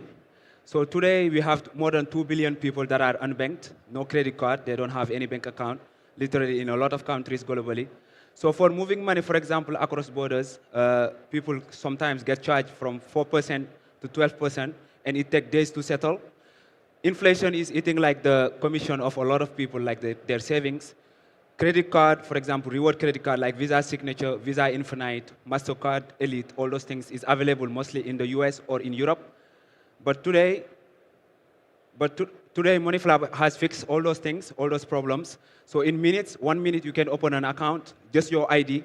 Somebody living in a village in Bahrain or in Saudi Arabia, somewhere else, you can get access to it. And the app is available across 120 countries. We have built all the rails ourselves. So for example, we have free cash in, cash out. We have built like our own agents. And thanks to our partnership with MoneyGram, you can go to any MoneyGram location across 181 countries, literally here in Riyadh. You can deposit for free and withdraw for free. And you can just like WhatsApp, sending photo or like text messages, you can send the money just using a phone number for free, totally free, completely free, right? And if the person doesn't have money, MoneyFlap in their country, you can just like make a cheap remittances to their bank or wallet, and we are the cheapest in the world because our fees start from 0.15 and it is capped to 1.5. So sending $1 million, you just pay 1.5 maximum, and in a lot of countries. We have built the rails. So in Europe, we integrated SEPA Instant. In Africa, mobile money, literally like US, FedNow, and so on. So we have like many services. So we combine like literally many things. You don't need 4, 6 apps, 10 apps nowadays. So we have banking, travel, remittances in one app, and yeah. So we combine what others fragment. So Revolut and Wise, they are one of the biggest digital banks in the world, and M-Pesa and Wave. But what MoneyFlap is doing is just like them, they are European-centric, but as we are the first mover in the market, offering global access, global cash access, yield, and all those things. So Saudi Arabia, they are the second world remittance hub. They move 40 billion per year. MoneyFlap dropped the fees to 0. And literally, we combine all their business models, so we can be profitable from the first months. From the first months, and we monetize from the float, the card interchange revenues, the commissions, and so on. So this is our accomplishments. We are licensed across the world. All right. Thank you so much. Judges, 2 minutes. Every time your transaction is run through your app, do you involve the stable coins? Yes, so our system is fully powered by stable coins, but it is invisible to the user. So the user doesn't need to know stable coins or all those type of stuff. We have removed it, and we have built something that is like local currency display. So it is IP based. So based on your IP, we display your local currency. For when you are using our app here in Riyadh, for instance, you see the local currency. When you go to Thailand, the local currency. You go to Vietnam like that. You go to Africa like that. Europe like that. So you don't need to know all those type of stuff, but the back end is powered by stable coins. Yeah. When did you start this company? So I worked in this company for 4 years. I dropped out of university in Canada and to start this company. But today, I think, yeah, we launched last 2 months. And how many users do you have? So right now we have around like 20,000 verified signups, but we are onboarding them slowly to make sure like that they can use the app perfectly. And what's their average deposit when they sign up? So right now we are not seeing like big deposits because we are just testing. Next month we are starting to open it publicly to App Store, Play Store, and so on. But the average is around like $80 because we target emerging markets. But in Europe they have more purchasing power because they receive their salary with MoneyFlap. So it is around like $1,000. Yeah. Have you thought through all of the compliance obligations you will have, like MiCA and such in Yes, Europe? so we are MiCA licensed. Right now it is pending in Bulgaria. So we have license in the US across all the 50 states. So we partner with MTLs across the US and banks. We are licensed also in Africa, Tanzania and Angola, and we are pushing more licenses across the world like Australia and so on. And we are licensed in Argentina also, among the first 5 companies getting licensed in Argentina. Saudi here also, with the SAMA, we are trying to get access to the regulatory sandbox. Thank you so much. Yeah. All right, let's give it up. Money Flap. Thank you so much. Creative, confident, full of momentum on stage. Great job. Judges, your rulings, and we call on our next pitch, Demo Technologies. Let's give it up, please.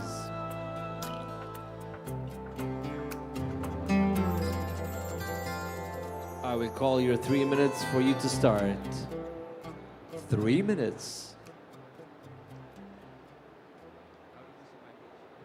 Yeah, thank you. Hello, my name is Juan David Hernandez. I am the CEO and co-founder of Demo. Imagine that you need to face an emergency, buy supply for your business, or help your family without feeling afraid, but feeling confident that you can cover it. That is what credit really means, the power to move forward when life happens. But for millions across Latin America, that power doesn't exist. Over 250 million adults are excluded from formal credit. And it is not because they are unworthy. It is because the system cannot see them. Banks rely on public data, while informal lenders are expensive, out of the system, and even dangerous. So this is not only a product issue, it is a systemic problem. And to solve it, we need scale, data, and courage. At Demo, we built what traditional banks couldn't, a digital end-to-end credit solution for the underserved. From onboarding, scoring, disbursement, and collection, powered by AI and proprietary behavioral data. Our system learns continuously. Every interaction, every repayment, every delay improves the next one. While most banks rely on the same open data, we're generating our own. With an average loan size of $91, Demo is the only digital lender into the Salvadorian competitive landscape to attend this segment. Over the past 3 years, we have disbursed more than 120,000 loans, over $10 million in a small country like El Salvador. More than 90% of our customers come back, but it's a clear proof that trust and access can grow together. Behind this growth, there is a passionate team of 21 people managing over 20,000 active loans, and we are on track to serve 5 times more loans with the same team size. What proves that our system scales efficiently. Now we are expanding across Central America, bringing our solutions to millions who face the same challenges. By 2029, we expect to surpass 1 million loans and over $100 million disbursed across the region. That's why we're raising $2 million to accelerate this expansion across the region, scale our technology, grow our portfolio, and giving millions the access to fair credit. Because we are rebuilding the system that left these people behind. Thank you. All right, thank you so much. Right on time. Judges, you've got 2 minutes for questions. How do you solve the cash issue, logistics issue, when you disperse cash and when you collect money? We have a wide network of partners. We work with the main mobile wallets over there, main banks. We use these different rails to disperse money. That way, for our customers, they have really close point to do the cash out. So they can go to a bank agency and do cash out, go to an ATM and do the cash out, or go to any mobile wallet point or a small pop shop to take the money out. So we are really close to them about that. We have more than 5,000 distribution points across the country. Who do you compete with? Well, there are digital lenders, but those digital lenders, at least in our region, they are more going behind the bank customers that are unhappy with the banks, right? With more processes, fastest processes and all that. But at least for now, we are the 1 or 2 competitors that are really focused on this underserved segment, the base of the pyramid that doesn't have any documentation to really go to a bank and request a loan. What are the default rates on your loans and who underwrites that? Default rate on average on our portfolio right now is about 13%, right? But it varies depending on, for a first customer that we give them at a small size loan is higher, right? This is the first time we met them. But once they come back, 90% of our customers come back, we give them a second loan and default rates drop 20 points, right? And customers that have more than 4th or 5th loan with us, the default rate is close to a single digit. Thank you. Thank you. All right, thank you so much, Demo Technologies. Ladies and gentlemen, tech with real-world purpose, excellent delivery. Judges your scores and another strong block of pitches. Let's take a short breather, 5 to 10 to 15 minutes, and then come back for the final stretch of today's innovators. Ladies and gentlemen, stay tuned. 7 more pitches tonight.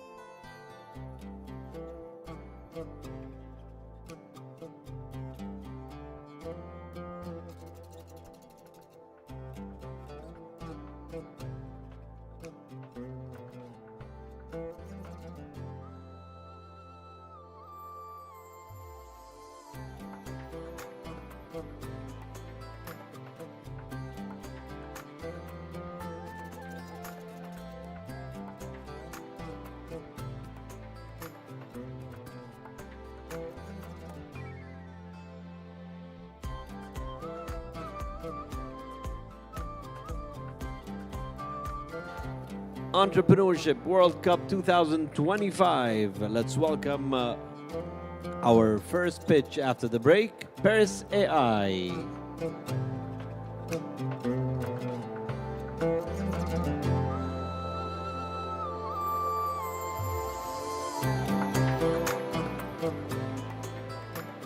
All right, 3 minutes. Good evening, judges. I'm David from Paris AI, a cybersecurity platform designed for SMB and startups. SMB and startups face a very heavy cyber attacks. Headline news, 43% of attacks now target SMB, and 60% within 6 months die after the breach. But what we see here is only the tip of the problems. Lack of experts, fragmented tools, and security is always seen as a cost center. Paris AI solved this with an agentic cybersecurity platforms built for SMBs and startups, offering at an affordable price. Our autonomous AI agents detect and respond to attack instantly while automating the compliance report. Our unique IP is a unified platform trained with high-quality, real-world data. It fuses two core innovations, agentic AI orchestrations, trained by a community of ethical hackers, creating a systems that competitors cannot replicate easily. Now, SMB cybersecurity is a $95 billion market, growing at a rapid scale. And in 5 years, Asia, Pacific, Middle East, and Africa will be $30 billion markets itself. SMB digitalizations is the main key driver. And also, the AI implementations is also speeding up this process. We run a subscriptions-based model where each client generates $15,000 up to $60,000 in annual recurring revenue. Our go-to-market strategies is collaborations with these partners to better support our partners. And we already serve more than 70 clients, and we have multiple successful cases in industries like fintech and healthcare. Our team brings deep expertise in IT security and AI development, supported by global certifications and recognitions. Paris AI is built to scale from day one.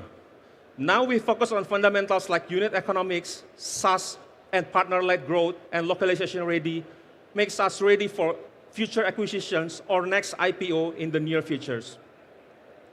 And we are executing with measurable milestones. Our goal next year is to put Riyadh as our R&D hub and launch and serve the SMB market in the regions.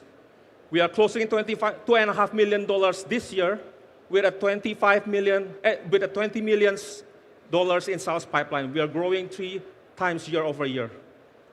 And we are seeking $3.5 million in order to expand our products as according to the Vision 2030 of Kingdoms. Thank you.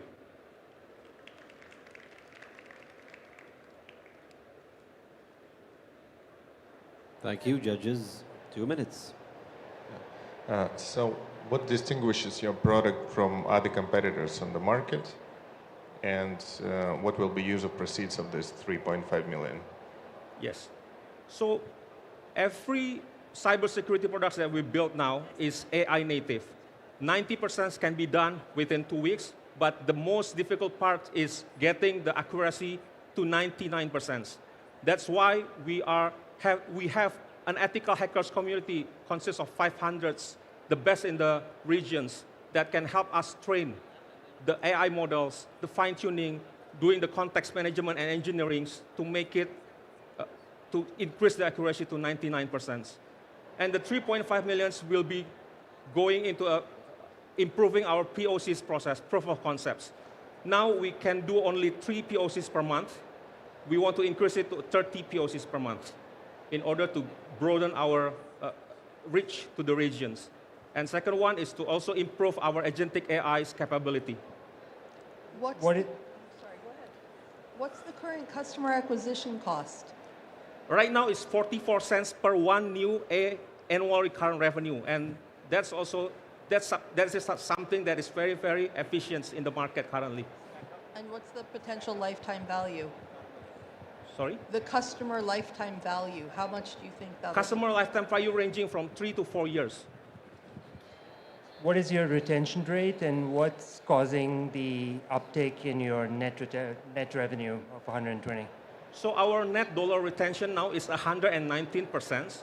Most of our customers that comes from the first year has already renewed their contract into their second and third year. And what's bringing the net dollar retentions increasing is we release new type of agents like threat hunting agents and AI pentest agents that they can subscribe. All right, thank you so much. Let's give it up. Thank you. Paris AI. Cyber brilliance, a clever approach to digital security. And now on stage, please welcome StackUp.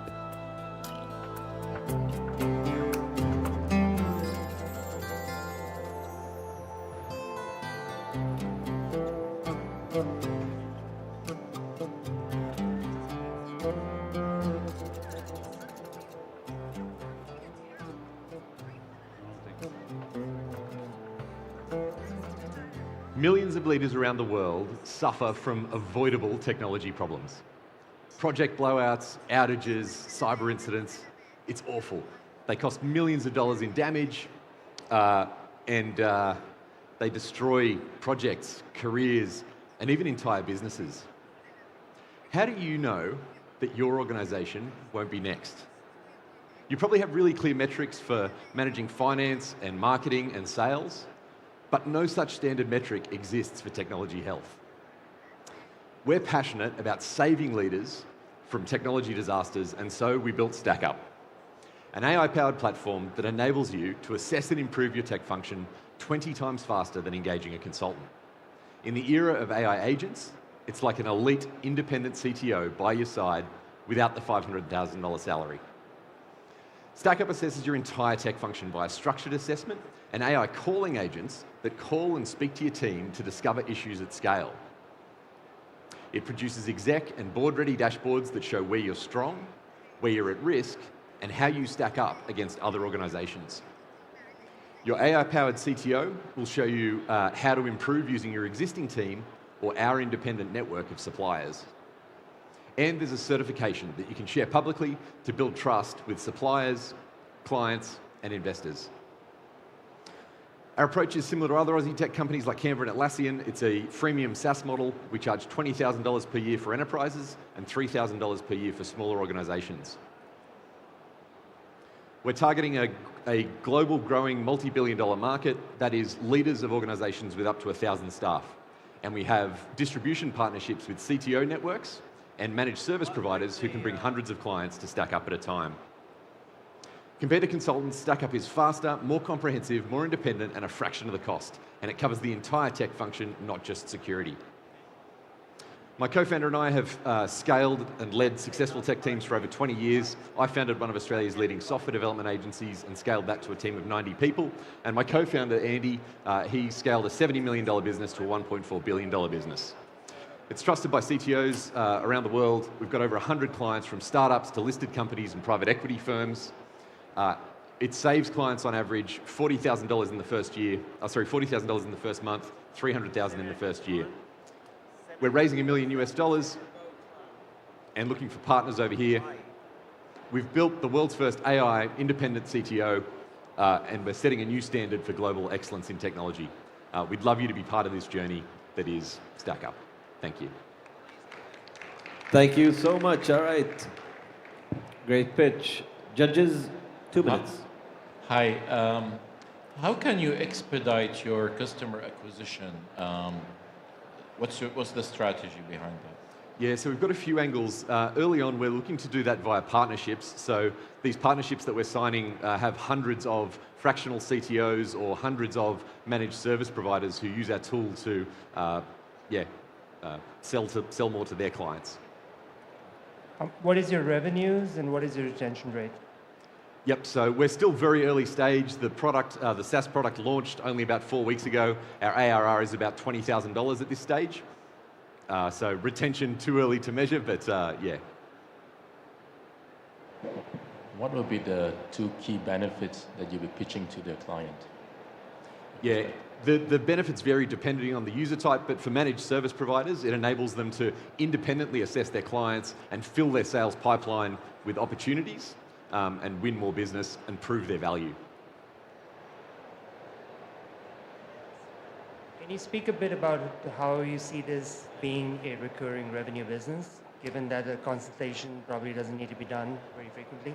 Absolutely, great question. So technology is never done, and the AI calling agents continually speak to your team, have those conversations that perhaps the CTO never gets around to, and continually surfaces opportunities for improvement.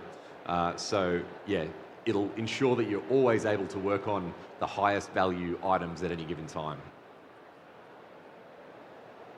And you want to track that you're always getting better. Technology can decay over time as well. So we think quarterly is a good frequency for the core assessment, and then the calling agents will be a consistent, recurring, ongoing thing week to week. Thank you. Thank you very much. Thank you. Judges scoring, we'll give them a couple of seconds. Stacking up innovation one layer at a time. I love the clarity stack up. Thank you so much. Now on stage, please give it up for Synergotron.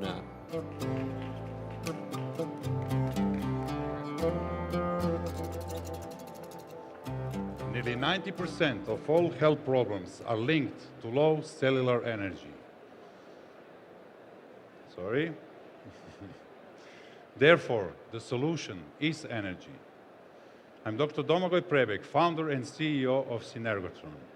For 20 years now, I've been developing energy-based medical devices, proven in clinical environment for their impact in wound healing, tissue repair, pain relief, and infection control. After which, we founded Synergotron to scale up the technology, protect our IP, and bring the next generation of clinical device. But then lockdown struck and clinics closed, and we shifted to at-home solution. So exactly 2 years ago, we launched Helix, our portable wellness device for personal and professional use. And today, with a proven traction, we are moving forward with a strong and resilient team, my co-founders and brilliant engineers, Dr. Emil Baric and Milan Kordic, and our growing advisory board. Our breakthrough is a non-invasive hybrid plasma technology. While our competitors use only one physical stimuli or energy, we combine 6, synergy of 6. Therefore, we are not just bringing one product on the market, but we have developed a more powerful and cost-efficient health tech platform. And our first product, Helix, has already proven its value, trusted by our champions, Olympians, athletes, physiotherapists, and wellness users who recognize it as a revolution in recovery. With over 400 local users and nearly 500,000 in revenue and a growing demand, we are ready to expand. And market opportunity is massive. Sports recovery alone, 30 billion. Wellness and medical in trillions. Therefore, with right partners and investment, our goal is clear. 10 million in revenue within 2 years and over 100 million within 5. Currently, we are raising 1.5 million to scale Helix, strengthen our IP, and prepare for the medical market entry by 2027. From Croatia, homeland of Nikola Tesla, I invite you all to join us on our journey of empowering human health with energy, either as investors, partners, or simply users. Thank you very much. Shukran. Thank you. Judges, 2 minutes. How does your distribution chain look like? And is it like a one-off revenue, or is it like a subscription model? So can you elaborate? No, it's sales of a product. So it's we have a B2B and B2C channels. So we have recognized in Croatia, we tested all the models, and we recognize that the best approach is B2B because, for instance, physiotherapist who uses the device in a practice, he's a great selling point for the end customer because the customer can try the benefits of the device, and then he can simply ask for the device to have it at home. What does it cost to build, and how much do you sell it for? Excuse me, I didn't hear. How much does it cost to build, and how much do you sell it for? Currently, we have a high price of cost of build because we have small quantities, as you were able to see, for 400 units. But our idea is to lower the cost of so investment would be used to lower the cost of goods sold, and also to lower the margin, so we could penetrate better into the market and bring more devices to the people for which they are designed for. Could you explain exactly what the physiotherapist does with it? Why are these athletes using it? So the idea, this is a wellness device. As I told you, we have also in our portfolio clinical devices developed, but this is a wellness device which is used for faster recovery, better mobility, greater tension relief, and also better comfort, skin vitality, radiance. So we are just supporting natural processes of maintenance and recovery.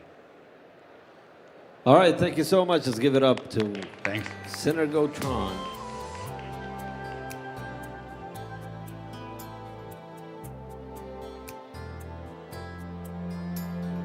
All right, judges, with the scoring. Please welcome our next pitcher, Comics Point, to the stage.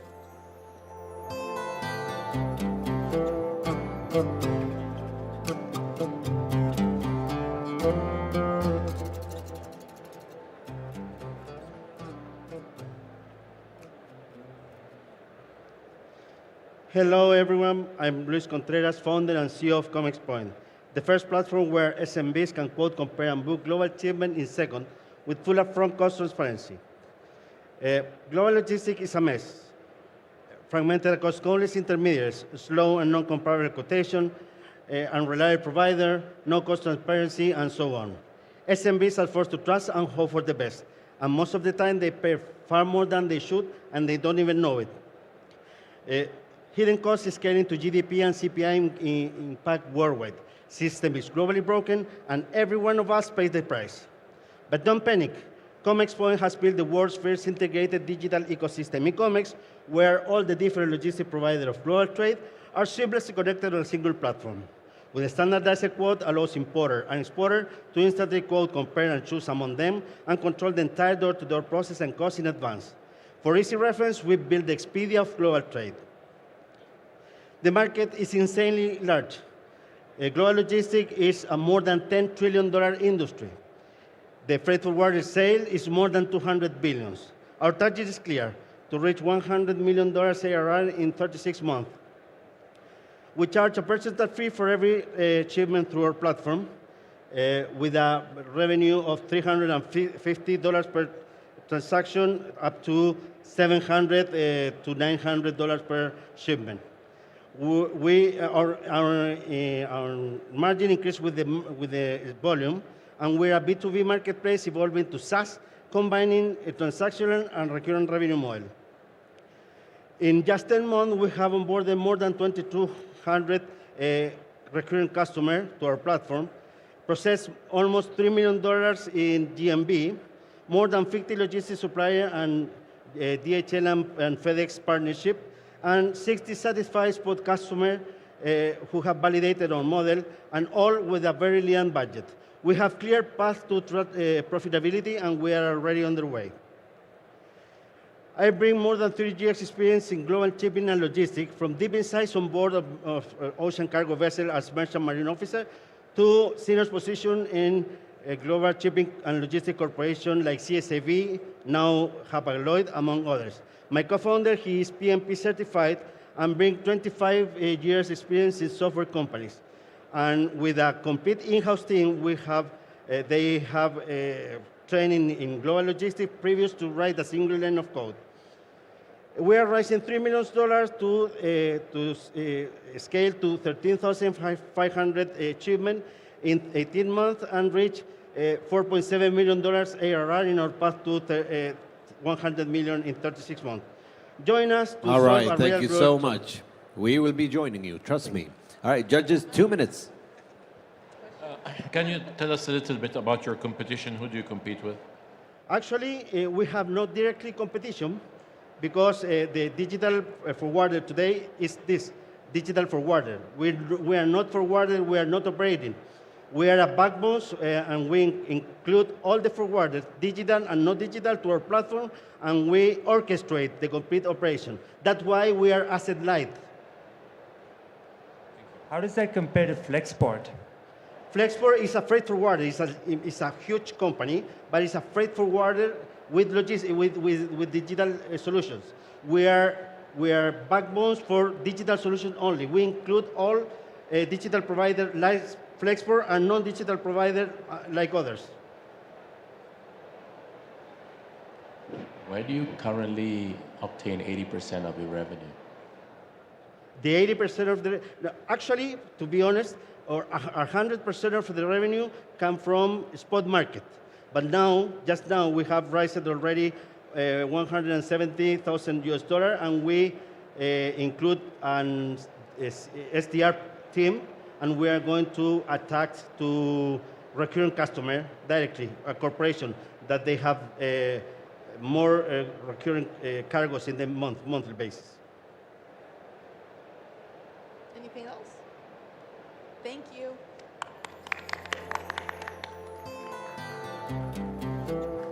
All right, it's that clear. No more questions, and we have 30 seconds left. Amazing.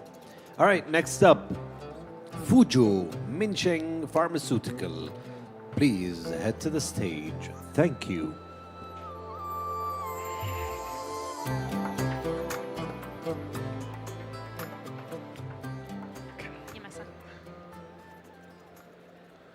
Okay. My name is Ziju from Fuzhou Minsheng Pharmaceutical. Today, I would like to introduce a program called AI-powered drug development platform for autoimmune disease. Autoimmune disease is a huge threat for human health, including the inflammatory bowel disease, short for IBD. Japanese Prime Minister Abe and the English Princess Kate all suffer this disease. You may live with IBD unknowingly, diarrhea, rectal bleeding. Unfortunately, this disease is still incurable. The global autoimmune drug market is huge, over $100 billion. There's over 6 million patients worldwide. It also provides major revenue for multinational pharmaceutical companies such as Johnson & Johnson. So our mission, by developing new therapy to elevate the IBD patient's symptom with 1 tablet per day. But there's a challenge for the IBD drug development with limited target, with limited efficacy. So we are targeting one of the key drivers called Wnt signaling in the gastrointestinal disease, including IBD and colorectal cancer. So we use an AI-powered drug development platform to overcome current challenge. We generate a series of potent and selected drug candidates. 2 of them were selected as a cover story in the top journal of Journal Medicinal Chemistry in this field. This drug candidate significantly elevated colitis is also showing competitive advantage over other standard of care, which is a billion-dollar buster in this field by maximum efficacy, convenience. We receive many awards in this field, and our patent is also issued globally. Our team member, including the former Harvard full professor and also a US physician, and also including a successful entrepreneur from Pfizer. We have both opportunity team both in Shanghai and Hong Kong. We already received the orphan drug designation from the US FDA, and you also obtained clinical trial approval in China. We're currently a member of the Johnson & Johnson Innovation Lab system, and you can find our program on the Johnson & Johnson website. And we are going to commercialization and co-development with Johnson & Johnson. Once this drug is on market, they estimate over $7 billion for annual sales.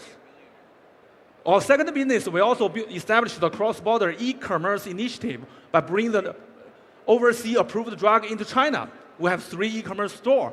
We generate revenue. We're profitable. And this business can be still expanding. So we are currently finished Series A, founder A already. So we are open for the new round. We are welcome the Saudi investor. And we are also looking for e-commerce and also the AI drug development collaborator. Join us on this journey. Thank you. All right, thank you. I have a couple of questions, if you don't mind. So first, is this a treatment, or does it relieve the symptoms of irritable bowel syndrome? We are developing new treatment. The current therapy cannot meet the current needs for the IBD. So we are developing novel therapy for new target, small molecular.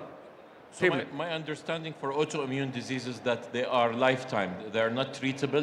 What you can do, you can relieve the symptoms, you can minimize the episodes. Is this treating IDB so you wouldn't get it again, or is it? We hope in the future we combine with standard of care, we can cure IBD. Right now we want to be the first, to be the second line, and then the first line of the IBD, step by step. Okay, and from the trial perspective, you are TLR what? Where did you reach in their clinical trials? In China, in Hangzhou. Where did you reach? Did you finish the clinical trials already? We are ongoing. Okay, thank you. Yeah, thank you for your question.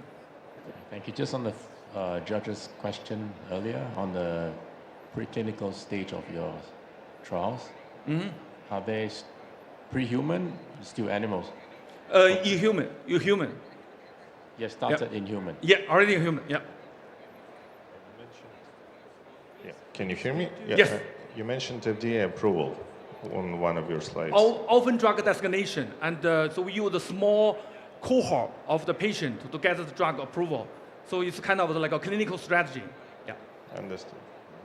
Can you speak to the e-commerce side for selling medication and its tie-in for this research that you're doing that you plan to land by 2030? Yes, I think this is the two sides of the pharmaceutical business. First, we develop new therapy, then we bring the new therapy through e-commerce from overseas approved drug into China. So it's all benefit the patient life. Yeah. Thank you, bro. Thank you. All right, thank you so much. Next up on stage, please give it up for X Adams.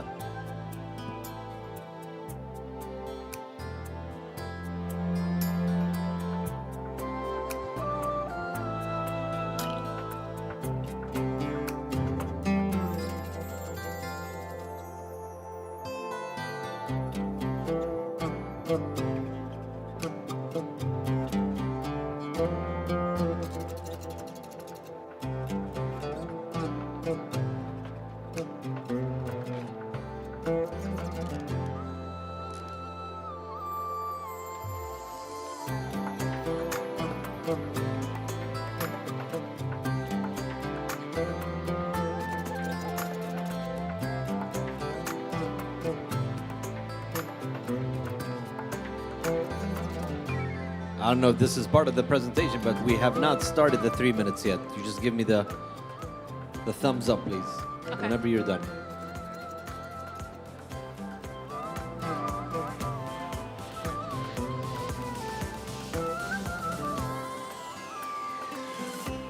All right, Biban Got Talent. Are you ready? Yes. Let's do it, 3 minutes. Hi everyone, my name is Diana, and I'm the CEO and the co-founder of X-Atoms. X-Atoms build a new generation of water purification materials powered by AI and sunlight to bring full water reuse to Saudi Arabia. At 17, I used quantum chemistry software to discover my first water purification material, winning an award from the Swedish royal family, which started my journey with Exatoms. The world is running out of water. And Saudi Arabia knows this problem the best. In fact, in Saudi Arabia, the demand for fresh water is 10 times higher than its nature can offer. Even the delicious tea we are drinking every day is coming from desalinated water. If Saudi Arabia was able to turn deserts into cities, which is impossible, let's turn polluted water into life. Introducing Exatoms. At Exatoms, we discover new patented materials called photocatalysts. Photocatalysts are these powders, which when added to contaminated water, are contaminated by textile dye, which is toxic, and I add our photocatalyst into water. I expose it to sunlight, or LED in our case. They can break down these contaminants within minutes. With 7 years of R&D, we developed a patented process which uses combination of AI and quantum chemistry to computationally discover these new molecules of photocatalysts. Our processes are 40 times faster, and we can customize these photocatalysts for specific contaminants. We're running millions of quantum simulations in minutes, and we discovered photocatalysts and patented them, which can eliminate pathogens, can be used for heavy metals, as well as desalination. Saudi Arabia wants to reach 70% water reuse by 2030. Right now, it's at 25%. With Exatoms, we can unlock 100% water reuse today. In fact, our materials are cheap, they are low cost, low energy, compared to river osmosis, which is currently used, which is high cost, and has only 25% reuse rate. Some of the industries where we've been using our materials are desalination, municipal reuse, as well as data centers. And why are we going to win? Because we are a world-class founding team, coming from institutions such as Stanford and MIT, as well as we were named on the Forbes 30 Under 30 North America list as the youngest team in our category, and that's why we are backed by senior scientists and professors working on our team in Canada. We commercialized early this year, hit $5.2 million in revenue. We have impacted over 160,000 people. We worked in sectors such as mining, as well as oil removal. And I just came from the G20 in South Africa, where I won the best technology. And we're ready to deploy our technology here in Saudi Arabia. We can say congratulations. Thank you so much. Appreciate it. Judges, 2 minutes. Thank you. Very interesting. Can you share with us if the raw material of your product is sustainable or from a sustainable source? Yes, so during our manufacturing process, we are using materials which can be found in nature. And actually, our secret sauce is the processes we are using to transform the material from the raw material to the final product, which is a combination of heating as well as cooling. And we have obtained WHO license for this material as well. So when you acquire a new customer, what's the process like and what's the average check size? So our customers send us their sample. We look at it, we test it in our lab, we look at what's the combination of contaminants. Either we use the photocatalyst that we already have in store, or we can design the new one, but we already have enough photocatalysts for that specific customer. And then the usual check size is between $2 to $3 million. Depends. With our first customer, which was a mine, it was $3 million pilot that we deployed in Canada. What is the mine using this for? Are they cleaning water and drinking it, or are they just cleaning the water and putting it back in the system? So there are 2 ways we can use this photocatalyst for drinking and industrial use. Mine is using it for industrial use, especially heavy metal extraction. So we can remove heavy metals with these photocatalysts. The photocatalysts are able to neutralize the heavy metal. It sediments as a solid, and that can be filtered out. And this thing is tasteless? Tasteless. I just tasted it. It's good water. Do you have any LOIs or MOUs for long-term contracts right now? We do have. We have LOIs for 5 years with 9 mines across Canada, which are going to generate us around $15 million only in 2026. Thank you. All right. Thank you. Let's give it up. Exatoms. Big scale impact. Impressive. Thank you so much. We'll give you some time to get your things off stage, and we'll move on with the last pitch for tonight. Let me remind you, ladies and gentlemen, tomorrow we have 30 more pitches on stage. Moving on with the next day of Entrepreneurship World Cup 2025. Let's call Brillion on stage, please. Let's welcome them. The last pitch for tonight. All right. Biban 2025. Are you guys ready for the last pitch of the night? Let's get some energy up here. Woo! All right, everyone. So I am Barmak Heshmat, CEO of Brillion, and we are an MIT spin-off that's reimagining how you experience screens, from how you see them to what you see on them. Everybody loves the immersion of headsets. That's why we invested $30 billion in headset industry. But nobody likes to wear them, trust me. I was head of optic at a startup called Meta. And that's why we are adding a layer of compute and optical processing on screens to be able to do exactly that. In fact, we have 61 patents on how to give you immersion on the screens and make screens smarter. Today, we are focused on applications where vision is critical, and we have generated $4 million of revenue in those verticals. We have 5x our production since our Series A and have built a funnel toward $100 million revenue. We have 3 verticals in Brillion: our standalone product and its software ecosystem, and our integration into automotive industry. We are the pioneer of this technology, and that's why we are partnering with industry leaders such as Lockheed Martin, such as Corning Glass, and NVIDIA to be able to scale this up. Our first product is the world's first virtual desktop monitor. This desktop monitor gives you a set of images in different depth layers and a 122-inch virtual image to immerse you for simulation training application, for teleoperation, and of course, for entertainment. For simulation training, pilot instructors love our product because we give you sense of depth and panorama without you having to put on a headset, without you having to have a sort of compatible content.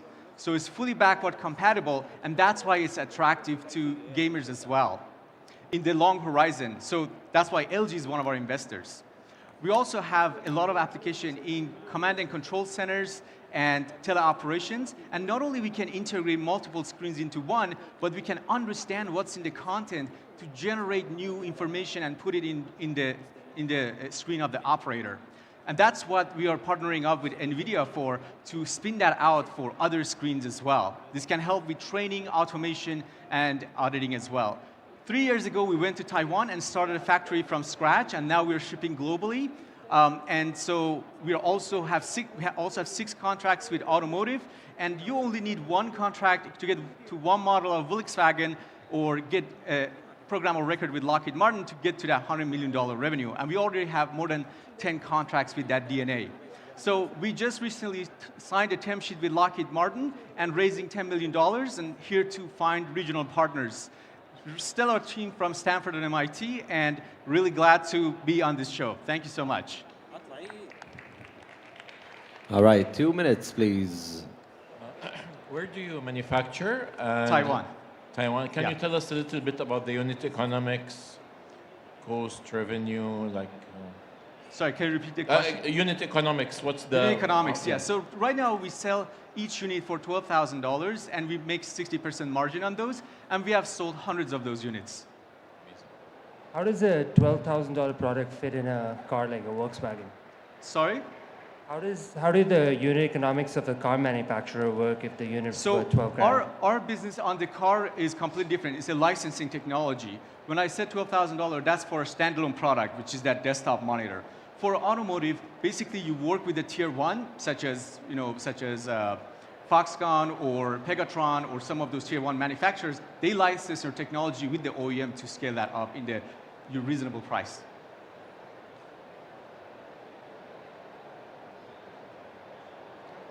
Is all the VR content that's available in the market today compatible? That's correct. So you can use either 3D content that, it's, for example, from VR, or you can even use 2D content. You can play any PC game on our display today, and we give you in real time 1 bit of monocular depth in that display. What would be your end game? Would it be like selling to one of the manufacturers, or what's the plan? So we want to expand our capacity for a high-end market, defense, enterprise. That allows us to go to market and have market leadership. But for larger, for example, consumer, we love to partner up with companies like LG or some of the other OEMs to be able to take it to consumer. So that's kind of the vision. Great job. Thanks. Thank you so much. It's a great opportunity. Enjoy the rest of the night. All right. Let's give it up for Brilliant. Thank you so much. All right, ladies and gentlemen, we have reached the end of tonight's pitches. We have 30 more pitches tomorrow. Please be around, and I would like to say thank you to the judges. Let's give it up, please, for the judges who have been here with us all night. Thank you so much. I would like to call Mr. Abdul Majid Al-Umrani, the Innovation GM at Munshaat, on stage, and Mr. Ahmed Al-Sharif as well, Innovation Director at Munshaat. And we would like the judges to be on stage as well, out of appreciation for your time and your efforts.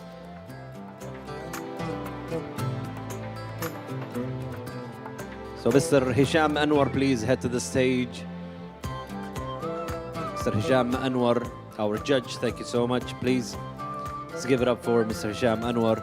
Thank you for your time and effort. We appreciate it.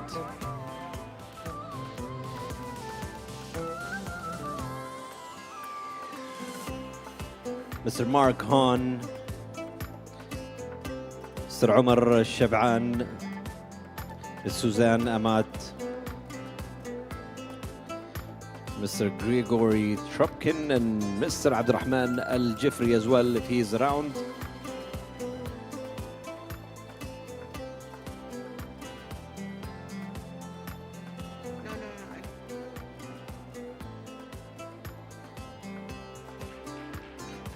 Well deserved, well deserved.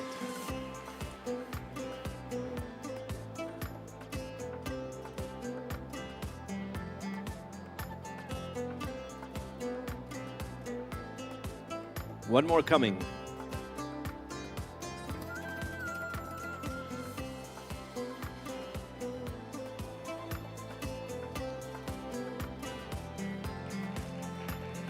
Thank you to our judges. Thank you for the questions. Thank you for being with us tonight. It's been a great effort from you guys. Thank you so much. Let's give it up. Thank you. Have a good one.